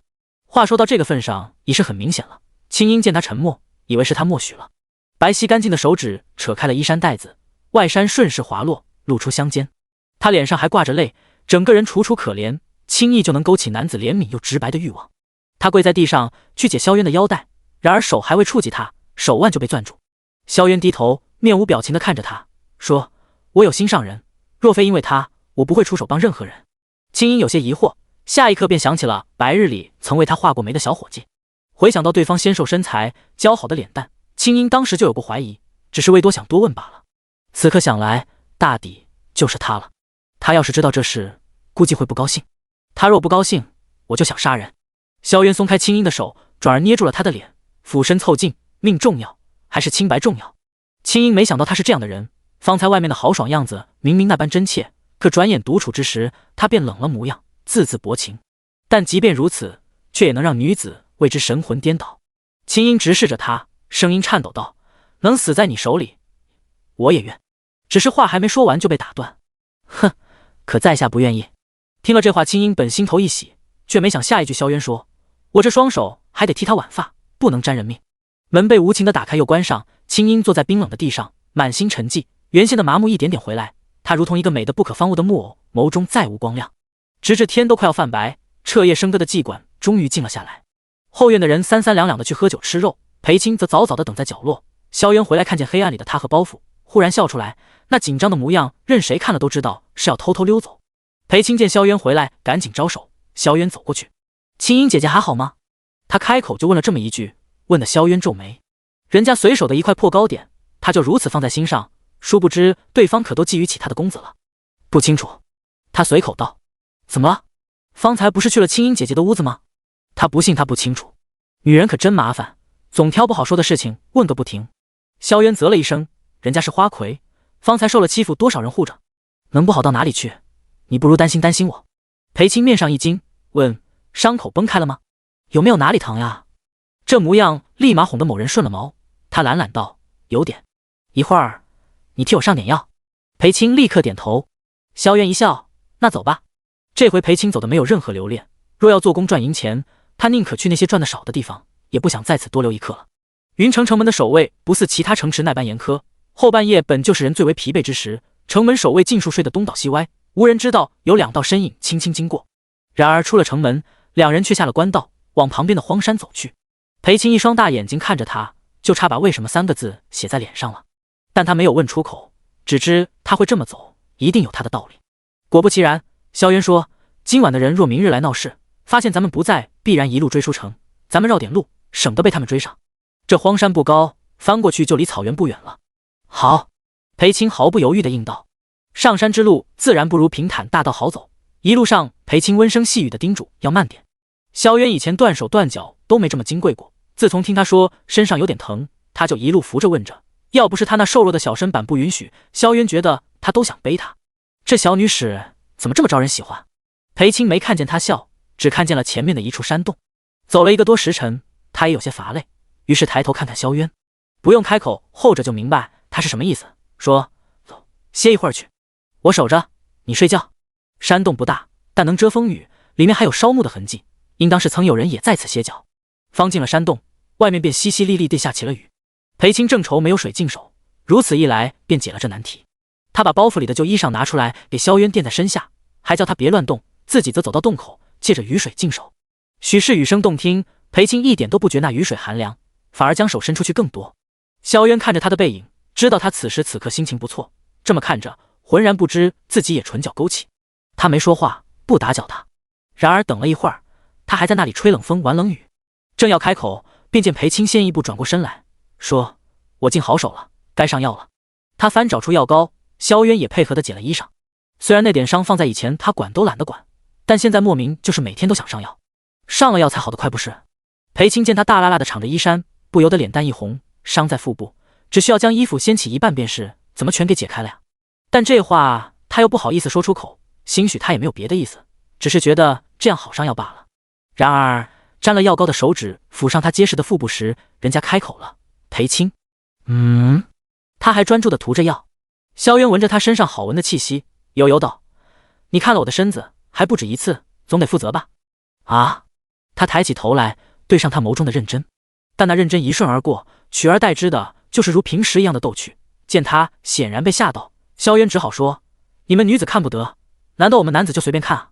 裴青低着头：“是你自己解的衣裳，本来也不用解的。”萧渊一瞪眼，没想到他还挺会噎人，刚刚生出的那点怜悯立刻就烟消云散。他哼了一声：“你看我的身子，碰我私隐处的伤口，管着我赚来的银子，还与我同榻而眠，在你们北边能做这些事的男女都是什么关系？主仆吗？他一句句的翻旧账，说的裴青耳朵都红透了。可他就是不吭声不接话，替他上好药，就要起身将药膏重新收起来，却没想萧渊忽然握住了他的手，他没站稳，被他一扯，竟摔到了他的怀里。热得发烫的脸蛋就这样贴上了微凉的胸膛，然后他便清晰地听见了一声低喘。他本来只是想拉住他说几句话，想听他回答，没想真做什么。但此时此刻将他抱在怀里，他才猛然发现时不时萦绕心头的那些旖旎邪念居然有了燎原之势。你怎么了？如此相贴，裴青发现他身上烫得不像话，萧渊也发现了不对劲，他猛然想起了清音房里的那熏得人头晕的香气。裴青觉得此时的萧渊与平日里有些不一样，很不一样。他眸色幽深，薄唇紧抿，额间冒了汗，似乎在极度隐忍着什么。他的手圈在他腰上，指尖快要将他衣衫燃透。忽然那手一用力，直接将他紧紧抱在怀里，灼热的气息喷洒在耳边。裴青隐约明白了他想做什么。裴青，他喊了一声，唇若有若无地触到了他的耳际。他身子一颤，萧渊，你别欺负我。他的胳膊勒得他觉得腰都疼了，却又挣脱不了。他小心翼翼地告诉他，你这样我害怕。可怜巴巴的两句话，一句别欺负他，一句害怕，萧渊硬的生疼，却反而下不了手。就抱一下都颤成这样，若是真做了什么，他得哭成什么样？萧渊闭了闭眼，深吸口气，用尽了所有的忍劲儿，放开了裴青。那你就离我远些。可山洞就这么大，外面还下着雨，再远能远到哪里去？萧渊看着坐在不远处石头上眼巴巴望着他的小兔，不由得有些头疼。那样望着他，是等他生扑过去吗？这正人君子他再也不想当了。这么想着，山洞口吹来了风，带来了女子的香气。萧渊只觉全身酥痒灼烧，喘息声就更大了，眼睛又控制不住的去看他，而他也正担心的望着这边，许是担心他身子不适，又许是担心自己的清白。小女使循规蹈矩的，大抵不知道他现在心里都生出了多少放荡下流的事，但那模样瞧着可怜。萧渊忍了欲，道：不怕，我不碰你，不欺负你。真的？这一开口就带着哭腔，听得萧渊心里不是滋味，瞧着是吓得不行。他心里怜悯，开口却是也不一定。他果然紧张起来，眼泪都掉了出来。你要不要离开？不跟我待在一起，就不会受欺负了。他艰难地扯出一丝笑意，银子你都带走，马上就到草原，我也算把你送到了地方。我这情况时不时就会有一次，保不准哪日就忍不住，到时候你哭也没用。可你的伤还没好。裴青擦了眼泪，我此时的害怕是真的，可不想离开也是真的。他其实是在找理由，遇见他之前，萧渊一样有伤，不也活得好好的？与其说是他做女使照顾他，还不如说是他在陪他护他。看出他不想走的刹那，萧渊明白了狂喜二字是为何意。他的手有些颤抖，为不叫他看出来，只得攥成拳。若是哪日我忍不住欺负了你，你就只能嫁我了，到时候你想反悔都不行。你要是留下，往后就别想离开了。说完，他便等着裴青的回应。虽面上看不出来，萧渊却手心出汗，喉头不住的吞咽。一个嫁字出口，让裴青心头一颤。他险些忘了自己还要嫁人这事。离家时，他便下定决心了，若要遵家里的意思去嫁给一个老头儿，他不如出家为尼。入了佛门，他们还能逼迫不成？他将此事藏在心底，谁也没告诉过。曾经偷偷想过的如意郎君，想过的相濡以沫的日子，已经快要忘干净了。姐姐说，姻缘的事是最没有定数的，但兜兜转转，他终会遇到属于自己的那个人。原本只低着头听话的裴青，悄悄抬眼看了一眼萧渊。他生得高大健硕，能将他整个人圈在怀里，衣衫松松垮垮，配上那张俊颜，活像画本里的浪荡公子。而这浪荡公子此时正直勾勾地盯着他，用那些话吓唬他。可那样的坦然直率，却偏偏叫他心安。若真的与他发生什么，最坏的结果就是嫁给他，这也不能算坏结果吧？他左右纠结，迟迟没说话。不回应便是答应了，此时不走，以后就都别走了。整个山洞里都回荡着他明显欢快起来的声音。这大抵是主仆当的久了，萧渊大言不惭地替他做了决定，裴青也没觉得有什么不妥。不过眼下他似乎不似刚才那般难受，他立刻问：你好些了吗？萧渊冲他摇头，一时半会儿好不了。裴青又默默往旁边的地方挪了挪，离他就更远了些。萧渊眯了眯眼，不明白他那样挪来挪去的有什么用。他若真想做什么，裴青是怎么都躲不掉的。小青儿，你放心，要干点什么也得等成亲入洞房啊，这破烂地方，你想我还不想吗？裴青被那句小青儿喊得愣了神，半晌才反应过来自己的那点心思被他看得透彻。他红着脸背过身起不理他。然而身后的萧渊说：你去山洞口看雨去，我不叫你，你别回头。把耳朵也捂住。还没等裴青说话，他又不自在地加了一句。虽然心里有些不解，但裴青全然将萧渊当成重病之人，事事都顺着他，便点了点头，走到山洞口，双手捂住了耳朵，只安静地欣赏着山间落雨之景。萧渊的视线从他的背影又回到手中的帕子上，他哪里是要用这东西来擦汗？虽捂着耳朵，可裴青还是听见了一些声音，听得他脸颊通红。不知他到底在做什么，但肯定是极为私隐之事了。不知过了多久，雨都停了，山洞才终于安静下来。安静了好一会儿，外面瞧着不像是会继续下雨了，身后也传来窸窸窣窣的声音。萧渊收拾好了自己，悠悠地说了声好了。哦，好。裴青闻言起身，刚走近便听萧渊说，你方才有没有偷看？裴青立刻摇头，他的确是一直看着洞外。那有没有偷听？他接着问。裴青的脸一下变红了，他本是乖乖地捂着耳朵，可捂得手酸，松懈时便听见了一些。他本想继续摇头，却见萧渊起身逼近，一张俊颜凑到他眼前。你知道了本公子如此私隐之事，可得负责。不知为何，裴青觉得那目光灼人的很。以往萧渊看他，纵然盯得久了他也会不好意思，但眼下这般的眼神，活像能盯穿他的衣裳，将他看得原原本本。他低着头后退了一小步，正看见他手上还拿着帕子，他便想借着去洗帕子快些出去，可手指还未碰到，萧渊便拿开，看了眼帕子，又含笑看他，我自己来。裴青收拾好了包袱，出来时萧渊已经在等他了。他负手而立站，背对着他，修长挺拔，风姿绝伦，即便是穿着粗布衣衫，却掩不住骄矜之态。裴青知道他的出身应该不凡，但他从来没有问过，一如萧渊从不对他多问一句一般。感受到身后的注视，萧渊头都没回，杵在那里做什么？过来。裴青听话地走过去，看见远处之景，他怔了下，随后面上欣喜，那里便是草原了吗？牛羊成群，广袤无垠，当真童书上写的一般。幸得尚未到严寒之际，不然就是光秃秃的雪地。萧渊一握裴青的手腕，带着他从旁边的小道走去，越了这座山，便真正到了草原。带你好好吃一顿去。听说草原人个个豪迈，遇着再难的事，只要有一团火，便能立刻跳起舞来，不知能不能有幸一见。裴青人由他拉着，话里是听得出的高兴。萧渊也跟着舒心起来，但下一刻就皱眉问，听谁说的？裴青抬头见他那副不悦的样子，居然觉得有些好笑，柔声道，书上说的呀。萧公子瞎怀疑，面上挂不住，岔开道，你还挺爱看书。裴青点头道，书能使人心静，书中道理读过之后，便能将想不通的事想明白，平复心境。萧渊看了眼他，这般年纪小的女子，本该千娇万宠的养着，不知是遇到过什么委屈，需要用看书来平复心绪，化解郁结与愤懑。既然如此能忍，那么此番孤身远行，大抵是遇到了难以忍受之事了。想到此，萧渊的握着他手腕的手紧了紧。裴青感觉到了，抬头一笑，怎么？那笑如春风拂过心头，温暖和煦的如同软语撩了心头。萧渊忙别开视线，道，别光顾着说话，仔细脚下，若你摔了，岂不是将我也一并连累了？好，放心吧。裴青习惯了萧渊这时而公子哥脾气，又时而顽童脾气的性子。下山之路有些泥泞，两人走得慢，闻着雨后清润的泥土味，倒也不失为一种惬意事。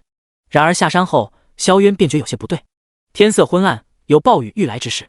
掌灯时分，山下村子却无炊烟饭香，反而冷冷清清。两人从林中出来，顺着小路进了村子。雨水淋湿了土墙墙壁，有些屋舍房屋破破烂烂，定然漏雨，却无一人修缮。方走了两步，萧渊忽然停下脚步，有刀剑入鞘的声音。走！他拉着裴青转身就走。尽管只要穿过这座村子便可到达草原，但萧渊不愿冒任何危险。然而下一刻，整个村子忽然大亮，无数持刀和火把，顷刻间数百人从村子四面八方涌出，个个都是粗犷莽汉，凶神恶煞地将两人围在了中间。哼，等你们好久了，放着正经官道不走，偏要鬼鬼祟祟翻山，朝着草原来的定是细作。拿下！若说以前遇到的麻烦是防备不慎，那这回遇到的麻烦则属实是冤枉。说他们是细作，天底下哪有混得这般落魄的细作？裴青被蒙着眼睛，紧紧地缩在萧渊身旁。不怕。耳边传来他的声音，就算是细作，那也是朝廷中人，他们不敢动。若不是细作，他们留着咱们也是浪费粮食和水，不划算的。这话说的有几分道理，裴青心中的不安缓了几分。可下一刻，帐子外面便传来了众多脚步声，帘布掀起，冷风立刻灌了进来。禀小可汗，这二人就是抓获的朝廷细作。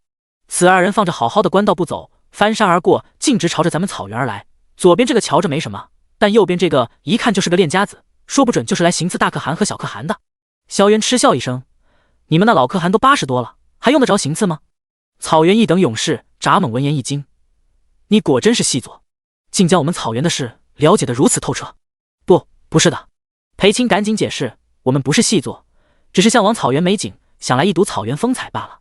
骗谁呢？我们草原今年遭了灾，牛羊都要饿死了，哪儿来的风采给你们目睹？我看就是来打探内情，想让我们草原对你们俯首称臣。裴青总算明白秀才遇到兵是何感觉了。好了，札猛。此时一道好听的声音响起，裴青很明显的感觉到一股压迫感逼近，他不由得往萧渊身旁缩了缩。裴青都感觉到了，萧渊自然也感觉到了，尽管双手被捆住，但他不差分毫的挡在了裴青面前。这个瘦得浑身没二两肉的小子，裴青听见走近的男人说，拎到我帐中去。小可汗英明，这小子筋骨跟个娘们一样，定然经不起酷刑，两鞭子下去就得全招了。扎猛上前还未触到裴青的衣袖，就骤然被人一脚踹在腹部，若非他人高马大身子沉，恐怕就要被这一脚掀翻在地了。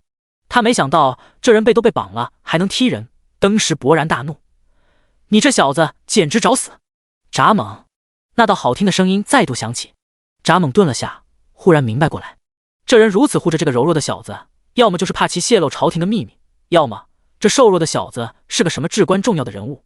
若是后者，札猛一喜，那他们可就有跟朝廷讨要钱粮的筹码了。他大笑几声，自认为已经参透其中深意，一脸了然地抓起裴青带了出去。你若敢伤他分毫，来日必有兵马屠了整个草原。萧渊知道男人还没走，虽看不见，但他凭直觉看向帐中之人，若不信，大可以试试。然后他听见了一声轻笑，你们中原人总是这样，自己都泥菩萨过河了，还想着旁人呢。你越护着那小子，本汉便越想撬开他的嘴，看看他能吐露出些什么惊人秘密。帘布掀开又合上，飘进了柴火和饭的气味。估摸着时间，天已经黑透了。裴青被扔进了一个比刚才暖和很多的帐篷，双手被捆到背后，被扔在地上时胳膊摔得生疼。他艰难地坐起来，此时有人来到了他的身后，一只手触到了他的头发。裴青一怔，正要开口，却觉眼上一松，蒙眼的黑巾落在了地上。他这才知道帐内不仅温暖，还摆置讲究，宽大的榻上赫然是一张厚实上乘的虎皮。草原人生来便是骑射的高手，他们豪迈血性且爱恨分明，对待自己人有多体恤爱护，对敌人便有多残暴凶狠。下一刻，身后之人走到了他的面前。裴青看到了一双蟒纹战靴，抬起头来，一双厉如虎狼的眸子正盯着他。眼前的男人剑眉入鬓，眸若寒星，鼻梁高挺，轮廓分明，瞧着比他和萧渊都年长几岁。若非发髻外袍皆是草原样式，只看这张脸，很难分辨出与中原人的差异。见裴青呆愣愣地望着自己，塔敖眸中闪过嫌弃与厌恶。朝廷真是没人了，竟派这等女里女气之人来当细作，眉眼弯弯，阴唇皓齿，不知道的还以为是个女的。就这副身板，草原上随随便便一个10岁的儿郎便能将一拳捶死他。这是瞧不起库里部落。你叫什么名字？他问。此人有一股不容拒绝的凌人气势，迫使裴青在听到这句话的当下便张了口，却没有发出声音。萧渊叮嘱过他，不可随意透露自己的底细。塔敖对他的反应并不意外，既是细作，定然接受过严苛的操练，断不会就这样轻易的交代干净。他转了转拇指上的黑玉扳指，落座于帐中主位之上，沉声道：札猛。外面的人应声而入。裴青回头看见他身后两人还搬进了一个装满水的水缸。札猛二话不说，拎起裴青的衣领，裴青来不及惊呼，就被摁到了冰冷的水中，口鼻在一瞬之间被寒冷的冰水灌入，致命的窒息感和恐惧感骤然袭来。塔敖冷然地看着那道不住挣扎的身影，淹得差不多了，才缓缓抬了手，示意札猛把人拎出来。裴青上半身已然湿透，他冷得直哆嗦，趴在地上不住的咳嗽，样子狼狈不堪。有没有什么想说的？你的身份，或者他的身份？裴青唇色冻得发乌，头发也散落下来，不住的滴水。他直视着塔敖，声音虽弱，语气却坚定：我们不是细作。那你倒是报上家门，说说你叫什么名字？那个一看就练过武的男子又是何人？你们从何而来，又为何而来？心口冷得发疼，裴青有那么一瞬想说出自己的名字，他的身份无关紧要，可萧渊直觉告诉他，即便是一个名字也不应透露给任何人。初见时他就身受重伤，若名字泄露出去，焉知不会引来曾经的仇人？可此事亦不能乱编，只要他们二人说的有一丁点的不一样，任谁看了都会觉得他们真的是细作。没想到这小子嘴还挺硬，不如直接搜身，若是搜出与朝廷相关之物，定然就是细作。裴青原本打算死撑的面上忽然变了神色，而这一瞬恰好落在了塔敖眼中。男人微微挑眉，那还等什么？如此惊慌失措，必然是身上藏着至关重要之物。闸猛刚走近，裴青便忽然回过头，一口咬在了他的手上。闸猛大叫一声，拽住裴青的衣裳，欲一把将人拉起来，却未想手中这小个子挣扎的竟比方才溺水还猛烈，长发甩到了闸猛脸上，像一巴掌扇在脸上一样疼。你放开我！裴青又是一口咬过去，闸猛赶紧松手。此时身后偏偏传来了手下人的憋笑声。闸猛没想到制服一个小个子居然还挺费力，他面上挂不住，眸光似要吃人。我今日非把你扒光了，吊在马屁股上绕着草原跑3圈。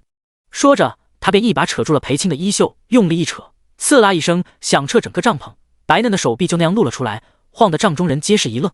裴青又惊又惧，却最先反应过来，他立刻将残布拢住包好手臂，趁着闸猛没反应过来，意欲冲出大帐，却未想还没跑到门口，便被一股大力擒住。裴青惊叫一声，被扯了过去，撞上一堵坚硬的身体。男人粗糙灼热的手掌正好握住了他裸露在外的手臂，细腻娇嫩的触感那般真切。塔敖的目光从这节光滑的手臂慢慢滑向裴青的脸，又慢慢下移，看过他的没有喉结的脖颈，最后落在胸前。原本宽大的衣衫被水浸湿后，紧紧地粘在了身上，勾勒出了本不该有的起伏。塔敖一瞬不移地盯着他，是个女人，如此瘦弱的身形，比溺水还剧烈的挣扎就都有了解释。尤其是那句“你敢伤他分毫”的警告，一男一女来当戏做的，却是亘古未有。一般女人即便受得了千里奔波，也受不了草场的风沙和寒冷的雪季。可若不是一般女人呢？方才那样淹她，都不见她掉上一滴眼泪。中原女人不是最脆弱胆小的吗？比起草原女人可差远了。塔敖并未用力，可裴青的手臂已然印上斑斑指痕。若是以前遇到这般状况，他定然已经不知所措地掉了眼泪。但离家至今经历种种，他已明白，对于性情残暴狠戾之人，眼泪是最无用的东西。他努力使自己镇静下来，一边想从他手中挣脱出来，一边又试图同他讲几分道理。我们真的不是细作，但实在不方便告知名字与住处。久闻草原人最是豪迈好客，不成想竟是容不得好人分说，便善用刑罚逼供。闸猛一听这话，立刻瞪眼：你说什么呢？你这话岂非实在说我们大可汗和小可汗御下不严？还真是贼喊捉贼！你们朝廷3天2头派细作前来招惹我们，不就是想趁草原今年遭灾想一举吞并？你们野心勃勃，我们却也不是好惹的。裴青不知这人是听不进去，还是根本听不懂，翻来覆去都是这几句，且不管怎么解释，都非要将他们当作细作。他蹙眉望向塔敖，面色不善道：那你们究竟要如何？他这是在质问？塔敖皱起眉头，还是在撒娇？这女子怕不是什么简单的人物。他若有所思地盯着她。听说中原甚古，女子以蛊魅惑男人，或是探得隐秘消息，或是干脆取人性命，恰恰就是利用了温柔刀，刀刀致命，杀人于无形。他像是碰了什么毒药一般，放开了裴青。裴青赶忙捂住自己的胳膊，警惕地看着塔敖，那模样有点凶，又有点可怜。塔敖别开视线，叫伊娜来替他换身衣裳。说完，他就大步走了出去。闸猛愣在原地啊了一声，最后摸摸鼻子，瞪了裴青一眼，就带人走出了大帐。女人就是麻烦，女细作更麻烦，还要换衣裳，还敢质问小可汗，早晚收拾了他。塔敖折回来的很及时，若再慢一步，萧渊就已不见踪影了。帐篷里一声呜咽传入塔敖耳中，他随手抽出腰间的弯刀甩了进去，砰的一声，刀身扎入木桩，没有闻见意料之中的血腥味。塔敖站定片刻，忽然闪身，方才的弯刀从里面飞了出来，几乎擦着他的鼻尖飞过。小可汗！这时跟过来的闸猛大喝一声：来人，保护小可汗！塔敖的神色并未因刚才惊险一刀而产生任何变化，他抬手夺回了弯刀，一刀割掉了帘布。帐内帐外两个男人对峙僵持。既然要逃，抓你的时候怎么不出手？塔敖走进去，因为那个女人。萧渊随手将差点掐断脖子的草原勇士扔到一旁。你什么意思？你们是什么关系？主仆还是别的？有过无数女人的男人无需说碰，只看一眼闻一闻便知女人干不干净。方才那女子明明就还是清白之身，这么美的女子待在身边却不碰，要么就是不行，要么就是不能碰。然而萧渊的体魄气度根本不输草原上最猛的勇士，骨子里那股子桀骜劲儿是天生的，这样的人不可能有任何缺陷，那便是后者了。不能碰的缘由倒是有几个，要么是这女子身份特殊，要么就是两人是血亲嫡系，可瞧着相貌却是毫不相似。明明身手不凡，却不愿让他涉险而甘愿被抓，解开了绳子也不脱身，想趁人不备偷偷带走他。这是什么莫名其妙的关系？片刻之间，萧渊也打量了塔敖。草原小可汗却并非草原人的长相，瞧着竟然与中原人无异。不知为何，和云郡主这4字冒了出来。当年为让草原各部落归顺朝廷，适龄公主全部下嫁和亲，轮到与最后一个部落议亲时，后宫已无适龄公主，于是便令亲王之女和云郡主下嫁和亲。只是当年的和云郡主已有心上人，郡主和亲路上欲私奔，却被当场抓获。后来的故事便不得而知。归根到底，这不是什么光彩的事。如果萧渊看着塔敖那张脸，又回忆他身边人对朝廷和中原人的敌视，心中了然了几分。算是主仆？萧渊挑眉，算是。塔敖皱着眉头，是就是，不是就不是，算是又是怎么回事？萧渊轻笑一声，你说呢？同为男子，塔敖清晰地察觉出那笑的不同寻常。算是，那便是有时候是主仆，有时候不是主仆。原本笃定的事，现下也变得不那么笃定了。你碰过他？这有何好问的？萧渊耸耸肩，那种美人放在身边都忍得了的话，也不算男人了吧？这是自然。塔敖不得不承认裴青的美貌，即便尚未得知她是女儿身时，那双灵动的眸子也让他莫名心头一颤。而知道她是女子后，竟然还有那么几分轻松，美得动人心魄，却又偏偏性子有那么几分刚烈，冰火两重天全然展现在一个女子身上，叫人好奇又兴奋。所以他迫不及待地过来，说是审问，不如说是试探。即便真是个女细作，在他眼皮底下又能翻出多大的浪来？可若这是他的情郎，见塔敖眉头蹙起，萧渊似笑非笑地补充了句：“算算日子也该有了。”果不其然，塔敖拳头倏地攥紧，而后又忽然松开。你知道在草原上如何争夺女人吗？他走近，直视着萧渊，活下来的那个才有资格拥有。若没猜错，你身上有伤吧？即便有伤，也能赢你。草原的规矩是不许旁人出手，即便是小可汗也不例外吧？此刻塔敖终于相信萧渊不是细作，他俘获过无数细作，的确有不怕死的，任凭如何审问都紧咬牙关不吐露半个字。但纵然再有一身铁骨，眸中却总有闪躲和试探。他们常年生活在不见天日的地方，过着拘束残酷的生活，他们信不过旁人，看谁都像敌人。可眼前这人不同，纵然穿着粗布衣裳，瞧着寒酸，眸中却无半分闪躲。这是今年高高在上，习惯将人踩在脚下之人才会有的神态。一个俯视惯了的人，是学不来仰视他人的。即便身陷险境，他还是瞧不上任何人。既是如此，又怎么可能是常年匍匐于朝廷脚下的细作？我可以放你走，塔敖说，但他得留下。你们草原现在抢女人不靠动手，靠动嘴了。萧渊抱胸，既然靠嘴，要不要打个赌？一句话的赌。裴青显然不知萧渊已经在跟人谈条件了，他担心不已，偏眼前的这位女子还要一件件的给他穿上草原女子的衣裳。那个伊娜，你是叫伊娜对吧？那女子点点头，是。裴青本以为伊娜是个哑巴，自进了帐子，伊娜便一声不吭的伺候他梳洗穿衣。可骤然听到字正腔圆的中原话，他有些吃惊。你是小可汗的婢女吗？伊娜摇头，蹲下身帮裴青穿鞋袜。裴青赶忙说，我自己来，多谢。我是他的女人。什么？裴青惊讶一瞬，看他的行为举止完全不像，用你们中原人的话来说，就是妾。伊娜语气平静，那你们小可汗可有正妻？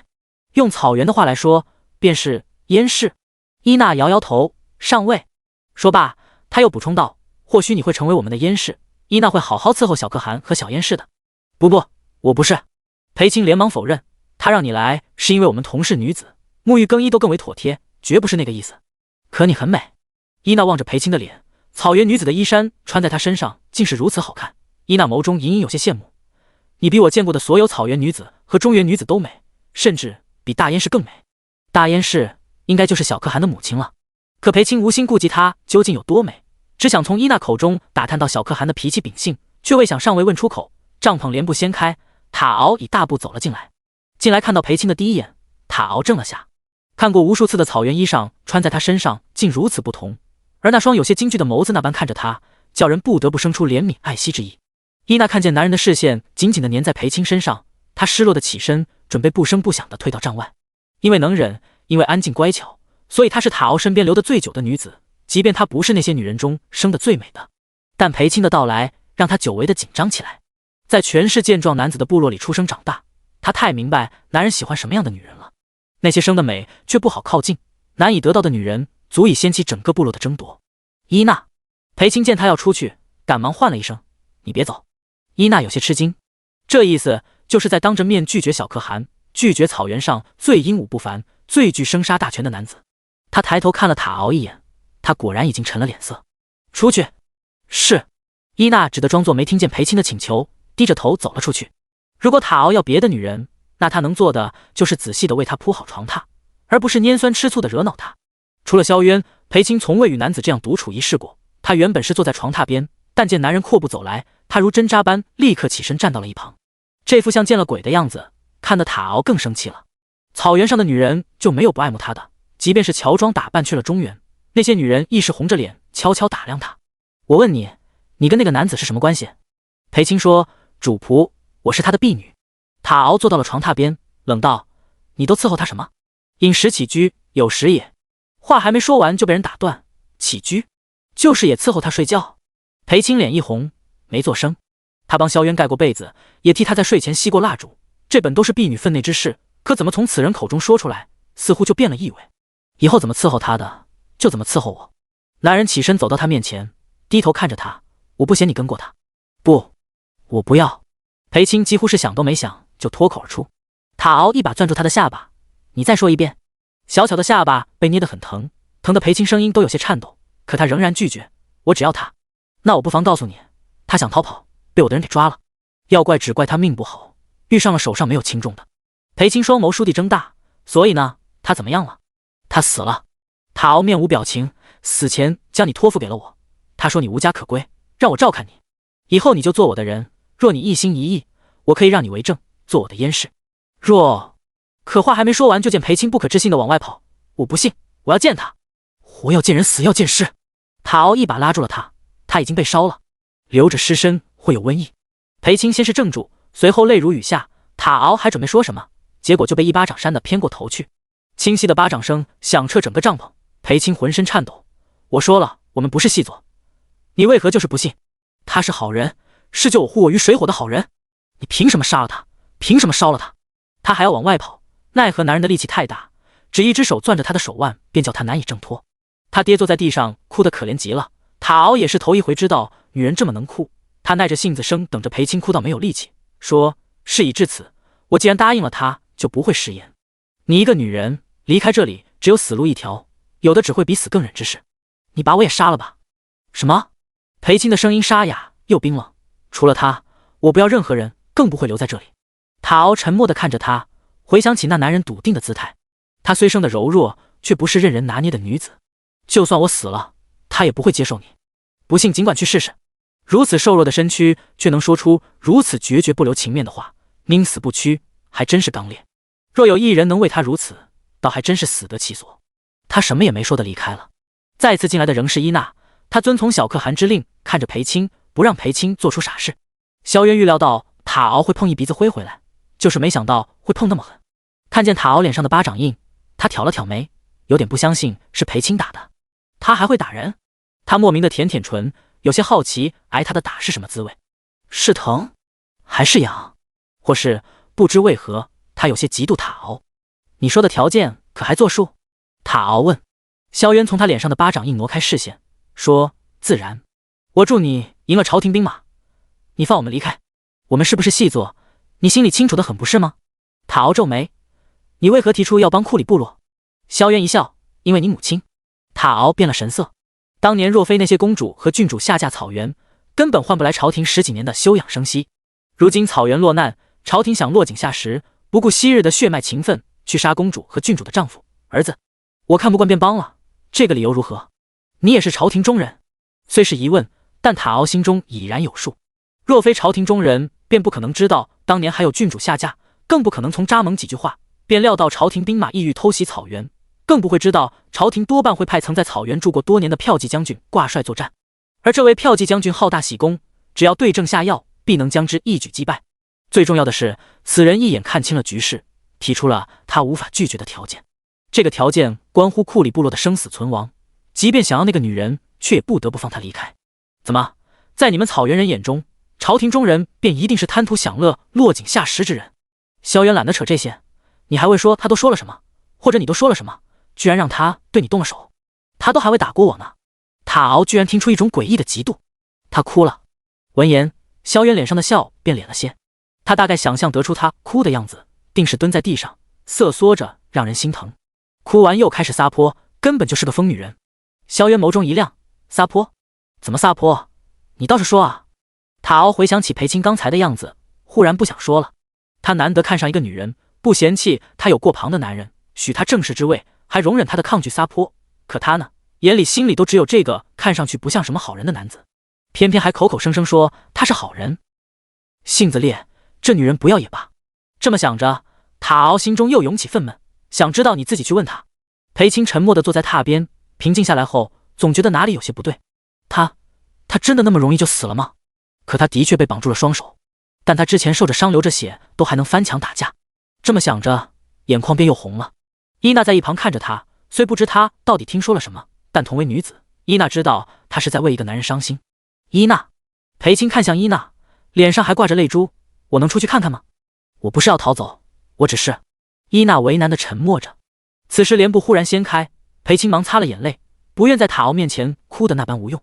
然而此时却听见一道戏谑的声音：“美人落泪，本公子心疼的紧。”裴青一怔，抬眸看过去，那人俊逸容颜，含笑望着他，什么也来不及想，什么也顾不得，眼泪滴落在地上，他跑过去扑到他的怀里。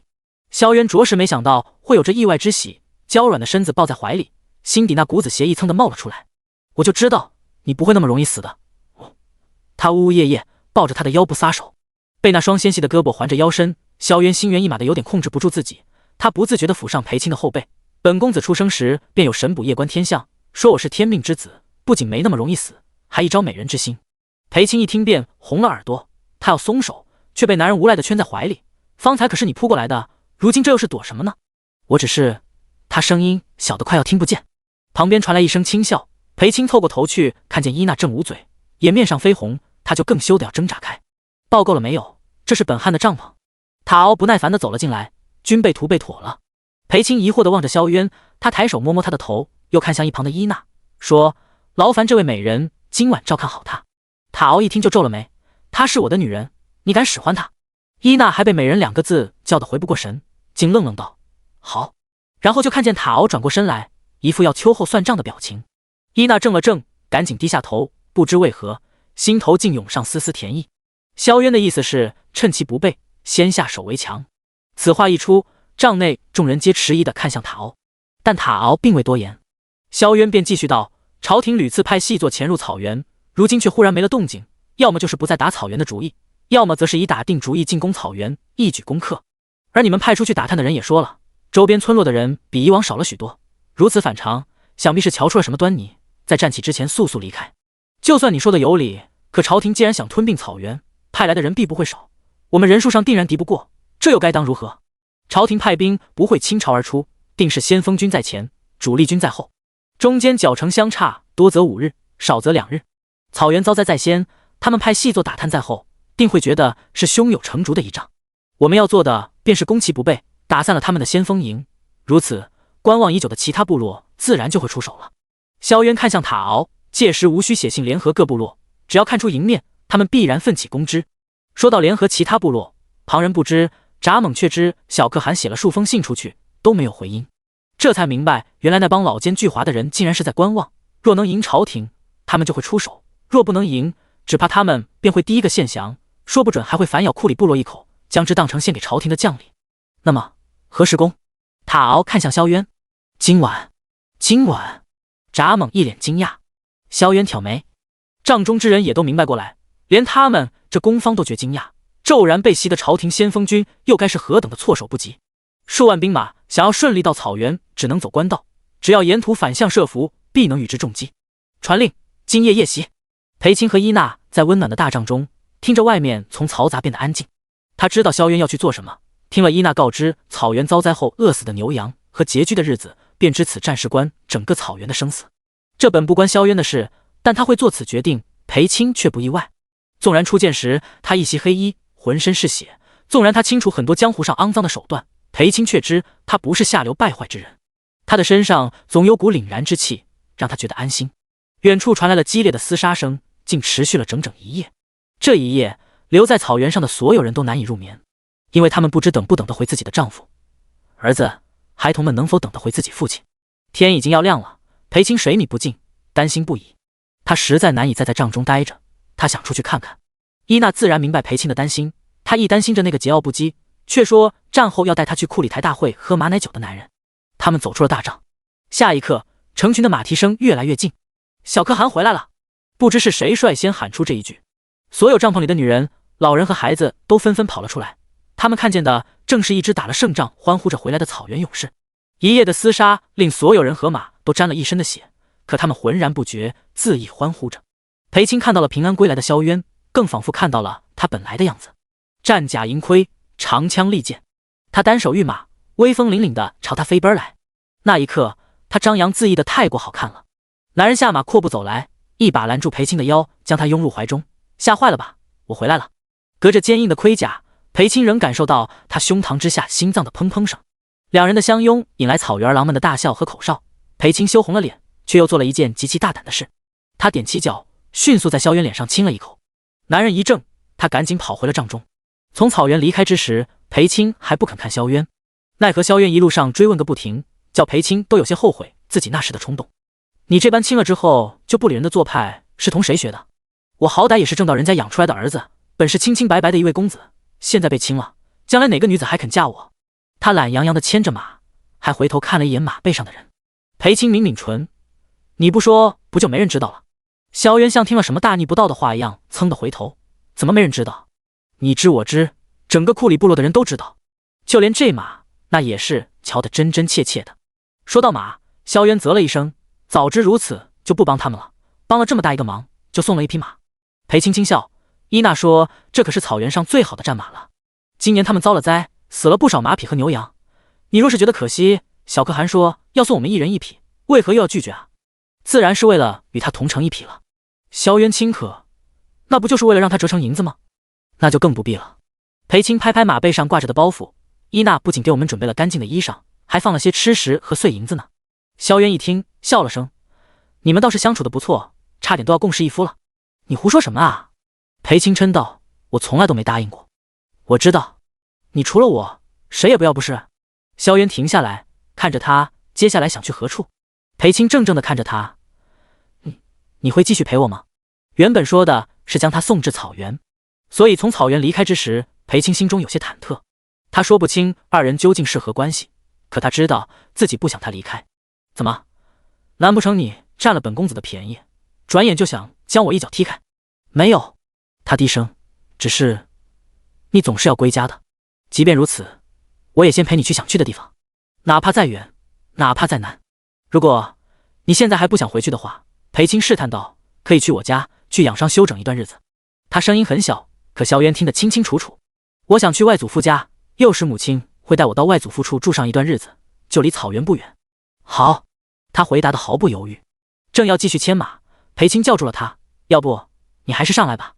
起先萧渊想同乘，刚坐上来圈过他去勒缰绳，就感受到他浑身僵硬紧绷，连耳朵也红得不行。若是一路都这样绷着，那得多难受。于是他就变成了牵马的马夫。两人走走停停，看着一路的风景，一路说笑着。见他没有立刻答应，裴青知道他的体贴，想了想说，要不我也下来走走。萧渊一笑，把他抱下马。可方落地，裴青忽然被他大力扯到了身后，尚未明白是怎么回事，便听见一声闷响，萧渊重重的后退一步。裴青低头看去，他捂着腹部，而那里插着一支羽箭。下一刻又是咻的一箭，狠狠地射在马儿身上。他嘶鸣着扬起前蹄，声音凄厉。裴青被眼前之景惊到，萧渊已然拽住他的手腕往林中跑去。密林丛生，十分难走，但身后的箭矢越来越多，裴青便知道这不是什么打猎的误伤，根本就是追杀。但追杀的不可能是他，而是他看向萧渊。萧渊脸上依然没有了方才的笑，为草原打的那一仗狠狠地赢了朝廷，却也让其中有人认出了他。看来是风声泄露，才如此快地引来了南边那群暴虐之徒。他紧紧地握着裴青的手，心头抑制不住的有了畏惧之意。这是他从不曾有过的东西，要么生要么死，他无所谓。可他很快，腹部的疼痛开始麻木，连带着全身都开始无力，连裴青都察觉出他有些不对劲。萧渊低头看了眼腹部的剑，冷笑一声，够毒的。马蹄声越来越近，大概是天要灭他。出了密林，二人竟被逼到了悬崖边上。萧渊是在剧痛中醒来的，醒来时身旁空无一人。他猛然坐了起来，能回忆起的是当时刀枪剑矢逼近，他只能抱着他跳了崖。再后来的事，他分不清是梦境还是真的。此时吱呀一声，有人推门进来。醒了。来人是一位老者，胡子花白，一手持着木杖，另一手则端着一碗汤药。老伯，这一开口，萧渊才发现自己声音哑得不行。昨日与我同行的女子，可还在？他想问的其实是裴青是否还活着。昨日可无人在你身旁，你这一睡就是10日，这睡着了都还非要人家守着。老者将汤药往他面前一递，怒，总算能自己喝了，全都喝干净。萧渊接过去一饮而尽，烫得舌头生疼。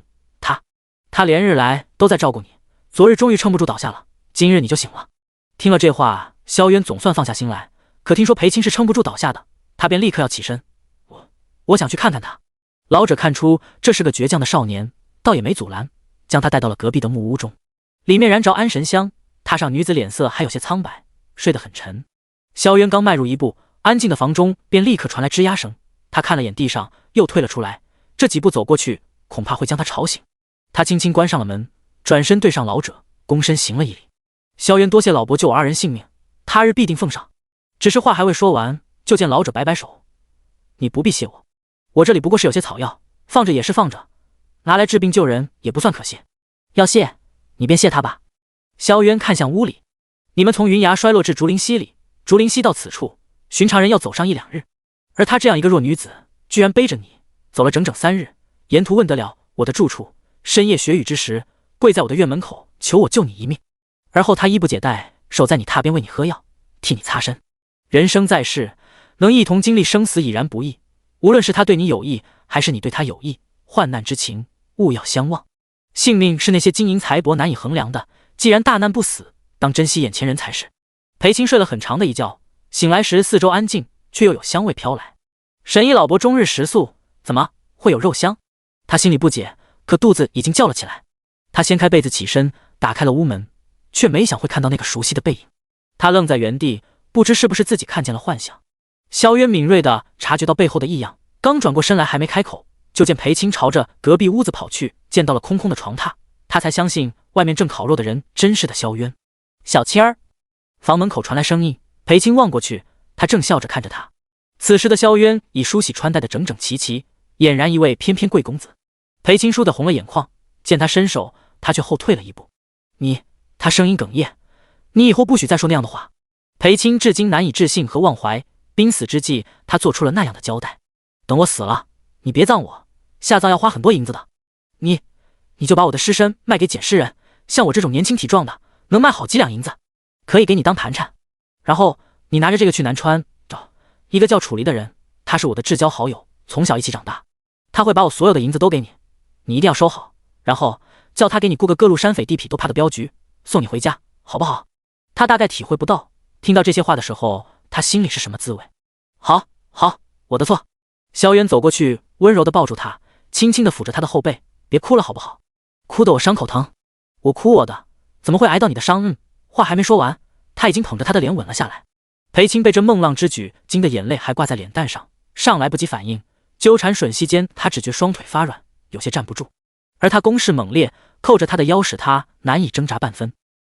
唇舌交缠间，萧渊有些控制不住，原本老老实实待在他腰上的手开始四处游走。裴青招架不住他的缠吻，只觉头发晕，还有些喘不上气。忽然外面传来声音，是木杖杵在石阶上发出的响动。神医老伯回来了。裴青吓得一口咬在了萧渊唇上，他吃痛的放开他，满脸的意犹未尽。裴青羞得说不出话。裴青，到了你外祖父家，我们便成亲。他抚着他嫣红的唇瓣，神色笃定。寒宁宫中传来一声奶香娇软的惊呼。那父皇是受了很重的伤吗？裴青将一盏温牛乳放到了桌前，对面正坐着一个粉雕玉琢的小女孩，她手里正拿着一块软香的糕点，听到此处是怎么也吃不下了。见裴青点头，她一张小嘴立刻就瘪了，眼里泪汪汪的。于是萧渊处理完正事回来时，就看见了那副可怜兮兮的样子。父皇萧瑜一见萧渊回来，立刻蹬着2条小腿吓得跑了过去，一把抱住了男人的腿，带着哭腔问：你还疼不疼呀？萧渊一把将女儿抱起，朝着裴青走去。裴青笑着摇摇头，将来龙去脉说了一遍。那都是多久之前的事了，早就不疼了，鱼儿不必担心。他温声哄着，把她放回到糕点面前。今日怎么晚了许多？裴青接过他换下的龙袍，一旁的芝兰上前将之拿到一旁整理。诸国进贡之事繁杂，下了朝又在演武场多操练了几把。萧渊揽过他的腰，你给女儿讲当年之事，为何还挑挑拣拣地说？你在那木屋里把我嘴都咬出血的事，怎地不提？裴青赶紧回头看了眼那小丫头，见她还在吃糕点，这才嗔怪地瞪了她一眼。听说你今日又训斥继儿了，还是在演武场上当着众武官的面？萧渊点头，他策略正是长进都不小，但剑术比往日毫无长进，才端了半日，弓手就发抖。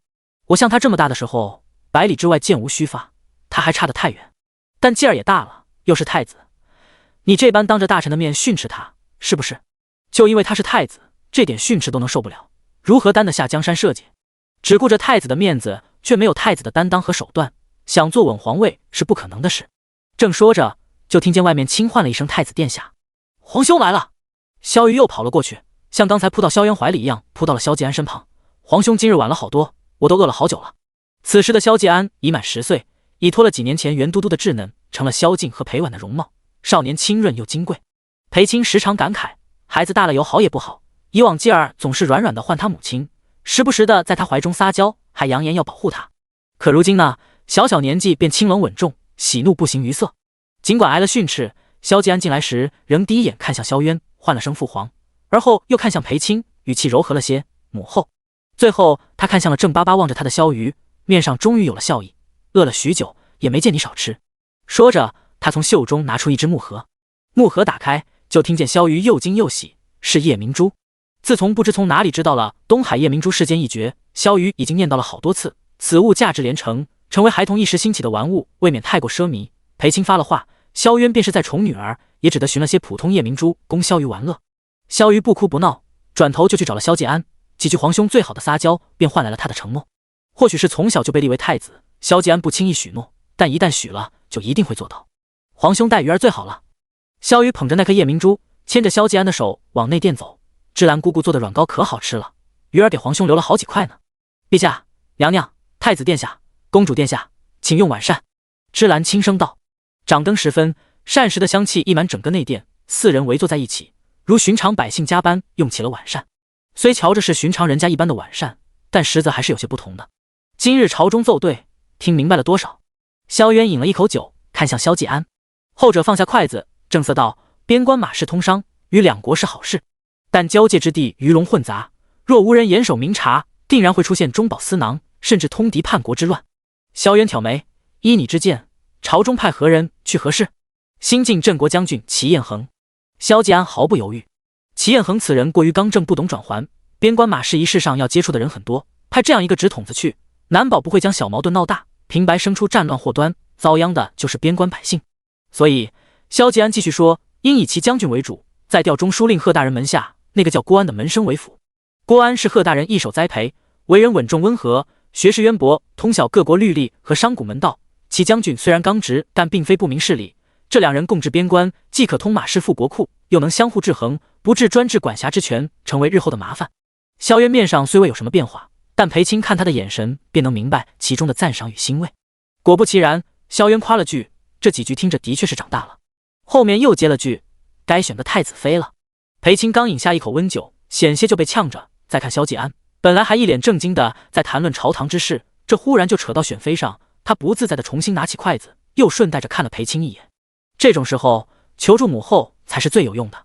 裴青立刻开口，怎么扯这个？继儿才多大？这跟多大有何关系？一辈子那么短，就该与心上人早些相识才是。我还嫌咱们相识太晚，前边10几年都可惜了。这扯着扯着又扯到自己身上，裴青面色微红，那也不能一概而论。萧渊不明白这有什么可脸红的，裴青脸红也就算了，萧继安堂堂男儿有什么可脸红的？你可有心上人？喜欢哪家的姑娘？萧渊逆着他直白地问。躲来躲去没躲过，萧继安宁可萧渊拷问文学武学之事，也不想扯这些事，怪难为情的。没有，他回道。怎么没有呀？此时萧瑜眨巴着一双大眼睛，皇兄最喜欢我了。你不算。萧渊捏捏萧瑜的脸蛋，逗他，那你最喜欢谁？萧继安也看着萧瑜，只见萧瑜起身欢快地扑到萧渊怀里，当然最喜欢父皇了。他坐在萧渊的大腿上，晃悠着2条小腿，我今晚想跟父皇和母后一起睡。那不行。萧渊半点不含糊道，除了这事，别的都能答应你。说着还暧昧地看了一眼裴青。裴青真是拿他没办法，说鱼儿不是想听芝兰姑姑讲她幼时的故事吗？今晚芝兰姑姑陪鱼儿回永宁宫如何？午后听了母后和父皇的故事，晚上又能听芝兰姑姑的故事，萧瑜立刻点头，脆生生的应了声好。用完晚膳后，萧瑜乖巧的跟着芝兰回了永宁宫，裴青则特意送萧继安到了寒宁宫外。继儿，父皇对你严苛，时常训斥，你可怪他。对于自己的身世，萧继安已经知道得非常清楚，身边还能有血亲姨母，他已然心怀感念。至于训斥，他深知其中缘由。若说亲生父皇是仁和的君主，那如今的父皇便是强势的帝王。若没有他雷霆之势震慑列国，当不会有如今的太平盛世。他要做的就是将来也成为这样的帝王。母后放心，那些训斥我都记着呢，待我强于父皇之时，他再训斥，我就不听他的了。裴青果然被逗笑，结果身后传来一声不屑的冷哼，妻野心不小。那还早着呢。萧渊走过来揽住裴青的腰，语气凉凉地对萧继安道，睡前再端1个时辰的弓，端不满时辰不许睡觉。萧继安显然已经习以为常，是，请父皇母后安歇，儿臣告退。他行了礼，一步步消失在夜色之中。走吧。萧渊拥着裴青往回走，趁其不备，在他脸上偷了个香，听儿子的话，安歇去。萧渊沐浴完出来，就见裴青指着白色里衣，散着长发，站在窗边安静地看着夜幕。在想什么？一双结实灼热的手臂圈了上来，颈间气息喷洒，想以前的事。裴青感叹，他什么也没说，他却一眼便知道。方才听到他说可惜他们相识太晚时候，那一刹那涌上的酸涩竟久久消散不去。那时候他说，裴青，到了你外祖父家，我们便成亲。可最终事与愿违。说起来，以前有些事可能你不知道，譬如我迟迟没同你成亲，是因为在那半年中，我提了3次亲，都被你外祖父拒绝了。裴青惊讶，居然还有这种事。后来萧渊没有再提成亲的事，裴青以为是他后悔了，却没想到其中竟还有其他缘由。他不允亲，我便不好强行忤逆。除了我身无分文孤身一人之外，我猜想是不是他老人家将我当成了登徒子，以为我们早已有了夫妻之实，这才怒而不允。于是第3次提亲时，我还特意同他言明了此事。什么？裴青转过身来，你怎么能同祖父说这些？他这么想着都觉得羞臊的不行。那我能怎么办？能想的缘由我都想过了。再说外祖父他老人家也是男子，有何说不得的？但其实并非因为这个，这也是为何后来我不得不暂时离开你一段日子。萧渊将他揽入怀中，裴青静静地听他说着。他告诉我，你是官宦人家的女儿，即便父亲官位不高，但起码衣食无忧。你将来匹配的人家，即便不是高门显贵，横竖也是体体面面的人户。你的孩子更会是体体面面的公子小姐。而你嫁给那时的我，就从官宦小姐变成一介平民农妇，我们的孩子也会一辈子比不上那些出身高贵的世家大族之子。我看得出你出身不凡，亦有一身本领。你甘愿窝在这乡野田间是你的打算，但裴青自幼丧母，在那个姨娘手下定然没少受委屈，原指着她像她姐姐一般，嫁人后会有一番新的光景，此生不再吃苦受累。你若身有功名，她便是良家夫人；你若一介莽夫，她便是莽夫之妇。个中差别，我想你应当看得明白。萧渊学着当年那番原话，笑说，所以是他老人家一眼点醒了我。我只想与你厮守，想抛弃那些让我厌烦的一切，只过些平淡日子。我自幼见识了皇族的尔虞我诈，父亲忽然暴毙，我不得不承袭南川王位。自那一日起，便是源源不断的争斗，甚至是手足残杀。我厌弃那一切，便愤然离开。但我不该如此自私，明明可以同你过更好的日子，明明可以给我们将来的孩子高贵的地位，却只因厌弃争斗便隐瞒一切。所以那时我决意回去，待我摆平了一切战乱，以南川王之身，奉上整个南境富贵荣华，光明正大风风光光的迎娶你。虽未同你言明，但你答应等我，答应做我的将军夫人时，裴青，你不知我有多高兴。怀中传来低低的抽泣声，萧渊笑了笑，轻轻拍着他的后背。只是我们都没想到，我那一走便是2年，要彻底铲平统治南境，远比我想象中的要难。前有蛮夷之敌，后有宗族算计，我不能有片刻的分心，更不能透露心中有牵挂之人。我怕他们会顺着那些蛛丝马迹加害于你。2年后回去时，只看见了外祖父的坟冢和那张诀别的字条，我不愿相信，便立刻去找了你。知道你决意入宫，知道你是真的不要我了，我才知道所做的一切是真的没有用了。对不起。裴青抬起头，漂亮的脸蛋上满是泪水。我本来一直都在等你，后来外祖父病了，须得去大医馆请郎中，我那时才知道宫中的姐姐去世了。当时姐夫伤心太过，并未大肆告知天下，只安葬了姐姐之后便一直空着后位。我这才明白为何我写的信都有去无回，因为那些信根本都没能到姐姐手中。外祖父没能等到我带回郎中，我安葬了他，回了裴家。我要亲眼看到姐姐的灵位，才能相信她是真的不在了。当年陪姐姐入宫的嬷嬷回了裴府，她告诉我，姐姐还是知道了我离家的消息，每日担心不已，却又寻不得我的下落。后来她生产时难产，临终前还喃喃地叫着我的名字。裴青说到这里泣不成声，若不是我，姐姐或许就不会神思郁结，对不对？她一定想好好陪着继儿长大，一定想好好陪着姐夫。父亲说，姐夫朝政繁忙，后宫又有嫔妃争宠，一旦妃子有孕，继儿就会成为众矢之的，所以我答应入宫替姐姐好好抚养继儿。或许还能有更好的办法，只是我没想到罢了。对不起，我不该对你说那些话的。他至今仍记得萧渊那不可置信又受伤的眼神，这些年来他都不敢再回想那日两人的诀别。萧渊听着裴青的哭诉，沉默久久，才道：不怪你，真的不怪你。可他还是哭个不停。萧渊干脆一把将人抱起，往床榻走去。你干什么啊？他惊讶一瞬，还带着哭腔。我还是更喜欢你在榻上哭，在别的地方哭，实在心疼的紧。他放下他，戏谑地瞧着他，兀自解了衣裳，赤裸的胸膛露出。裴青擦着眼泪别过头去。你总这样不正经，如何就不正经了？他圈上他的身子，觉得我们相识太晚的话是真，觉得前面10几年可惜了也是真，但我从未后悔回南川做了南川王，起码后来这事能传入你的耳中，让你在危难之际写下那封求救信。我终归还是风风光光的娶了你，不过是其中有些耽搁罢了。往后日子这么长，难道还怕补不回来？听他这么说，裴青心里好受了许多。他主动环上男人的脖颈，声音柔和，往后几10年定然是能补回来的。又娇又软的样子，看得萧渊喉头吞咽，凑上去重重的亲了他一口。那就从这时开始补。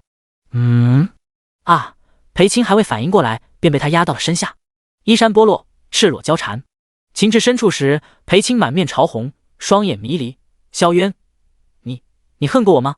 听见这话，萧渊对上那双好看的眸子，他俯下来吻在他唇边，耳际。没有，裴青，从来都没有。全文完。